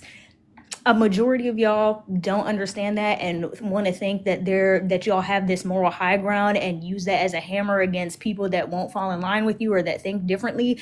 And what you're doing is counterproductive, dangerous, and destructive, because that's not how we're going to liberate ourselves from the current system. When y'all are talking about liberation and revolution, y'all have to understand that liberation and revolution comes with sacrifice. You are going to have to accept help from unlikely places. You are going to have to shake hands with people you don't necessarily like for the greater good. Y'all have to acknowledge that there are going to be people, innocent people, that get caught in the crossfire and that will end up being casualties. So let's all hop off this, like we're going to vote third party and we're going to do bare minimum basic grassroots work for organizations on the ground level, and that's going to change everything, because it's not. We live in a system that's rigged. Y'all have to wake the fuck up and realize it's rigged and start cheating. But when it comes to the particular prompt, misogyny and patriarchy is definitely leading men of color as well as boys, men of color as well as black men and young boys of color and black boys, down this red pill pipeline and into extreme conservative, not even just regular ass conservatism, like far right conservatism. If you look at the testimonies that have been given from men and boys who are former incels, who are former red pillars, they will tell you that the work that is being done in order to get men over on their side and young boys is actually very insidious. The media content that is being pushed out does not necessarily start off with some of the most asinine or insane takes that you've ever heard. It starts out as sounding like common sense. It starts out like sounding like, okay, I don't agree with everything that he just said, but he made a lot of good points that I can get behind. And then the more that they are exposed to that content, the deeper down the rabbit hole that they start falling. Especially considering the fact as well, I think it's important to note, because a lot of people don't, that when it comes to trying to push black men and black boys down the red pill conservative pipeline, more oftentimes than not, a tool that is often used is weaponizing, whitewashing, or completely changing the narrative of that person's racial history and their culture, in order to make it seem like something that it's not, in order to see like, oh, see, you guys actually previously to how you're currently living used to do this, and now everything's gone to shit because y'all separated yourselves from the status quo. You stopped following what you were supposed to do, what you were being told to do. Prime example of this is when black men bring up the nuclear family and try to make it seem as if that was something that the black community had always participated in and something that was just so beneficial to us. However, historically it wasn't, because it was a white supremacist supremacist tool, and it really only benefited and included white people. And even now, when we see the whole entire layout and how the nuclear family is structured, even though white people are suffering from that and don't want to admit it because they have no community, or they have very weak communities that are very easily torn apart. So patriarchy definitely weaponizes toxic masculinity as well as misogyny to convert young men and boys, specifically to this prompt men and boys that who are Black and of color, in order to get them on their side so they can continue to push the status quo. And by the time a majority of them realize what's happening, it is either too late or irrevocable damage has been caused.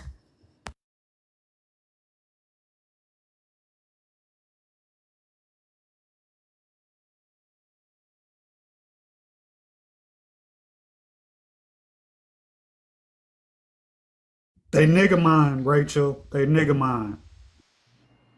Oh, hi. So I'm just curious as to why conservatism is a bad thing. What? Why is it says Black men are being converted over to conservatism, or men of color? What is conservatism? Someone with traditional values. What are traditional values? Traditional values, just I, what are traditional values? Yeah, come on. Come on. You know what they are. Come on, tell me. Yeah, so usually a mother who stays at home, raises her kids, her husband works, he provides. Why is that a bad thing? Yeah, why is that bad? So that's conservative? Yeah, that's traditional. Those are traditional, yeah.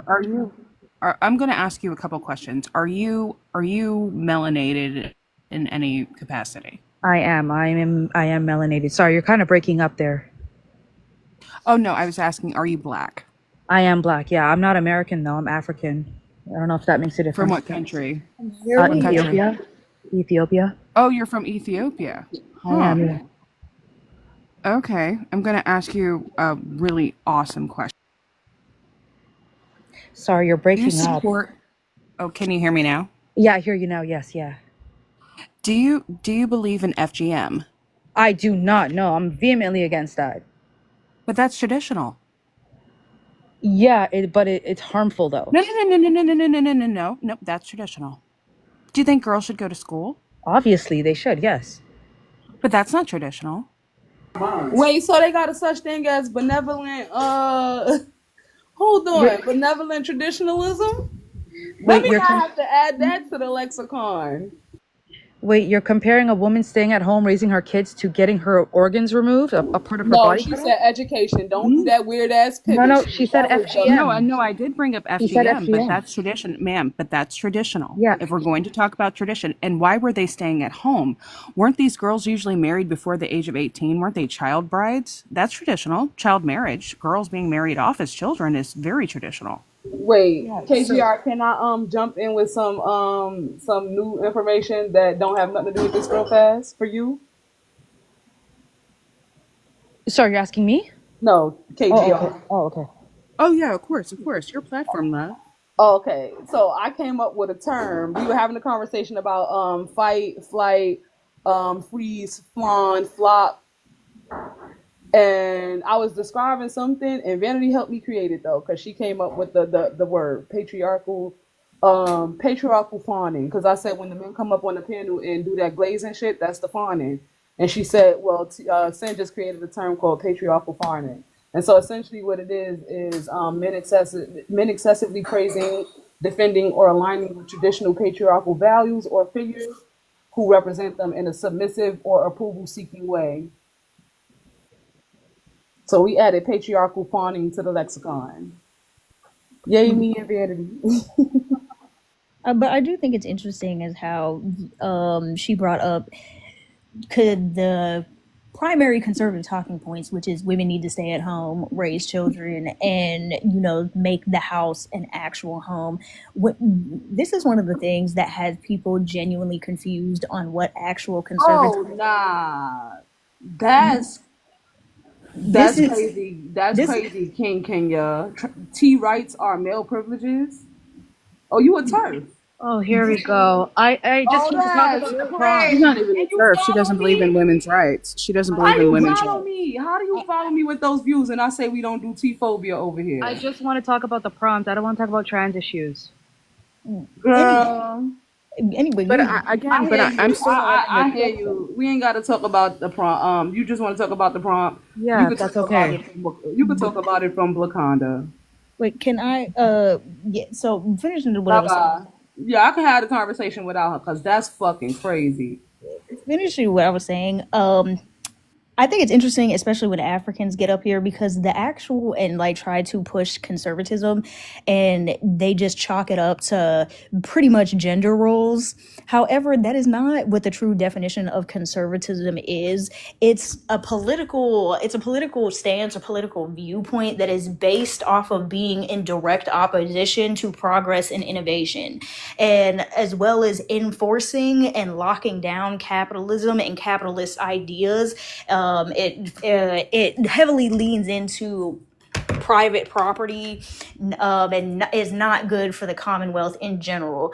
What makes it very interesting is how, especially when Africans join the conversation and they have the mindset of King Kenya, is that they use this very narrow-minded, watered-down view of what conservatism is. However, when it comes to how conservatism operates in their countries, that's not what it's doing. The conservatism in their countries, how their political parties are moving with that, is continuing to uphold colonial rule and influences, and then rebranding that and repackaging that as, oh, well, if everybody just falls in line and pushes back against modernism, which is more so they define as sexual deviance, women becoming too independent by being high earners, going and getting education, things of that nature, and just saying that in a nice way, then Africans tend to fall in line with that and be like, well, look at how the West turned out. Look at what's going on in Western Europe and the United States, because they're just letting all these communities have space and rights. And this is why we need conservatism. Y'all are pretty much trapped. Y'all are trapped in a very slave mindset of, yes, massa, yes, big massa, I'm a do what you tell me, big massa. And then trying to espouse those ideals to other people across the world. And you're pretty much doing your colonizers and oppressors' work for them. They don't even have to terrorize y'all into doing it anymore, because y'all have drank the Kool-Aid so hard and for so long that you're willingly doing it. That's why I asked her about FGM. That's why I was asking her about traditional values, because you're going to say, oh, it's tradition. Okay, that's traditional. You FGM is cooked her. tradition. That has been You cooked her. practiced. I ain't gonna lie, you cooked her shit. But Mhm. like, no, you don't get to pick and choose what part of conservatism you participate in. You don't get to sit there and pick and choose. So her whole person, oh well, a woman stays home. I have a lot of Ethiopian friends, a lot of female Ethiopian friends. Okay, they fought tooth and nail to be able to get an education so they didn't get stuck in a traditional relationship where they would either have to undergo FGM, some of them, which one of my friends did have to have FGM, had that happen to her. I had another friend who was promised to a effing 60-year-old man when she was 13. Her brother, who lived in the States, brought her over here. So when I hear that shit, oh, that is the tradition. The traditional way was that you were 12, 13. The minute you got your period, you was married off to an old man. Is that the conservatism you want to conserve? Is that the tradition you want to conserve? Oh, well, no, because that's harm. Bitch, all conservatism is harmful. I Because mean, coming up here it and speaking on is. this panel is not traditional. Having a voice in general, she should know better. She's not As a supposed to be. woman, as a woman, and then don't be trying to come up here and tag along in the conversation because we was beefing with Astra.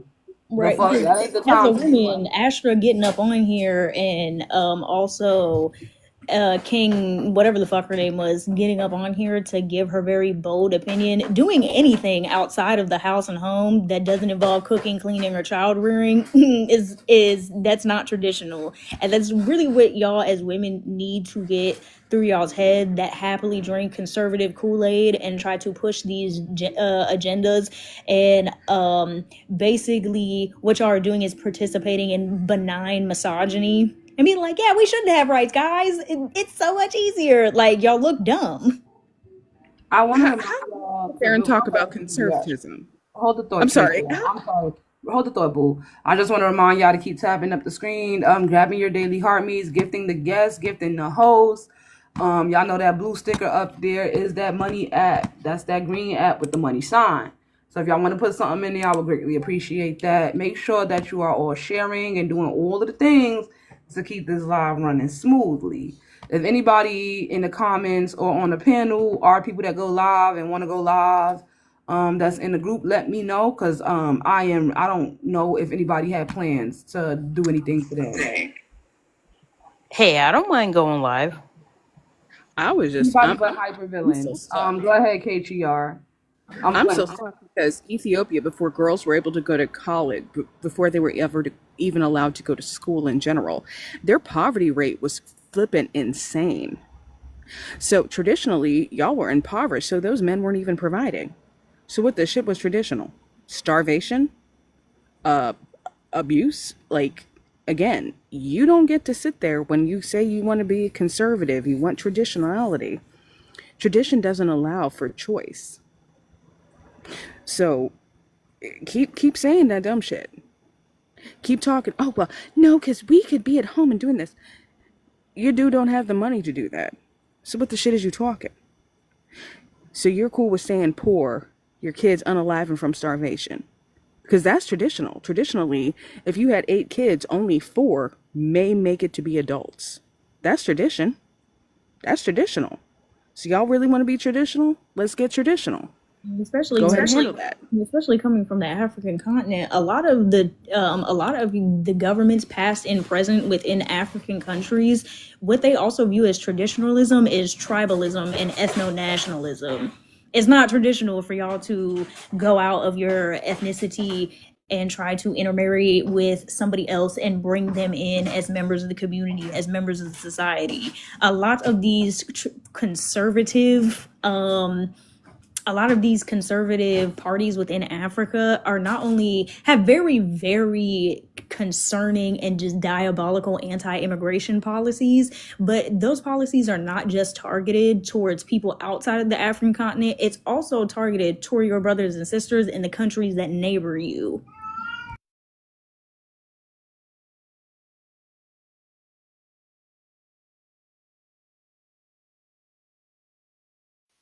I'm over here fighting for my life trying to unmute. How y'all doing? Oh, Ashlyn, I was about to come to you. I'm trying to season this stuff up.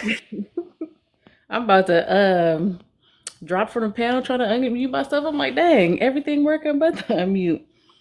Girl, I'm trying to read this. I don't know what's going on. Patriarchy uses M&Ms to convert men of color to conservatism. The interesting thing about this topic is patriarchy can't even use patriarchy to convert men of color over to conservatism because patriarchy costs a little bit of money. They ain't got it. It costs a little bit of, it costs, you need some resources and they ain't got it. So, I mean, well, I guess Asians got it, but like if you're talking about POCs minus them, minus the Asians, the other groups of people ain't got it. And I'm going to always have smoke for the demographics. I'm going to talk about them specifically because I need my reparations back in any way, shape, or kind. You're talking about the most economically unviable group of people. They don't have the patriarchal package. So they can't use patriarchy to get to conservatism because they can't afford it. They can barely afford to, pay their own bills, let alone, or their own kids. So they're gonna have to use something. But masculinity and misogyny is free. It's free 99, and they're doing it. They're not even getting paid for it. They're not even benefit for it. There's actually not necessarily a toxic masculinity. There's a Rita might be able to help me, like a race-based masculinity that the demographics have to like deal with. where it's not hyper, but it's like a way that they have to deal with being BLK, but also deal with their masculinity that they kind of. It's not. I don't know. It's a weird way. I looked it up before. I'm gonna have to look it up again. I don't care anymore. But it benefits them to not be conservative, but they want to get into that good old boys club, but they keep forgetting they're black and they'll never be let in. But they still want to circle jerk so bad that they're gonna do whatever they need to. And if being conservative is what it is, they're just gonna have to do it because pain is pandering is pain is pandering. So yeah, they're gonna do the masculinity hyper, man's club, my man, my man, my man. I'm talking about the dudes, and misogyny, women boo, just so they can get closer access to the boys. And can we also add that in patriarchy they believe in a transfer of wealth to the other patriarch? Didn't Shannon Sharp talk about how he didn't want to spend money on his kids? I mean, Mm-hmm. the whole point of making it to the top is to maintain that, right? They don't believe in wealth transfer. They don't believe in it. Which Yeah, is crazy because they're always talking about my legacy, but they don't want to send or leave any money to their legacies.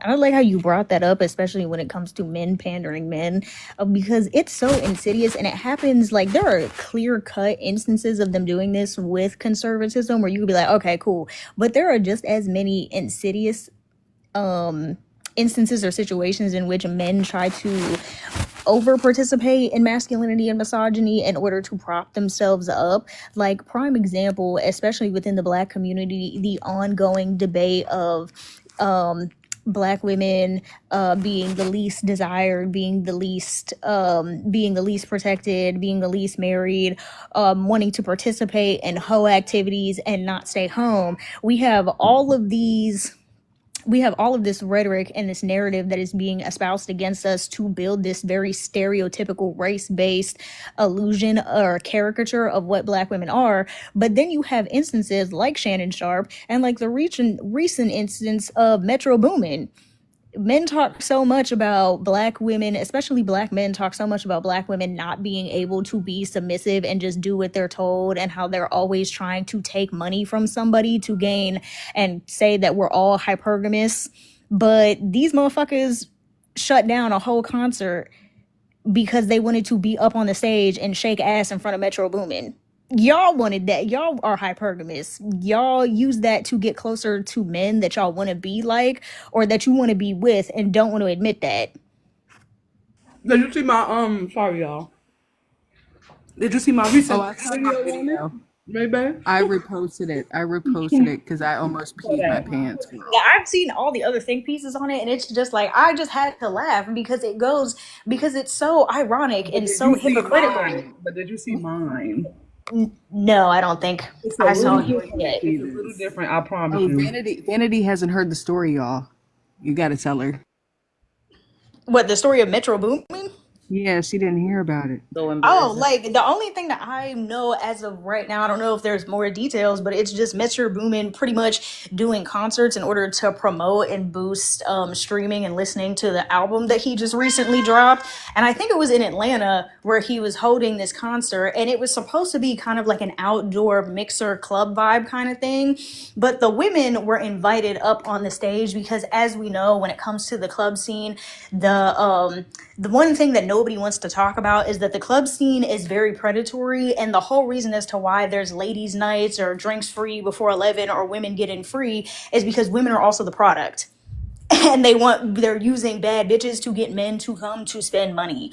And that's essentially what was happening at Metro Boomin's concert. He was like, okay, ladies can dance, ladies can get up on the stage, but that's about it. And it was just a whole group of black men that bum rushed the stage, that were dancing all over the stage in Metro Boomin's face, trying to take out their phones and flex and be like, oh my God, Metro Boomin, I got motion, I'm that nigga. And Metro Boomin repeatedly said, I need all you Negroes to get the fuck off the stage. And he had to keep screaming into the crowd for them to move, and they would not move. So he just packed his shit up and left. But the whole Wait, situation 1 second. is Let me so. add one more thing. It was this weird point that I seen in the video where he was talking into the mic, and it was just a bunch of men, like a group. It had to be like, I want to say somewhere around 70, 50 to 70 men on that stage, and they all got their back to like the crowd, and they all facing him, and they just standing there like the One of Us niggas from the robots from. And it was just this weird moment for me where I was like, nah, they was just all staring at him. And it was just him and his security, and I think who else was that? Was that Young Dro or some other rapper there? Yeah. Just staring back. And it was almost like creepy. And there were no women up there. I went through the Right. video again. None of the women came up on the stage. And it's like they said, literally, I've seen all the different videos about it. And they were talking about how clubs are like the club culture is gone because women won't go to clubs anymore because it's unsafe. So women aren't going to clubs. They're going to brunch. They're going to like lounges and places where you can eat good food and chill out and sit, right? So all these dudes are running to a club to see Metro Boomin. And he's like, can y'all niggas leave? Well, I think at Why first he are didn't you even come on here? He's like, stage. why are y'all up here? Yeah, Because like, he was a backstage and he refused to come out because it was a sausage fest on stage. So he was actually talking from backstage like y'all N-words need to get off the stage, and all the dude was on stage like she ain't talking about me. Like, and then I think he finally came on stage, which he was still on the back of the stage. And then he was like, okay, since y'all hard R's don't want to get off of the stage, we're just gonna have to cancel this stuff. And then they yeah, still stood there. Like he ain't Ma- talking about me. which is so funny because like, and what makes it even like funnier and more just like what makes it funnier to me, more hilarious to me, is the fact that when it first started off, there was mad women there having a good time trying to intermingle with the men that were there. But the more that they started insisting and through their action that they were the bad bitches, that they just had to be in proximity to Metro Boomin so they could flex, so they could do whatever, women started leaving. That was another issue. Was like he was like, y'all have to get off the stage because women are leaving. It's just a bunch of fucking dudes up here trying to shake ass without shaking ass in my face, and trying to act like they're the bad bitches that some high rollers brought to the VIP section. Like y'all have to fucking move around, and that's also a reason. Like you said, KGR. Also another reason as to why the club scene is just in the dump now is because men are going to the clubs and acting like the bad bitches. As much as they scream about conservatism and patriarchy and they're the natural leaders and protectors in every facet of society, they want to be chased and they want to be doted on like by women. Sci-fi and said I it was acting zombie-like, but it wasn't even like zombie-like. Like they were just standing there, staring him in his fucking face. NPCs. That's what it was giving. I would also say that it is Metro Boomin's karma, considering his past, and I don't think his court case has officially wrapped up yet. In case you didn't know, he he has a rap sheet of SA, and there was physical evidence. His his lawyer was trying to not get the physical evidence to be presented in court, but uh oh so he put something in a woman's drink, and when she passed out, he assaulted her. And how we know about it is he talked about it in a couple of his hit songs. And that Never was, heard. yeah, that was the evidence that he was trying to have Oh, I be dismissed. feeling. Ashlyn was saying in the comments, you got to give a trigger warning if you drop stuff like that. Oh, Well, I mean, well, you already did it, but Sorry, it took me forever to post it, but yeah. So yeah, that's his karma, what happened that day. And I hope it continues to happen because he's a danger to women. and I ended my video with, so the only question I got, well, I asked three questions. First I said, what were you wearing, Metro Boomin? And then I asked, did you vet the men that you sold the tickets to? I think I said it was one more thing, and the last question was Metro Boomin. Want some more, nigga? Like that shit is The crazy. snitches though of like other dudes, like finally it's like a Me Too movement. They coming out with their stories of how like other dudes acting like bad bees with them, like asking them for drinks, trying to get in their sections, like checking A on them, like trying to Nah, network. I'm saying with air nah. quotes. I'm like, this is crazy. But if you come across just one, tag me because I already know how the algo work. That is insane. Is it Gina? Jenna? Jenna said this too much.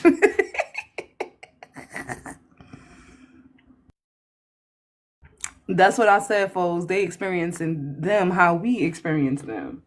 I'm gonna look at my recently watched because it wasn't that long ago I seen it. I'm like, dude had one story. I was like, dang, he was. I think he had asked him for a ride home too. I was like, hold up. What? Dang. They Shut want up. they want to be Shut chased. up. They want to be chased so bad. They want to be the bad bitches. If they could walk around in women's clothes with a 6'13", 40-inch middle part Brazilian bust down, they would. I just want y'all to know that this that womb envy and that shit is bread. That is another way patriarchy uses masculine. Patriarchy uses womb envy to convert y'all over to being haters. Look, the Rose man finna start coming back out. They finna get the dang rose from the Rose man. I'm trying my other phone. See if I can find that damn- That reminds me, I gotta charge mine.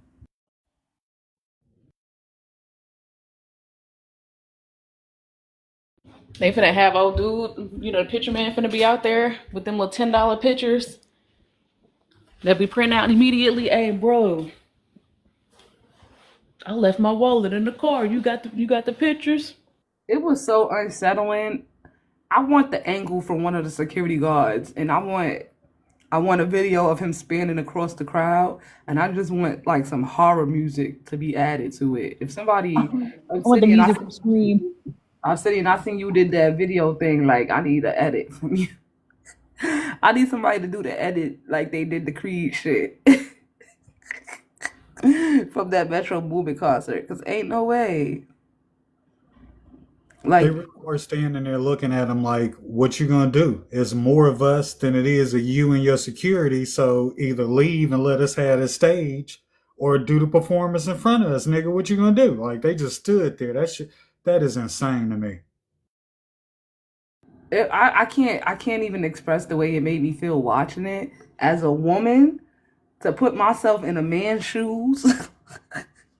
It's not even funny, but it was eerie. Like it was very eerie. I was very creeped out.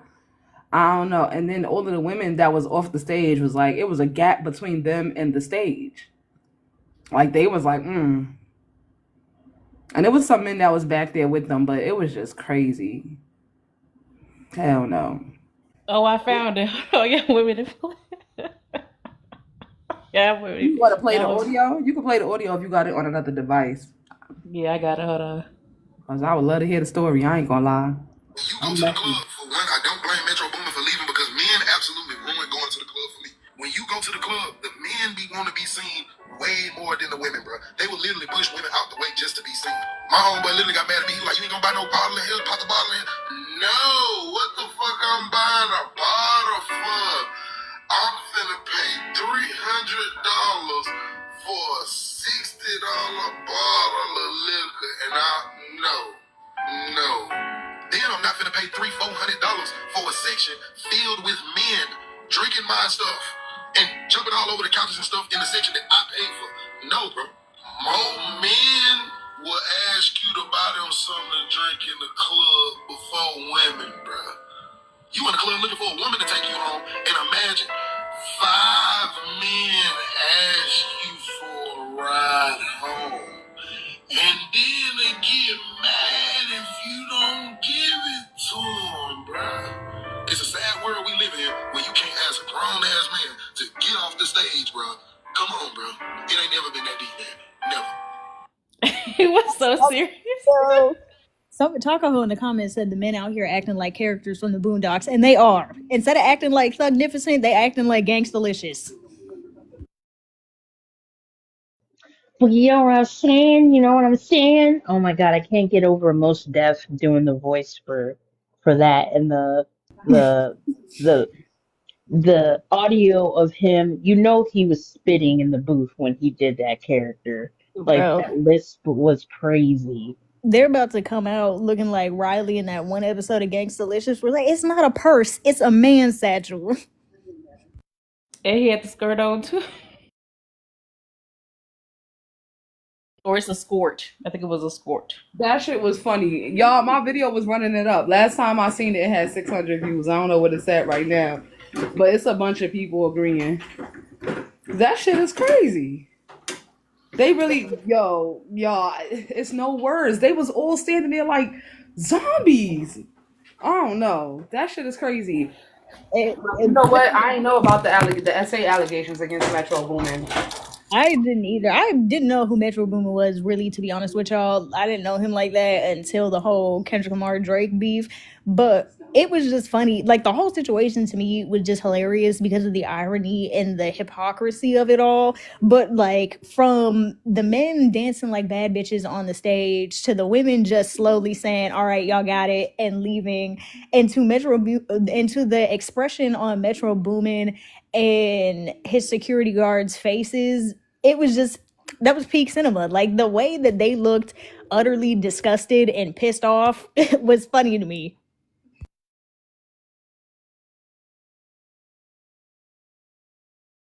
I'm trying to scroll back so I can find it because that show was standing around like, is anybody gonna get off the stage? He wasn't talking about me. June, not you thought they was protesting.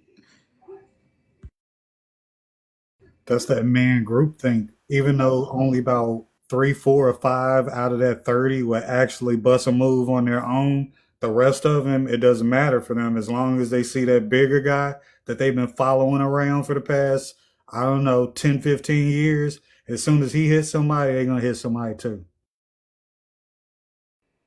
It just, the whole Metro Boomin situation just, it embodies the saying that the messiest bitch you know is always going to be a man. Because the way that they were just up there begging for this man's attention and preening like peacocks, vying for it to be the one he shouted out or even gave a modicum of some sort of interaction with, it was just, oh, it was crazy.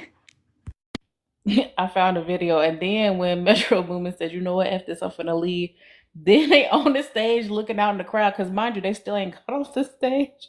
Some of the dudes, the people who were like closest to the edge of the stage, they gonna start looking out into the crowd like, "Dang, y'all finna leave for real?" But still stood on top of the stage. They ain't even moved.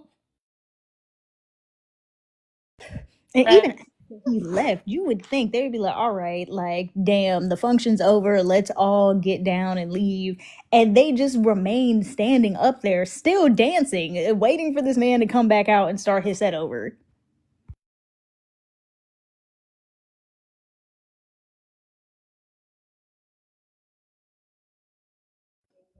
They seen girls hop on stage and dance with performers. They thought, why can't we do it? Why can't we dance with you? That was the most embarrassing shit I ever did see. Embarrassed. I got secondhand embarrassment and secondhand shame from watching it. But how it's not even secondhand. I mean, it's secondhand because I wasn't there, but it ain't secondhand in the sense that the men was embarrassed because they ain't even they wasn't even firsthand embarrassed. But that's that patriarchal fawning I was talking about, y'all. Just sad because they ain't got no shame. And you just know that all of them are going to clip and edit their own videos that they took to make it seem like they got motions. Like, oh, I got invited up on stage. No, sir, you bum rushed the stage acting like a groupie and made the main artist leave. Man, we shut that shit down.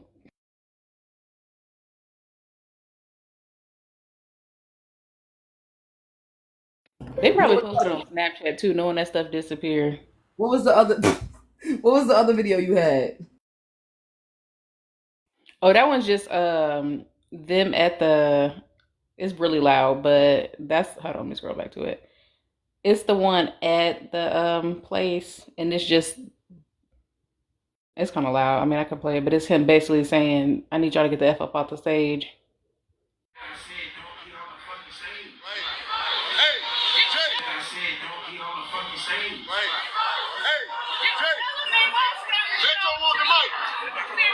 Alright, I'm gonna let my best up talk here. Tell them they not gonna come on the stage and start the show until they get off. Play the music. Look, I appreciate the support. I know everybody want to come support. I appreciate that. Everybody with their movement. But I got about 20 artists with me that's on this tape. If you did not rap or make a beat on this motherfucking tape, please get the fuck off the stage so we can come celebrate and put this show on the right way. If not, we just gonna do it. And that's it. Y'all fuck with us. Mind you, they still stand on the stage. Women in the background, like, please get the fuck off the stage.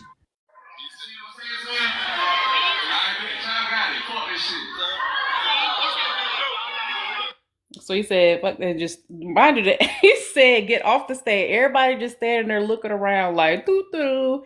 And when he said "F this," they just walked out.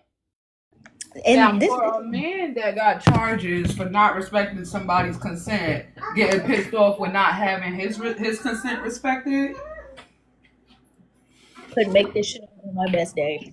But this also reminds me too, since we're on the topic of like patriarchal farming, I think this happened like last year, the year before, maybe in 2023. But this also reminds me of the incident where it became this huge thing on social media where Black men were caterwauling and talking about how Black women never approach them anymore. They don't let Black men approach them, and this is why Black women aren't getting any Black men, and why Black men are choosing to go out in full force and be passport bros and seek interracial relationships. And I think yet again, Atlanta, I think this is where it took place. It's always Atlanta for some reason, where it was an organization of Black women were like, okay, well then let's rectify that and have some sort of communal coming together, and made like a little dating section or like event, like speed dating event, where they're like, okay, we're gonna have brunch and we're going to, get a bunch of women who are single that are looking for Black love to come and show up, and then like have the men approach them and like do little speed dating shit, just for that speed dating event to yet again be the center of controversy. Because when it was all set up, the men showed up, but they did not approach a single woman. They just stood in the corner, mean mugging everybody while the women had brunch and talked to each other. Well, didn't they shame the women for even showing up? Like, look at these desperate, lonely Black women. Yes, they did. And it's like, this was a response to y'all's bitching and complaining about how y'all don't have access to Black love or Black women because of all these barriers, A, B, C, D, E, F, G, all the way through Z. Bite. It's hot. Bite. And then y'all are given an event and a space to rectify that is trying to rectify that situation, and y'all just showed up and be like, oh, look at all these lonely bitches that want a man. I just can't do it. Like, what the fuck? Same ones. How we know which women we should approach? Some of y'all say that don't approach y'all. Now you got a whole space where you can approach any of these women. So y'all sitting over there holding up the wall. Then they filmed it in a certain way to make it look like it was a bunch of Black women and no Black men at all. And then put it online like, look at all these lonely Black women showing up for a speed dating event where there was no Black men. And I'm like, that's not how that went at all. Stop. Right, just for the full videos to get released, and the Black men are in the corner talking to each other or just mean mugging. And like, there was even more videos of like Black women instead being like, okay, if they're not gonna approach us, we're gonna try to approach them. And these men basically acting like entitled bad bitches, like, where's my drink at? You're not gonna invite me to the table? Like, y'all were the ones, this was set up so y'all could take initiative, and yet y'all want the women to come here and still put in this like fucking damn near Herculean effort to try to convince y'all to have a good time and participate in the activity at hand. Because I can tell you right now, in Atlanta, like the women that they want, like the actual women that they want, and they done checked out, or they're already in relationships or they dating out of state or out of that city. So the ones they left with is the ones they actually really don't want. So they're complaining about, like, because I hear mostly men complaining about the quality of dating in Atlanta. There's way more women there than there are men. The ratio was, basically a 3-to-1. I mean, it's probably 5-to-1 if you're talking about available ones ratio of women to men. So the women have already actually. I'm gonna say the opposite. It's men to women. It's more men to women there, but it's flipped when you're talking about quality women to men. So the men should have their pick. If there's more women to men there, quality people to pick, then they should have their pick. But it's actually the opposite because the women aren't checking for them. Even the ones that live there are not trying to date them. I've talked to so many women that are like, "Yeah, I live here. I'm not checking for these men. I won't date a man in Atlanta, maybe Savannah, maybe a whole nother state, maybe Tennessee, maybe Texas, but definitely not in this city." So they actually to mess themselves up, and posting stuff like that and shaming women like that in the area is gonna make it actually worse because you want professional women even though you don't give a fuck about their degrees, and at the same time you shaming them.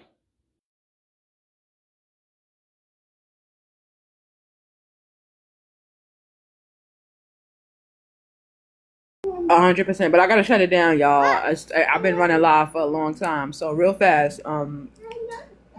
As I'm closing, if y'all want to throw something in the tip jar, y'all are welcome. Of course. And if y'all want to do a last ditch effort of gifting the people on the panel, y'all are more than welcome because they've contributed a lot to the conversation today, new or old. Say please. Please. You're welcome. There you go. Give me is crazy. On the bottom one, right? Yeah, you would. I don't know how to take it out. I don't trust it. I ain't got nothing but metal. Don't shock yourself like you did when you jump started that car. What was I saying? Oh yeah. I'm sorry, y'all. But yeah, I'm about to close out because I want to finish this food with the baby and watch something on TV. And I gotta go drop. I gotta go join. Give me 1 minute. I'm gifting. 1 minute. Oh, okay. Say less.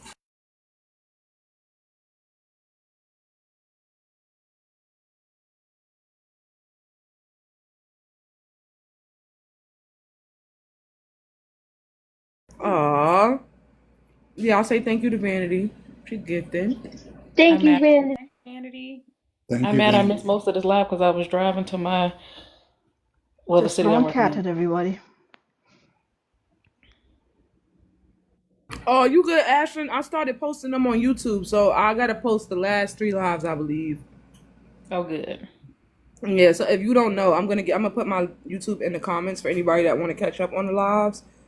There be a lot going on, and I for some reason y'all like me. I don't know what it is, but y'all like me. I mean, you all right. Are you MAAD? Double MAAD. So this is the YouTube, y'all, right there. And if anything, it's just Never Sin on YouTube if you're looking it up. So the more that y'all go over there and like the content, the more that when you look it up, it'll just come up as Never Sin, Never Space Sin. But for some reason, you gotta have to put the @ and search it out and stuff like that. And you'll know it's me because I got like an anime version of this profile picture on it. So yeah, go ahead and look, y'all. Come on, go watch it so I can make this YouTube shmoney. I'm gonna start posting my clips. I've been posting my new content that I've been putting on TikTok, on Instagram as well.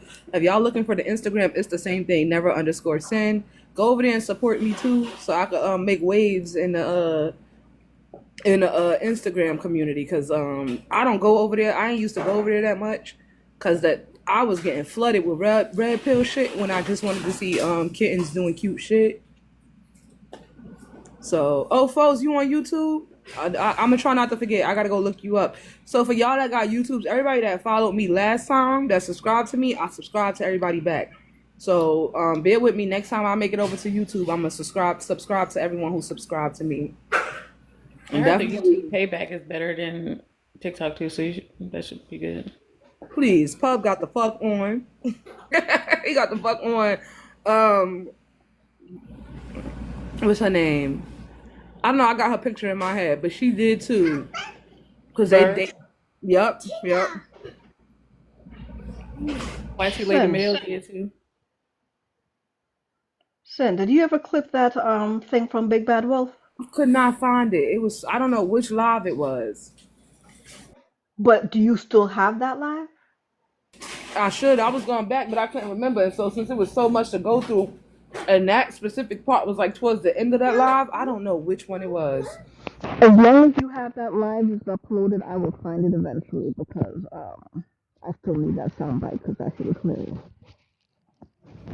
I'm trying to go back and post all of them, but because they won't be in order, that's the only thing. Oh, Sarah, I think I gotta add you to be one of the people that could get the copies. Okay, baby, you just said you ain't. Oh, you want this? You just said no to the food. Yeah, you want some? There you go. I gotta add you to be one of the mods that could do it, cause I ain't want to do it to all the mods, cause I ain't know who wanted to do it. And then at that time I had somebody doing some weird shit. One of the dudes that used to gift me, like he would drop mad money. The old dude, somebody had turned off his ability to gift, and I didn't know they could do that. And then I went and looked, and they was like, "Yeah, you can do that." And I was like, I don't know which one of my mods would do some shit like that. But it ain't happened since I dropped a couple mods. So I'm it's starting to look like, Well, I didn't even know you could do that. Yep. If somebody's gifting me, my mods could turn off their ability to gift. That's some hating ass shit. I don't even know why that's the option. Wait, while they're actually gifting you, or just like turn it off while they're on the panel? You could turn off their ability to gift. Oh, Kenya, you gotta tell me about that. She said if I upload it, you can search the captions. I can search through YouTube. I'm about to upload everything, and I got my PC now, so that's why I started posting the content. I told y'all it was too much on my phone memory, and that when I got this PC, I would do it. So since I got the PC, and y'all be jumping on my neck, I got it done. Why you gotta touch the dash? Don't touch that sneaker. It's yucky. Yeah. We can figure that out because I know YouTube only lets you like post so much, like an hour or whatever it is. Yeah. Because even I tried to post some lives and I'm like, it wouldn't let you post up to a certain time frame. Okay, and if you follow me on YouTube, I'm gonna follow you back and I'll go through your stuff too because I definitely enjoy your lives, especially the ones when you eating shit. You had that what's that pistachio and chocolate stuff? The way I've ordered that shit about 5 times now, that stuff is crazy. But I still can't look. I'm still trying to figure out how to upload that thing. I did the TikTok shorts because I gave up. I'm gonna have to come back to it. You still got that drawer on your desk, Bree? I ain't gonna lie. I've ordered it like 4 times. So like this stuff is so good. I still got one in my house. I'm mad I ain't bring it to this apartment. I'm trying to figure out how y'all do them edits. I'm working on getting a camera and stuff. I'm gonna put it in my gift thing and put it on my Amazon because Vanity said put the stuff that I need. I already did the wish list because I know y'all made me make a wish list for the baby for her books, and I damn sure threw some books up in there. And this one specific person, her ass was like, "Yo, if it's anything regarding her education, send it to me." So I'm like, "Hey." I got you. But Vanity said if it's the stuff for my content to put it in a wish list for Amazon and post my wish list to my TikTok.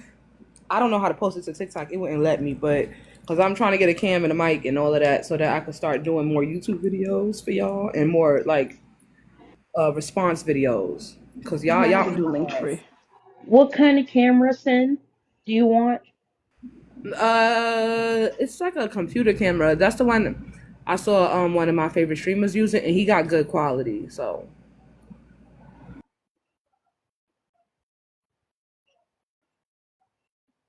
I think anything.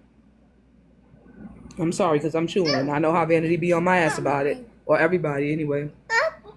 Hold on, look at something. The 4K 1040. I think it just got to be the regular 1040 4K PC. Yeah, that's Harper. Her TikTok aunties don't play about her. I know. Fifi. After I'm done with this, I'm gonna read to her. Y'all know how she is. Did he just hiss at you? No. Oh. Fifi hissing at me? He been hissing at her. I know. He scratched. I'm gonna show you. All right, y'all. I'm gonna close it out. Don't do that. She was bothering him. I was trying to see if Barnes and Noble has a wish list because that's my spot to go to. I And think they do. You gonna put your wish list online? No, for you. Ooh. Yeah, you can do. the Well, you have to link make tree. an account though. Sugar. Yeah, you have to make an Then you account. said do the link tree because I already got the Amazon one, so I'll just put it on the link tree. How about sugar? But I am gonna close out, y'all, so I can eat because I'm starving and I can't keep holding my bites. But I love y'all and I thank y'all for coming through and supporting. I'm gonna try to keep figuring more new topics to come up with based off the conversations we had, because I really love that we had this conversation with this prompt, and we didn't rely on the ops, and our conversations were really fun, and I felt like I learned a lot, and I felt like other people learned a lot. So that's what I just want to keep. That's how I want to keep moving forward with my platform. It's like more centered around educating and sharing our views. And peace out, y'all. All right, see you later. See ya.